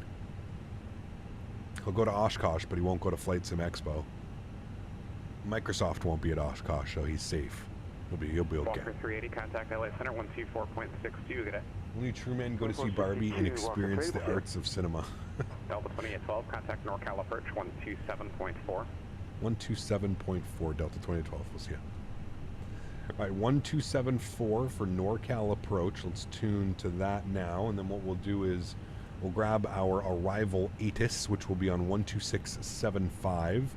So we'll grab that, 2675. Grab our ATIS. Wind 260 FX. Visibility 10. Ceiling 25,000 broken. Temperature 36. Dew point 14. Altimeter 29 or 81. Arriving and departing runway 35 left. 35 right. Visual approach is in use. Pretty mountains under you right now. It is. There's Lake Tahoe. And in-flight following is requested. Read back all runway assignments and hold short instructions. Advise on initial contact. You have information, Mike. All right, we got info, Mike. 8 is information, Mike. 1853 Zulu. Wind 26. NorCal approach, good afternoon. Delta 2812, info, Mike 18000, descending on the Slammer 5.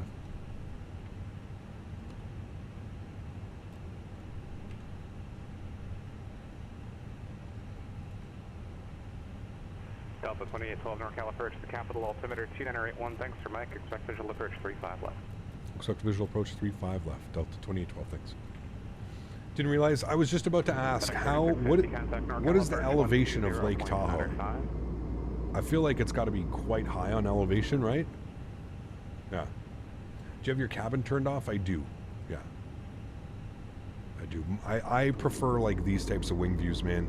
I don't like having a wing view and then having like the whole like, you know, actually looking through the window. I find it so hard to set a camera angle that I really like. Is a proper wing view, in my opinion. 3650 heavy, descending to the M03, leaving flight level 220, current with Juliet. Didn't realize Lake Tahoe is that big. It is big, yeah. Approach from Franny. That's why the water is so damn cold. I don't know. Probably not. Probably because it's fed from a bunch of... You know, but it could be, Zach. Maybe. And I can plan on that. FedEx 3650 heavy. More SPF. I haven't really tested tripping. You may save a few frames. I don't know. I don't really know. I've never really tested it, to be honest with you. I don't know. All right, 17,000. We're at Slammer now. We're making our turn direct to Poser, which we need to be above 8,000. 4,415 feet. There you go. Are you open to going to Oshkosh one day? Maybe, Davis. Yeah, I think it would be a really cool experience. I think I would just sit there and love to like plane spot all day, man. That'd be really cool. I don't know about like sleeping in a tent on like the field and, you know, I don't know about that, but yeah.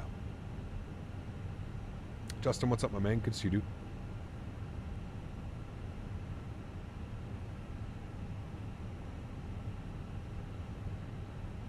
Roger. You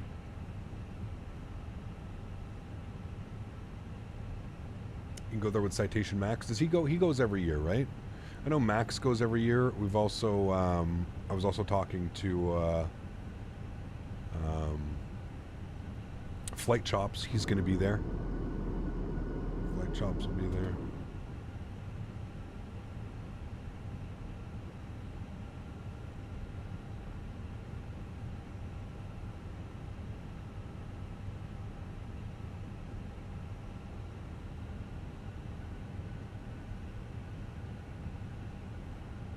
All right, chat. So tomorrow we all know what we're doing. Vegas to Colorado Springs. Colorado Springs to Denver. Going to be a fun stream. Really looking forward to it. We're going to be in the PMDG 737-800 tomorrow. The 800. The water surface of Lake Tahoe sits at an average elevation of 6,225 feet, or 1.2 miles above sea level. That's pretty cool. That's pretty damn cool. I wonder how long of a drive. I bet there's a bunch of like highways that lead up here. That looks like a pretty badass road climbing up that mountain. How far of a drive is it from like Sacramento out to Lake Tahoe or Reno? Be kind of cool. Can't wait for the 9-minute flight. I know, dude. It's like 25 minutes, I think, is the average flight, Davis. That's kind of why I picked it, because I thought it was one of those like kind of interesting. I thought about doing Vegas to Colorado Springs back to Vegas, but I was like, honestly, I think it would be way cooler to do like a Vegas to Colorado Springs quick turnaround, Colorado Springs to Denver, like they do in real life, right? So yeah. How long is Vegas to Colorado Springs? I think it's an hour and a bit, hour and 20 minutes, something like that. Very similar like today's flight times. I think we've been airborne, what, for an hour and 8 minutes?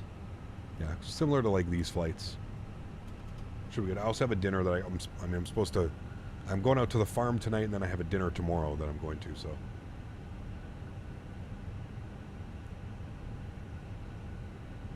Have you tried the new Kiro update? I have not, Joshua.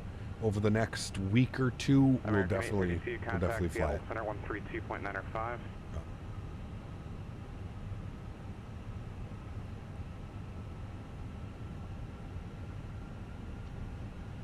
I asked my mentor, who is the captain at Southwest, why Flite exists.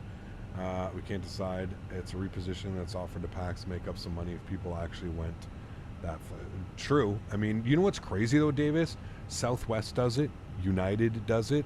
There's a bunch of carriers that do it. It's not just Southwest, and they're taking 737, 800s, 900s. Like it's pretty crazy. A lot of Embraers, CRJs do it as well. It's pretty cool, man. At level 240. Pretty cool. Now, one thing I remember flying into Sacramento is it becomes very beautiful as you kind of start coming into all these fields and greenery and stuff growing out here. So, there's multiple Southwest flights, United flights. There's multiple flights a day. So I'm thinking they're probably offering it at such a price that it's probably, I don't know what's the drive, an hour, 2 hours? I mean, 20-minute flight, that seems like, yeah, about an hour and a half max drive.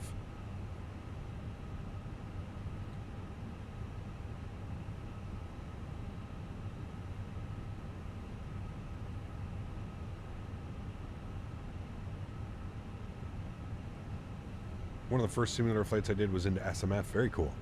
I didn't really fly all much into this airport. We didn't really have any good scenery for X-Plane. We got some payware scenery, like I mentioned, a couple months ago, and it was okay, but the Orbx version is, in my opinion, much better. Much better. 1 hour if no construction or traffic, or if the road isn't closed at Monument. Okay, it's about an hour. I mean, hey man, time is money. Have you had the twitch in yet with the rudders when using the TCA stick? Happened more than once for me now. There is a fix to pull the wires through. I bet they keep coming back. I have never had that issue, Seb. No. Sorry, man. 10,000 feet, landing lights will ding the cabin. Flight attendants can be seated and prepared for arrival. We're good. Speed's down at 250. We're descending through 10,000 now. I believe we needed to be above 8,000 for rice. Yes. And is this actually called rice because these are a bunch of rice fields down here? Like, it actually wouldn't surprise me. Sometimes they're so obvious with these, with the calls, with like some of the waypoints that they name. It wouldn't surprise me if this is all rice fields or something like that. It actually wouldn't surprise me. Sometimes they're clever with the waypoints. Sometimes they're just blatantly obvious. You have to do KSMF. Squid. You have to do the full, not the 3-letter. You have to do the full ICAO. It's even better the routes from Alaska, Eugene to HDN. I don't know where HDN is. Henderson. So you don't have to deal with the ski traffic on I-70, maybe.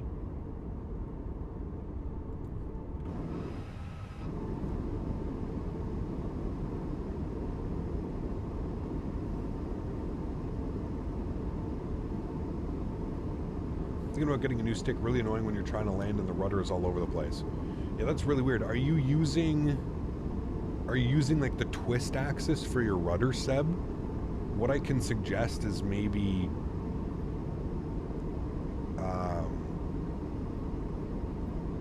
don't know, that's weird. Maybe putting like a little bit of a dead zone, like a 1% or a 2% dead zone, so you're not, you know, like the twitch isn't. You know, I've heard you've had to do that over something like that, but the sensors shouldn't be going on them, man. They're Hall sensors. They shouldn't really be going. They should be good for like lifetime. He'd fun in Chicago as a Wild fan because so many waypoints are named after Chicago hockey players. They are. You have Datsuk and yeah. That's another place we haven't flown into in a while. Flying to Chicago, but not Midway, the actual Chicago. O'Hare.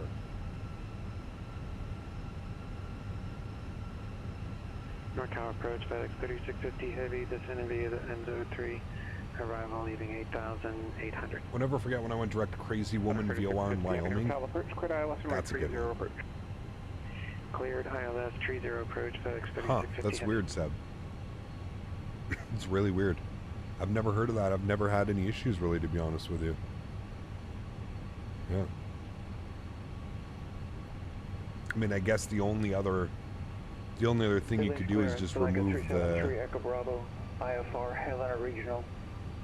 Get rudder pedals, remove the twist axis? I don't know. That sucks, man. Alright, 210 knot speed restriction. Go to the Helena Airport, Billings 5 departure. Go ahead and plug in 210. Billings VOR, then I was filed.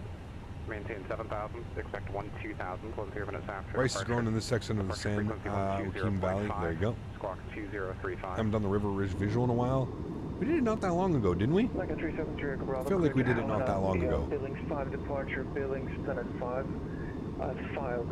This is a great approach. Love that. Expect 120.5, squawk 2035. November 3 Echo Bravo, read back, correct? The solution for the rudder problem with the side stick, what I did is there's a tutorial on YouTube, dismantle the joystick and move the wires away from the rudder axis as it should work. Huh. That's really weird, man. The first time I'm ever hearing about this. Yeah.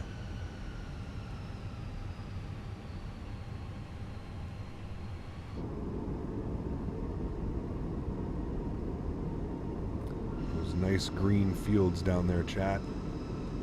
Beautiful.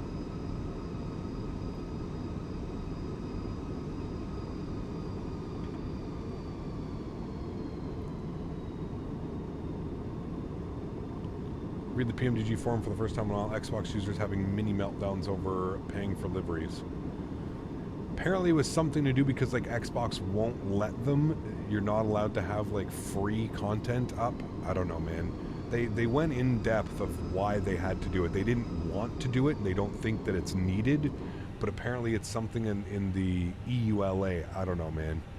And then there's other people that are saying that's not true because there's other airplanes that do free liveries. So I don't know who to believe. I don't know, man. 3 for $8. 373 Echo Bravo. Fuck. That's... Taxi with Mike. That's not good. November 373 Echo Bravo, Billings ground, runway 28 right, taxi via Alpha. 28 right via Alpha, Echo Bravo. Yeah, they definitely should have put more than 3. Have you ever messed up on Pilotedge? Oh yes. American 832, contact us on center 132. I've been yelled at on Pilot, not yelled, but I've been scolded many times on this network. Yes. This network is part of the reason why I'm so good with my radio comms, actually, believe it or not. That's one of the main reasons why I think why I'm so comfortable with my radio comms being on VATSIM or any other network. Is this network really taught me how to say things and do things properly. Flaps 1. Because you have to remember, at the end of the day, Pilotedge is there to, it's a training tool, right? There's a lot of flight schools, and I know the military and like the Navy use like Pilotedge ATC for training and stuff, so yeah, it's very like professional atmosphere, and if you're not, you know, you don't have the right phraseology, or is that a word? Yeah, phraseology or something, you're, you know, they're going to let you know. Your destination is 0 Quebec 4. Negative, 0 Quebec 5, shelter code. Thanks. All right, we're holding 4,000 feet. It's 10 liveries per pack, not 3. So what, 10 liveries for $8? It's not bad. Delta 2812, I maintain 2,000. 2,000 Delta 2812. And November 3 Echo Bravo, did you call? All right, 2,000 feet wants us down to. We'll go open descent. Roger. So I'm just going to park and stop. Okay. You're still in the non-movement area, so it doesn't matter much to me.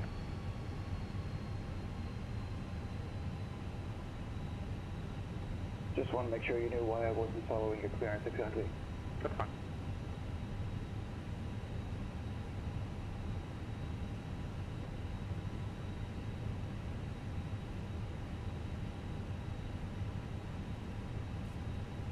It's 10 liveries for $5. For 5 US.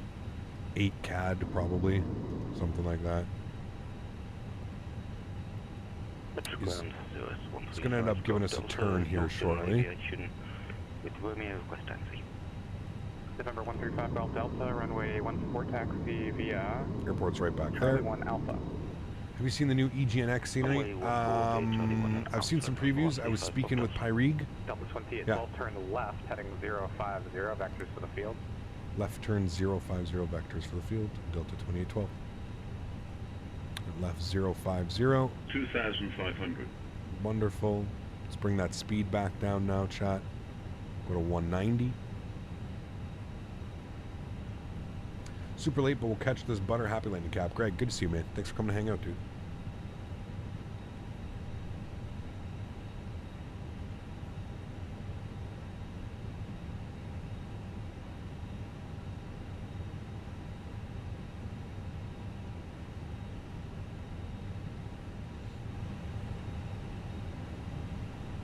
FedEx 3650 heavy contact, Oakland Tower 127.2. Oakland Tower 127.2, FedEx 3650 heavy. Delta 2812, turn left, heading 020, report the field in sight. Left turn 020, and we've got the airport in sight. Delta 2812. Delta 2812, quick visual approach, runway 35 left, contact Capital Tower 125.7. Cleared visual approach 35 left over to Tower 1257, Delta 2812. Alright, we'll arm our localizer. FedEx 3650 heavy. Bring that speed back, 180. Good. FedEx 3650 heavy, Oakland Tower, runway 30, clear to land. 30, clear to land, FedEx 3650 heavy. Alright, we'll bump to Tower. I believe that was Tower.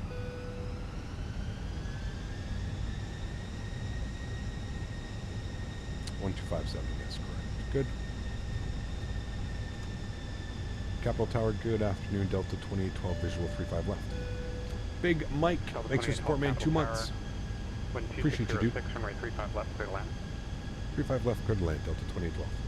Thanks so much, Mike. Appreciate you, man. And Cameron, thanks so much for 11 months. Appreciate you as well, dude. Huge no floaties to you, Cameron. Thank you very, very much for your support. Really do appreciate that. Both of you guys, Mike and Cameron. Appreciate you guys. Thanks, man. Huge no floaties, guys. Thank you, thank you, thank you.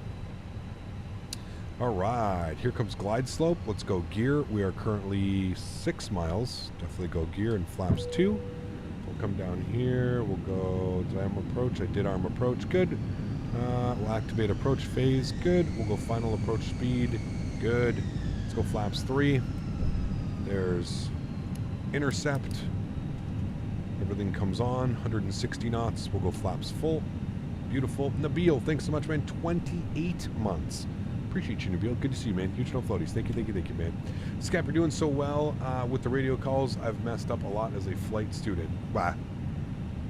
Years of sitting here and practicing, right? I've been on Pilotedge, dude. I got like I've been on Pilotedge for like 5 years or 4 years or something like that. So yes, I've become comfortable with the radio calls.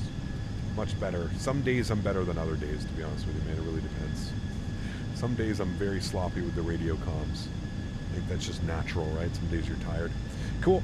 Joystick cams going on. Enjoy the arrival, my amigos. Get you down on the ground. My airplane. Let's get it. Thanks again, Nabil. Appreciate you guys. Thank you, man. All right, landing checklist. Gear down, 3 green, flaps full, ground spoilers armed, auto brake is set, cabin crew is advised. We've been cleared to land. Let's do it. Thanks again, Nabil. I appreciate you, man. Pitch no floaties. 1,000. 1,000 feet. I'm going to actually use this one because then I can actually see where we're going. Good. Cool.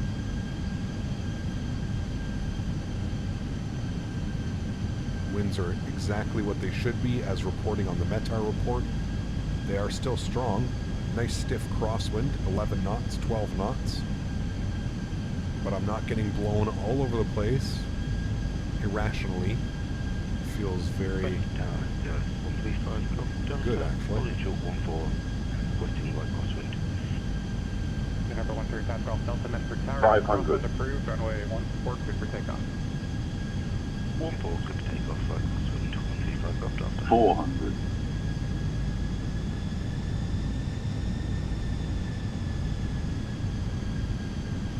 300. Balloony again on me. 100 above.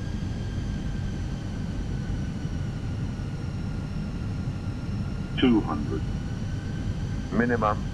Continue. 100. The capital Light altimeter slope. 281. 40, 30, 20. Retard.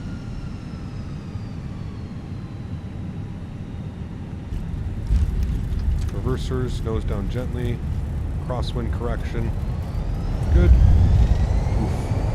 Nice landings today, Chad. Sheesh. That glide slope and path, you were very weird there. They were not coinciding at all. 60 knots, reverser stowed. We'll make the exit here onto the right. Saved that one big time, yes.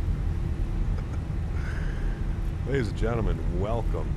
Both under 100 today. Yeah, it was good. Finish off the week strong on the Airbus as we are back in the Boeing tomorrow. Nice flight, chat. Alpha 2812, taxi to the terminal via Alpha Yankee, remain this frequency. Alpha Yankee, remain this frequency. Thanks for wonderful ATC today, man. Appreciate you. We'll see you soon. Alright, so see ya. All right, ladies and gentlemen, welcome. Flaps, spoilers, get everything cleaned up. Welcome back to Sacramento, guys. Beautiful day of flying. Definitely saved that one. We didn't even hear the 5. It went from like, and what's even worse is I forgot to start the recording, chat. I'm sorry. Worst streamer of the year right here. Didn't even do the replay. I apologize. Landing lights off, runway turn off, strobes, and wing lights off, nose light to taxi as well. We'll go ahead and get ourselves over to the terminal. We're going over to Concourse Terminal A. Alpha 3 is the gate we're looking for. I don't know if we can find Alpha 3. Let me see if we find Alpha 3. Oh, it is there. Okay. ASIG. Good. Cool. Yeah, I'm unsubbing. All right, he wants us Alpha Yankee. Alpha Yankee, and then I guess we'll go Charlie 2. First left is whiskey. We don't want that. We want Yankee. Did I stop the clock? I did. 1 hour and 24 minutes on the flight time, chat. We want our second left here to Yankee. Great day of flying, though. Had a lot of fun today. Had a lot of fun today, guys. Hope you did as well. American 832, contact normal cal approach 127.4. Great way to finish off the week flying in the Airbus. Great arrivals today, man. Holy. Great arrivals.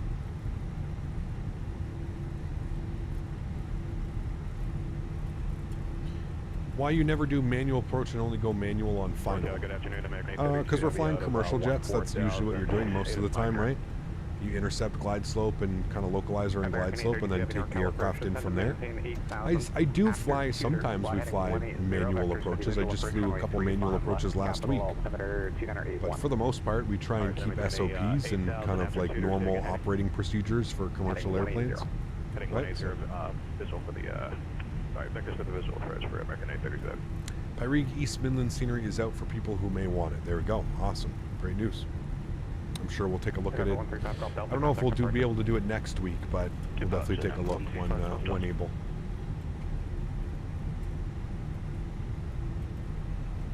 All right, APU's going on. Cascade departure, 135, Cox Delta, 4,600, climbing 8,500. November 135, Golf Delta, Cascade departure, radar contact.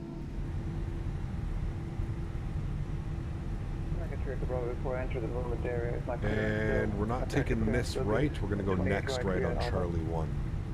November 135, Golf Delta, continue taxi. No replay. I need a free flight voucher or a refund. Apologize. Sorry, November 370, Bravo, Apologize, Chad. Thank you. No, I was so focused on the approach. Kind of quick vectors into there as well. And I always forget they get you super low on the approach. Like, you know, like we basically intercepted glide slope and localizer at like 6.5 miles because they put you down to 2,000, you know? They put you down to 2,000 feet, so they get you quite low on the approach.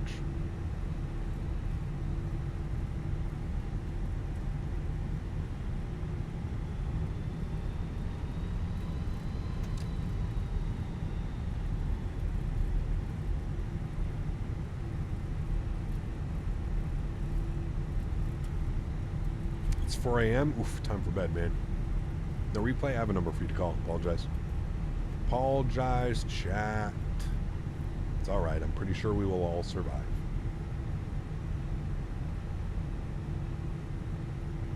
Here's your free Biscoff.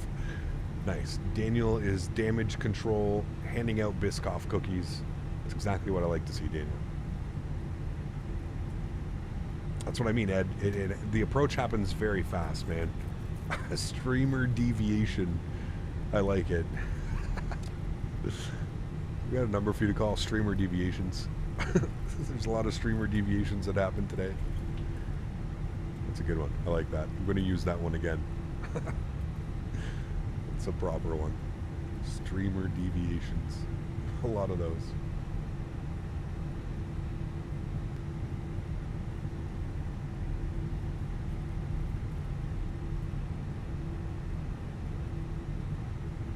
Hey Mav, maybe you can answer this.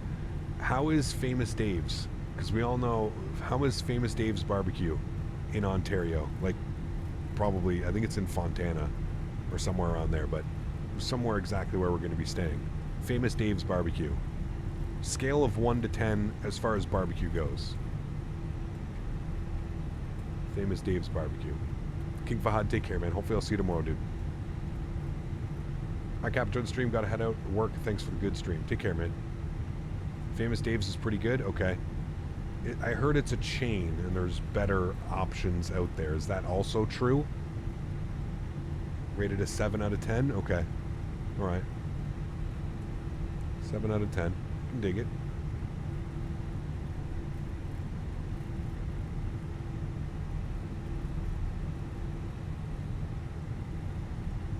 Kevin, what's up, man? Good to see you, dude. Welcome back. Hope you're doing well, man.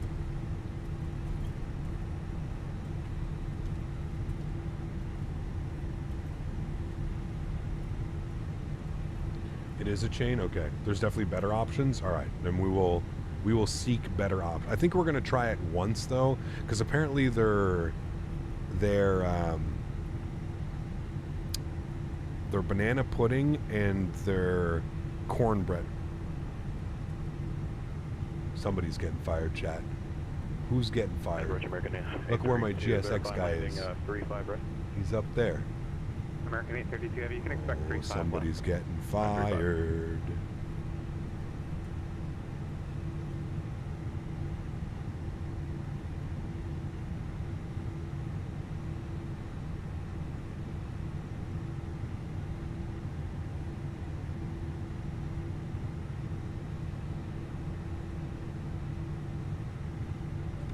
Park brake on. APU. I forgot to start the APU. Terrible. Does anyone know if FT Sim Sounds Patreon is down? I don't know. Give Famous Dave's a shot. It's pretty good. I think we will. Yeah. The barbecue place in San Diego is the best, though, from the other expo. Oh, Phil's Barbecue. There is a Phil's Barbecue, Mav, but it's like an hour away. I don't know if it's worth the drive. Maybe even longer than an hour away.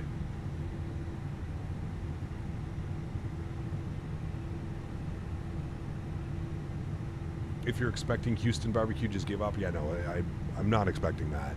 I feel like that was definitely something special in itself.